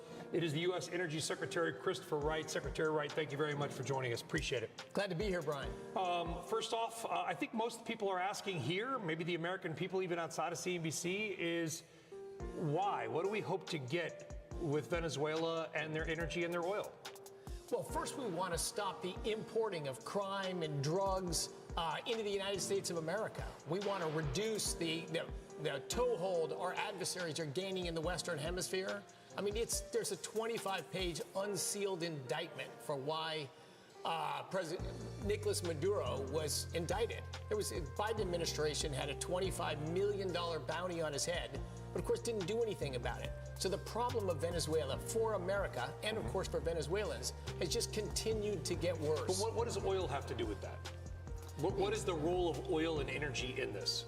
Well, what's the role of oil and energy is in this is Venezuela was a major oil producer, could again be a major oil producer, and is today still a significant oil producer.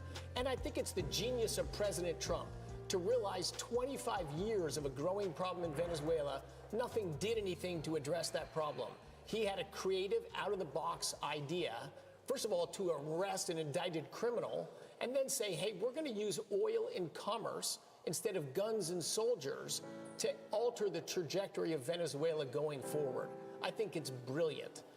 And I think the prospects of changing Venezuela from a country that's trafficking in drugs, guns, and humans and turn it into a prosperous, representative country that's not a menace in the Western Hemisphere and that becomes a prosperous American ally. I think most people would want Venezuela to be free. They want the people to have a better life. It used to be the richest country in Latin America. Now it's the poorest, or at least among the poorest. It's a broken, failed state would probably be a fair term. And oil production has gone from 3.5 million to 700,000 or 800,000 a day, whatever that number may be. But what does taking their oil and then selling it have to do with helping to rebuild? Put the dots together between that news, the money, and fixing Venezuela.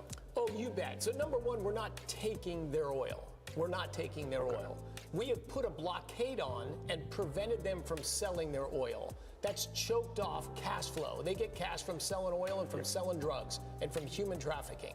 So we choked off their revenue sources to get leverage over them. We're going to restart the selling of Venezuelan oil on global crude markets, put it into counts in the name of Venezuela, and bring those funds back into Venezuela for the benefit of the Venezuelan people. We're just going to control the flow of those funds so we have leverage over the people in power to drive them in a better direction. Where then are we getting the 30 to 50 million barrels that the president initially referenced last night? And then this morning, the news that we broke was that that was going to continue indefinitely. Where then are we getting that oil? So we put that blockade on Venezuela. They're still producing oil. They can't ship it to the world. So it's in floating storage in tankers, mostly illegal, sanctioned gray market tankers, and it's on onshore storage in Venezuela. So we are in dialogue with the Venezuelan government, saying let's work together to fix Venezuela. We got rid of the head of the gang, Nicolas Maduro and his wife. They're in prison. Work with us. Let's improve your country together. So we're going to now allow those tankers to flow, but we're going to market that crude. They fully understand this. They're a partner in doing that. We're going to allow that crude to be sold so that revenue can be generated, but then we're going to control the flow of that revenue to make sure it's going for productive reasons in Venezuela. Let me be more direct. Is there a narrative in Venezuela that you are stealing our oil? I have not heard that narrative. I've seen celebrations in the street, Libre Venezuela out. I think people are thrilled. They've lived under, between Chavez and Maduro, 26 years in a brutal dictatorship that's only devastated that country and hurt the whole hemisphere. So I've not heard that narrative at all. And of course, if it's that narrative's out there, it's untrue. We're just controlling the flow of revenues from their oil. So you've had conversations here all day with many oil executives. I've seen them come and go. You've been busy all day long. What are they saying? What do the ConocoPhillipses and the Exxons and some others have to say to you about what it would take to get them to go back into Venezuela, which arguably is still very unstable, and they would argue unsafe and potentially uneconomic? What do they want? Yeah, of course, if you're Exxon or Conoco and you've exited the country, you just need normal commercial business conditions, rule of law, and some security to go back in. That'll take some time. That's some reform and some changes in the government. We're trying to engineer, without going through the failed state, of just a collapse of the existing government, we're trying to engineer a transition of Venezuela to a place that Americans want to do business in, want to invest new capital in, want to grow new partnerships with. Hopefully we'll see some of those 8 million Venezuelans want to return home to their country, but that's a process. But on the other hand, you've got Chevron. They're there. They've been there for over 100 years. They're actually working in this regime. So with them, how can we provide incremental tweaks or changes to allow their model to grow even more? But the goal is to have Venezuela and United States trade and investment thriving and strong again to the benefit of both. Have the CEOs of those companies, the Conocos, the other ones of the world, and I say Conoco because I saw Ryan Lance here earlier today, ostensibly, I think, on the way to meet with you.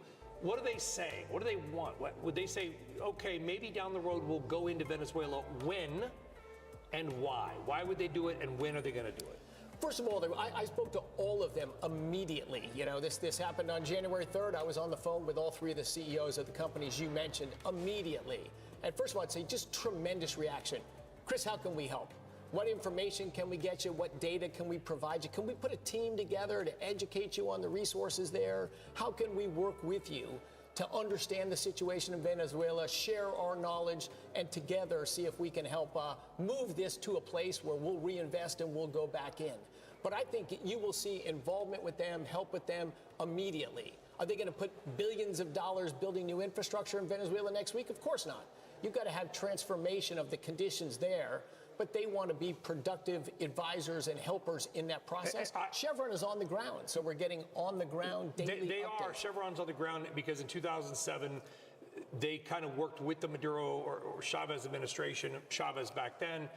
Conoco and Exxon did not. They got cast out of the country, and Venezuela kind of appropriated their assets. Both have sued it. Is some of the money that might be raised from the marketing, the selling of the Venezuelan oil, would some of that be earmarked to repay Conoco and Exxon for the ostensible? They've won legal judgments, but Venezuela is broke and has no money. Would some of that money go to them?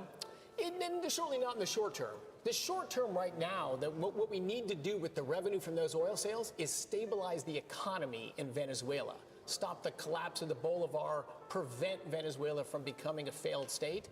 Conditions have gotten pretty brutal in Venezuela. We want to see those start to swing back up, give the people some hope and opportunity, stabilize the existing oil production. The huge debts that are owed Conoco and Exxon, those are very real and need to be recompensed in the future, but that's a longer-term issue. That's not a short-term issue. Is Delcy Rodriguez, who's now ostensibly the leader of Venezuela, she was the vice president, she oversaw PDVSA, which is the oil company of Venezuela. Some people I've talked to said Rafael Ramirez, this other guy was kind of the guy that looted it.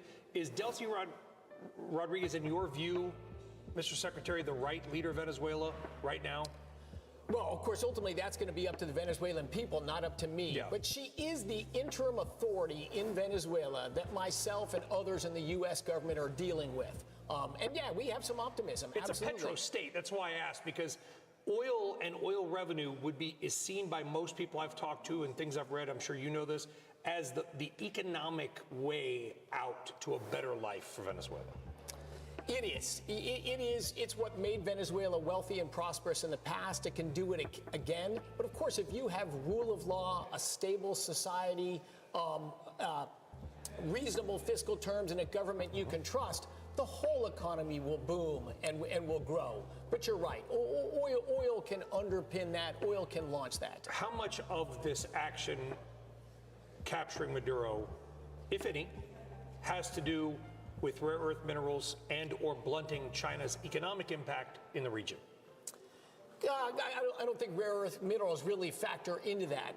But, you know, the biggest thing was the threat to the American people, the importation of drugs in huge quantities into the United States, the trafficking in arms, terrorist organizations that are funded and harbored within Venezuela, the kidnapping of American citizens and then trying to trade them and leverage them. It's the criminality of Venezuela is why we went in. The Drug Enforcement Agency arrested Nicolas Maduro and his wife, of course, with the assistance of the Department of War.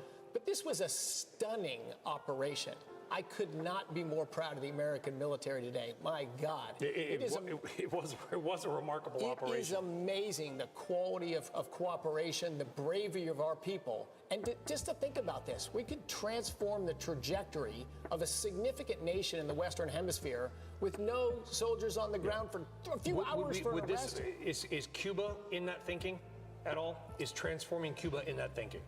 Well, indirectly, yes. Cuba has also been a criminal state with mercenaries all over the world up to no good that has also been quite disruptive to the United States. They have this weird relationship with Venezuela. They get floated economically by free oil from Venezuela. That won't be coming anymore. That will be disruptive for Cuba. And, of course, they were the mercenaries. They were more loyal to Maduro than the Venezuelans. They were his security services. They were his security services. So then Cuba's electric grid is largely powered off of diesel fuel. It's very old. A lot of that fuel comes from Venezuela. Without the fuel, there's no electricity. What happens to Cuba? Am I putting the pieces together here? I think you are. I think we're going to see very significant pressure on Cuba. You know, again, a socialist kleptocracy that's impoverished its people. Cuba was another wealthy, thriving nation, and look at how low it's gone down. So if internally the conditions getting tougher there force internal-driven change in Cuba, all the better. Final question. This has nothing to do with Cuba or Venezuela, but Greenland has also been obviously out there as a topic. I know that you work hand in hand on the rare earth side with your colleague and friend, cabinet member, Interior Secretary Doug Burgum. So some of this might be for him. I know that. Can you give us a status update on where we might stand with any negotiation around Greenland, some of their critical minerals? And does the offshore wind pause have anything to do with Greenland and Denmark? No, I don't believe there's any connection there with Greenland or Denmark. Yeah, Doug Burgum's been a fantastic partner with mine on energy security, and the broader, how can we use energy and commerce instead of guns to influence world geopolitics? That's also, of course, that's the vision of President Trump. Let's use commerce, not conflict, to make the world a better place. And that's the idea. I said last question, I lied. Is that then what this Venezuela, because you know what people are going to say, another war for oil like Iraq 20 years ago. Is this a war for oil? Of course not. Of course not. First of all, with a war, we would need a bunch of troops on the ground. We don't have any troops on the ground. This is using commerce and energy to influence the trajectory of world events. We're going to try to take a poor, collapsing, kleptocratic nation and make it into a thriving American ally that's no longer a criminal threat to us. And we're doing that through commerce and energy. And we get the oil, and we sell it, and that money goes into bank accounts that will ultimately, largely, if not entirely, be used to benefit the Venezuelan people. Absolutely. Correct. That is the plan. We are just controlling the marketing and the flow of funds into Venezuela, so those funds can be used to better the conditions of the Venezuelan people and reduce the risks to the American people of the giant criminal activity coming out of that country. Well, we're not stealing anyone's oil. Secretary of Energy Chris Wright, really appreciate you joining us here. Goldman Sachs Energy Conference here in South Florida, and maybe I will see you at the big White House on Friday at 1600 Pennsylvania. Thank you. Sounds great. In exciting times, Brian, we've got a president who's bold, creative, and doesn't like war. He wants peace and commerce, and he wants to change world trajectory, and he's not bound by the ways everyone's done things in the past. Secretary Wright, thank you very much. Really appreciate your time. Thank you very much.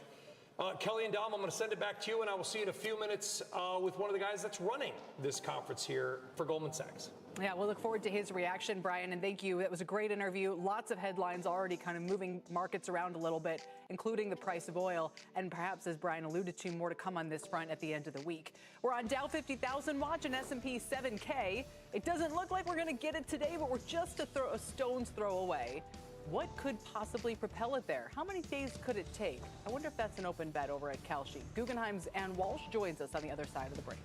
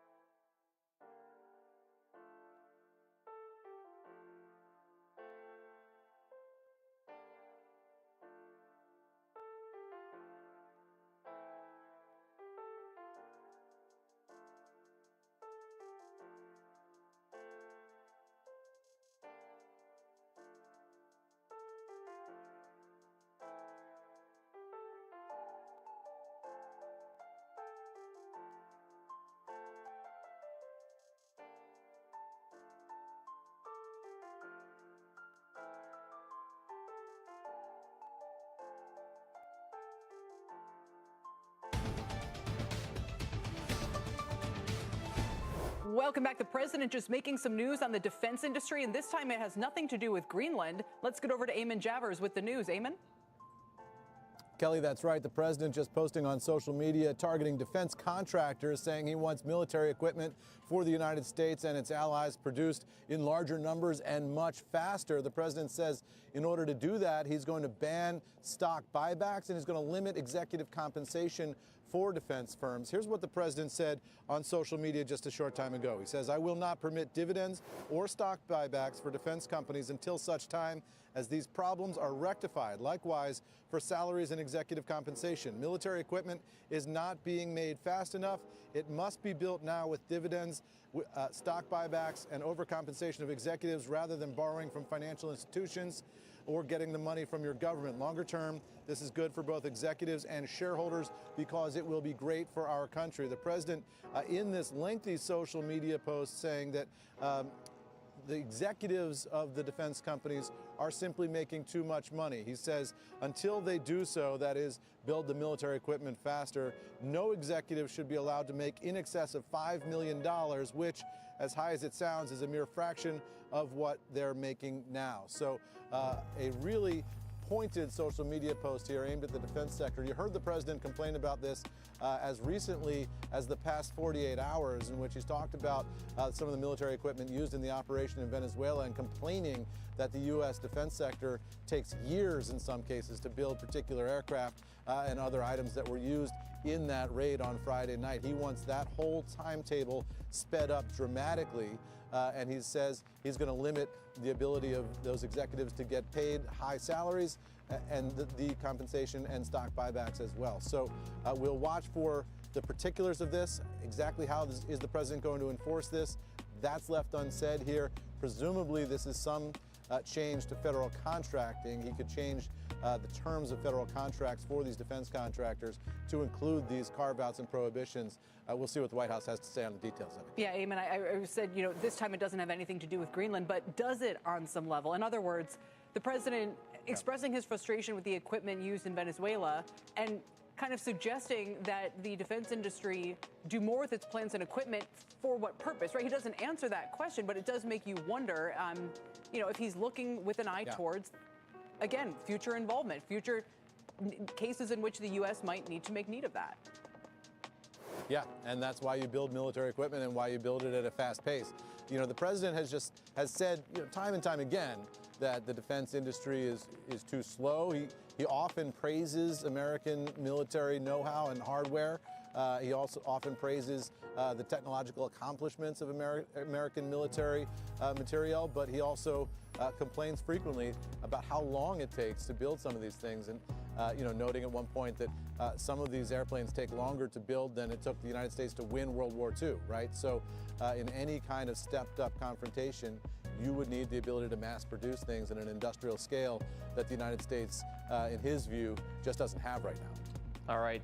We are watching, as you can see on the screens there, Eamon, intraday moves to the downside for many of the top defense contractors out there. Maybe dampening this a little bit is the idea that as a whole, the industry, as measured by the ETFs that track it, some of those ETFs are at record highs as we talk about the moves lower in some of these defense contractors. So we'll keep a close eye on that. And by the way, stocks are still approaching at or near at some points record highs right now. So with all of that, we'll turn back to those broader markets with stocks hitting those highs in early trading today. Ann Walsh is the CIO of Guggenheim Investments. She's here with us right now to kind of break all of this down. I know you've been sitting here listening to a lot of the stuff that's been going on, from Secretary of Energy Chris Wright and his comments with Brian to what's been happening with these defense contractors, all in the context of a market that is at or near record highs. As a CIO, is it at all confusing kind of where the markets are at right now? And if so, why or why not? So thanks for having me. Happy New Year. I spent a lot of 2025 thinking about the Trump administration and their policies, particularly as regards the U.S. Economics, whether it was tax, tariffs, deregulation, immigration. I think for 2026, we probably have to add another one of those policy pillars for the Trump administration, and this time it's going to be geopolitical. And we started off the year, obviously, with the police action in Venezuela with the removal of Maduro. We're obviously talking a bit around the edges right now about Greenland. And of course, we're coming up on USMCA renegotiation. All of this is going to be writ large as we go through 2026. And so I think one of the themes for the year can be expect the unexpected. From this administration. What's interesting about the unexpected part, geopolitics is always somewhat unexpected. But over the course of the last couple of decades, at least right now, many of those geopolitical risks that have been at least in play as catalysts potentially for downside market moves have oftentimes been short-lived. They've been in a situation where we say this could be a flare-up. It could be in the Middle East. I remember the Qasem Soleimani and the assassination there. We thought that might, kick off a whole round of real unrest in the Middle East that never really, truly came to fruition. So if we are in that mode right now, just how much do geopolitics worry the markets that are at or near record highs again? So geopolitical headlines tend to be market moving in very short periods of time, as you just mentioned. But they tend to get priced in, and then the markets go back to watching the things that are more drivers of price action. For example, profits, margins, valuation, and other metrics. And so what ends up happening is the buy the dip mentality returns, and these very limited opportunities exist to reposition portfolios.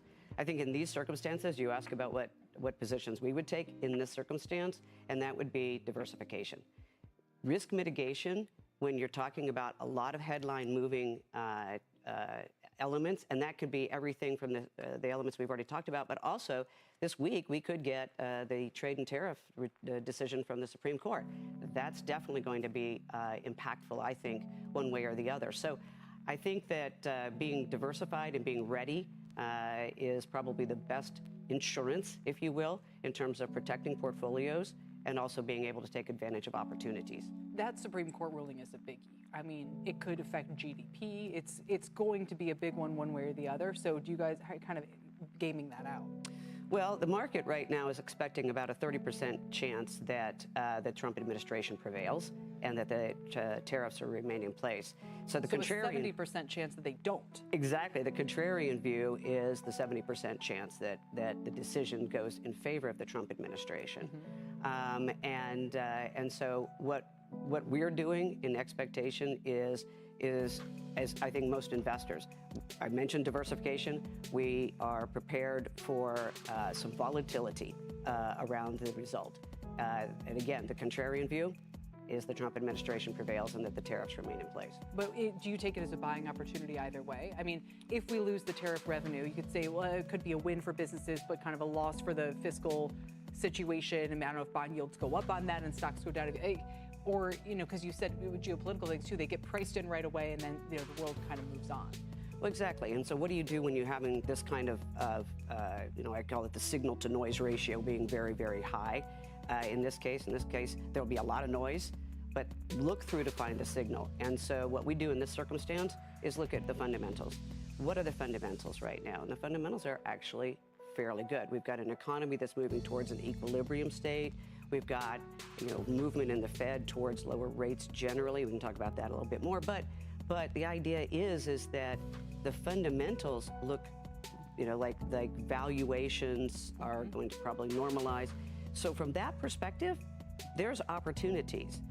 The headline risk will be washed through the system as other decisions are made, whether the Trump administration finds other ways to create different code sections upon which they can assess tariffs, or in the alternative that Congress has to take action to reduce spending. We'll see about that. Yeah. We also have the month at the end of the month. We also have more budgetary conversations that are going to be happening in Washington. So there's a lot that's going to continue to unfold.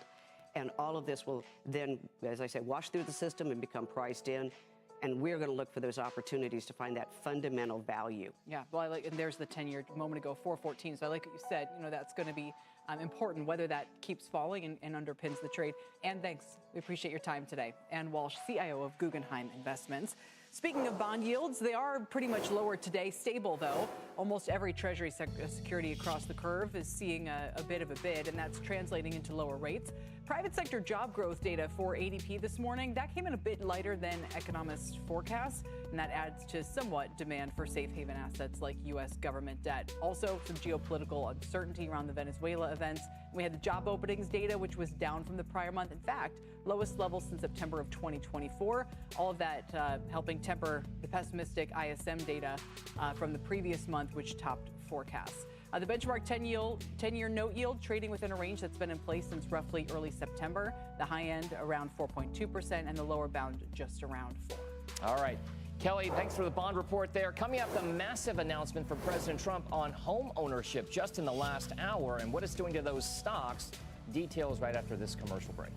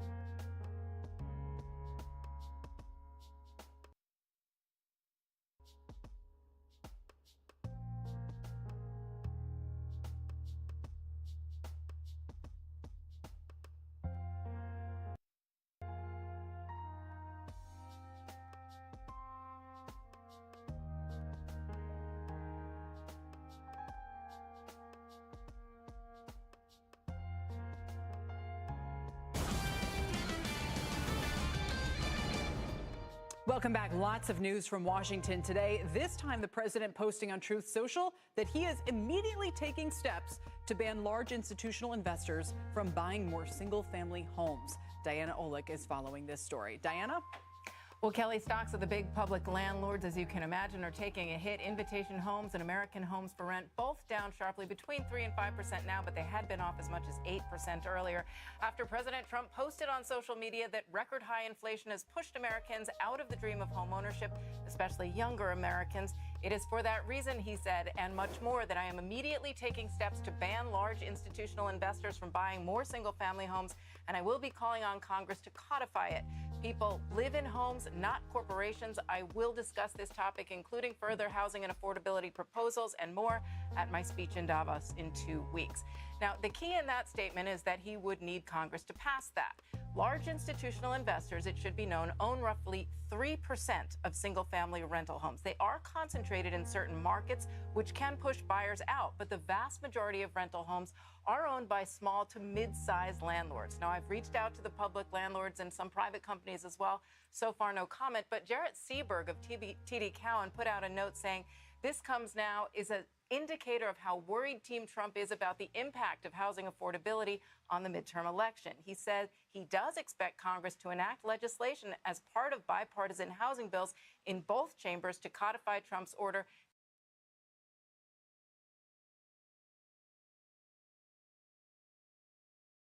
Opponent of President Trump, she said she's been pushing for this for years and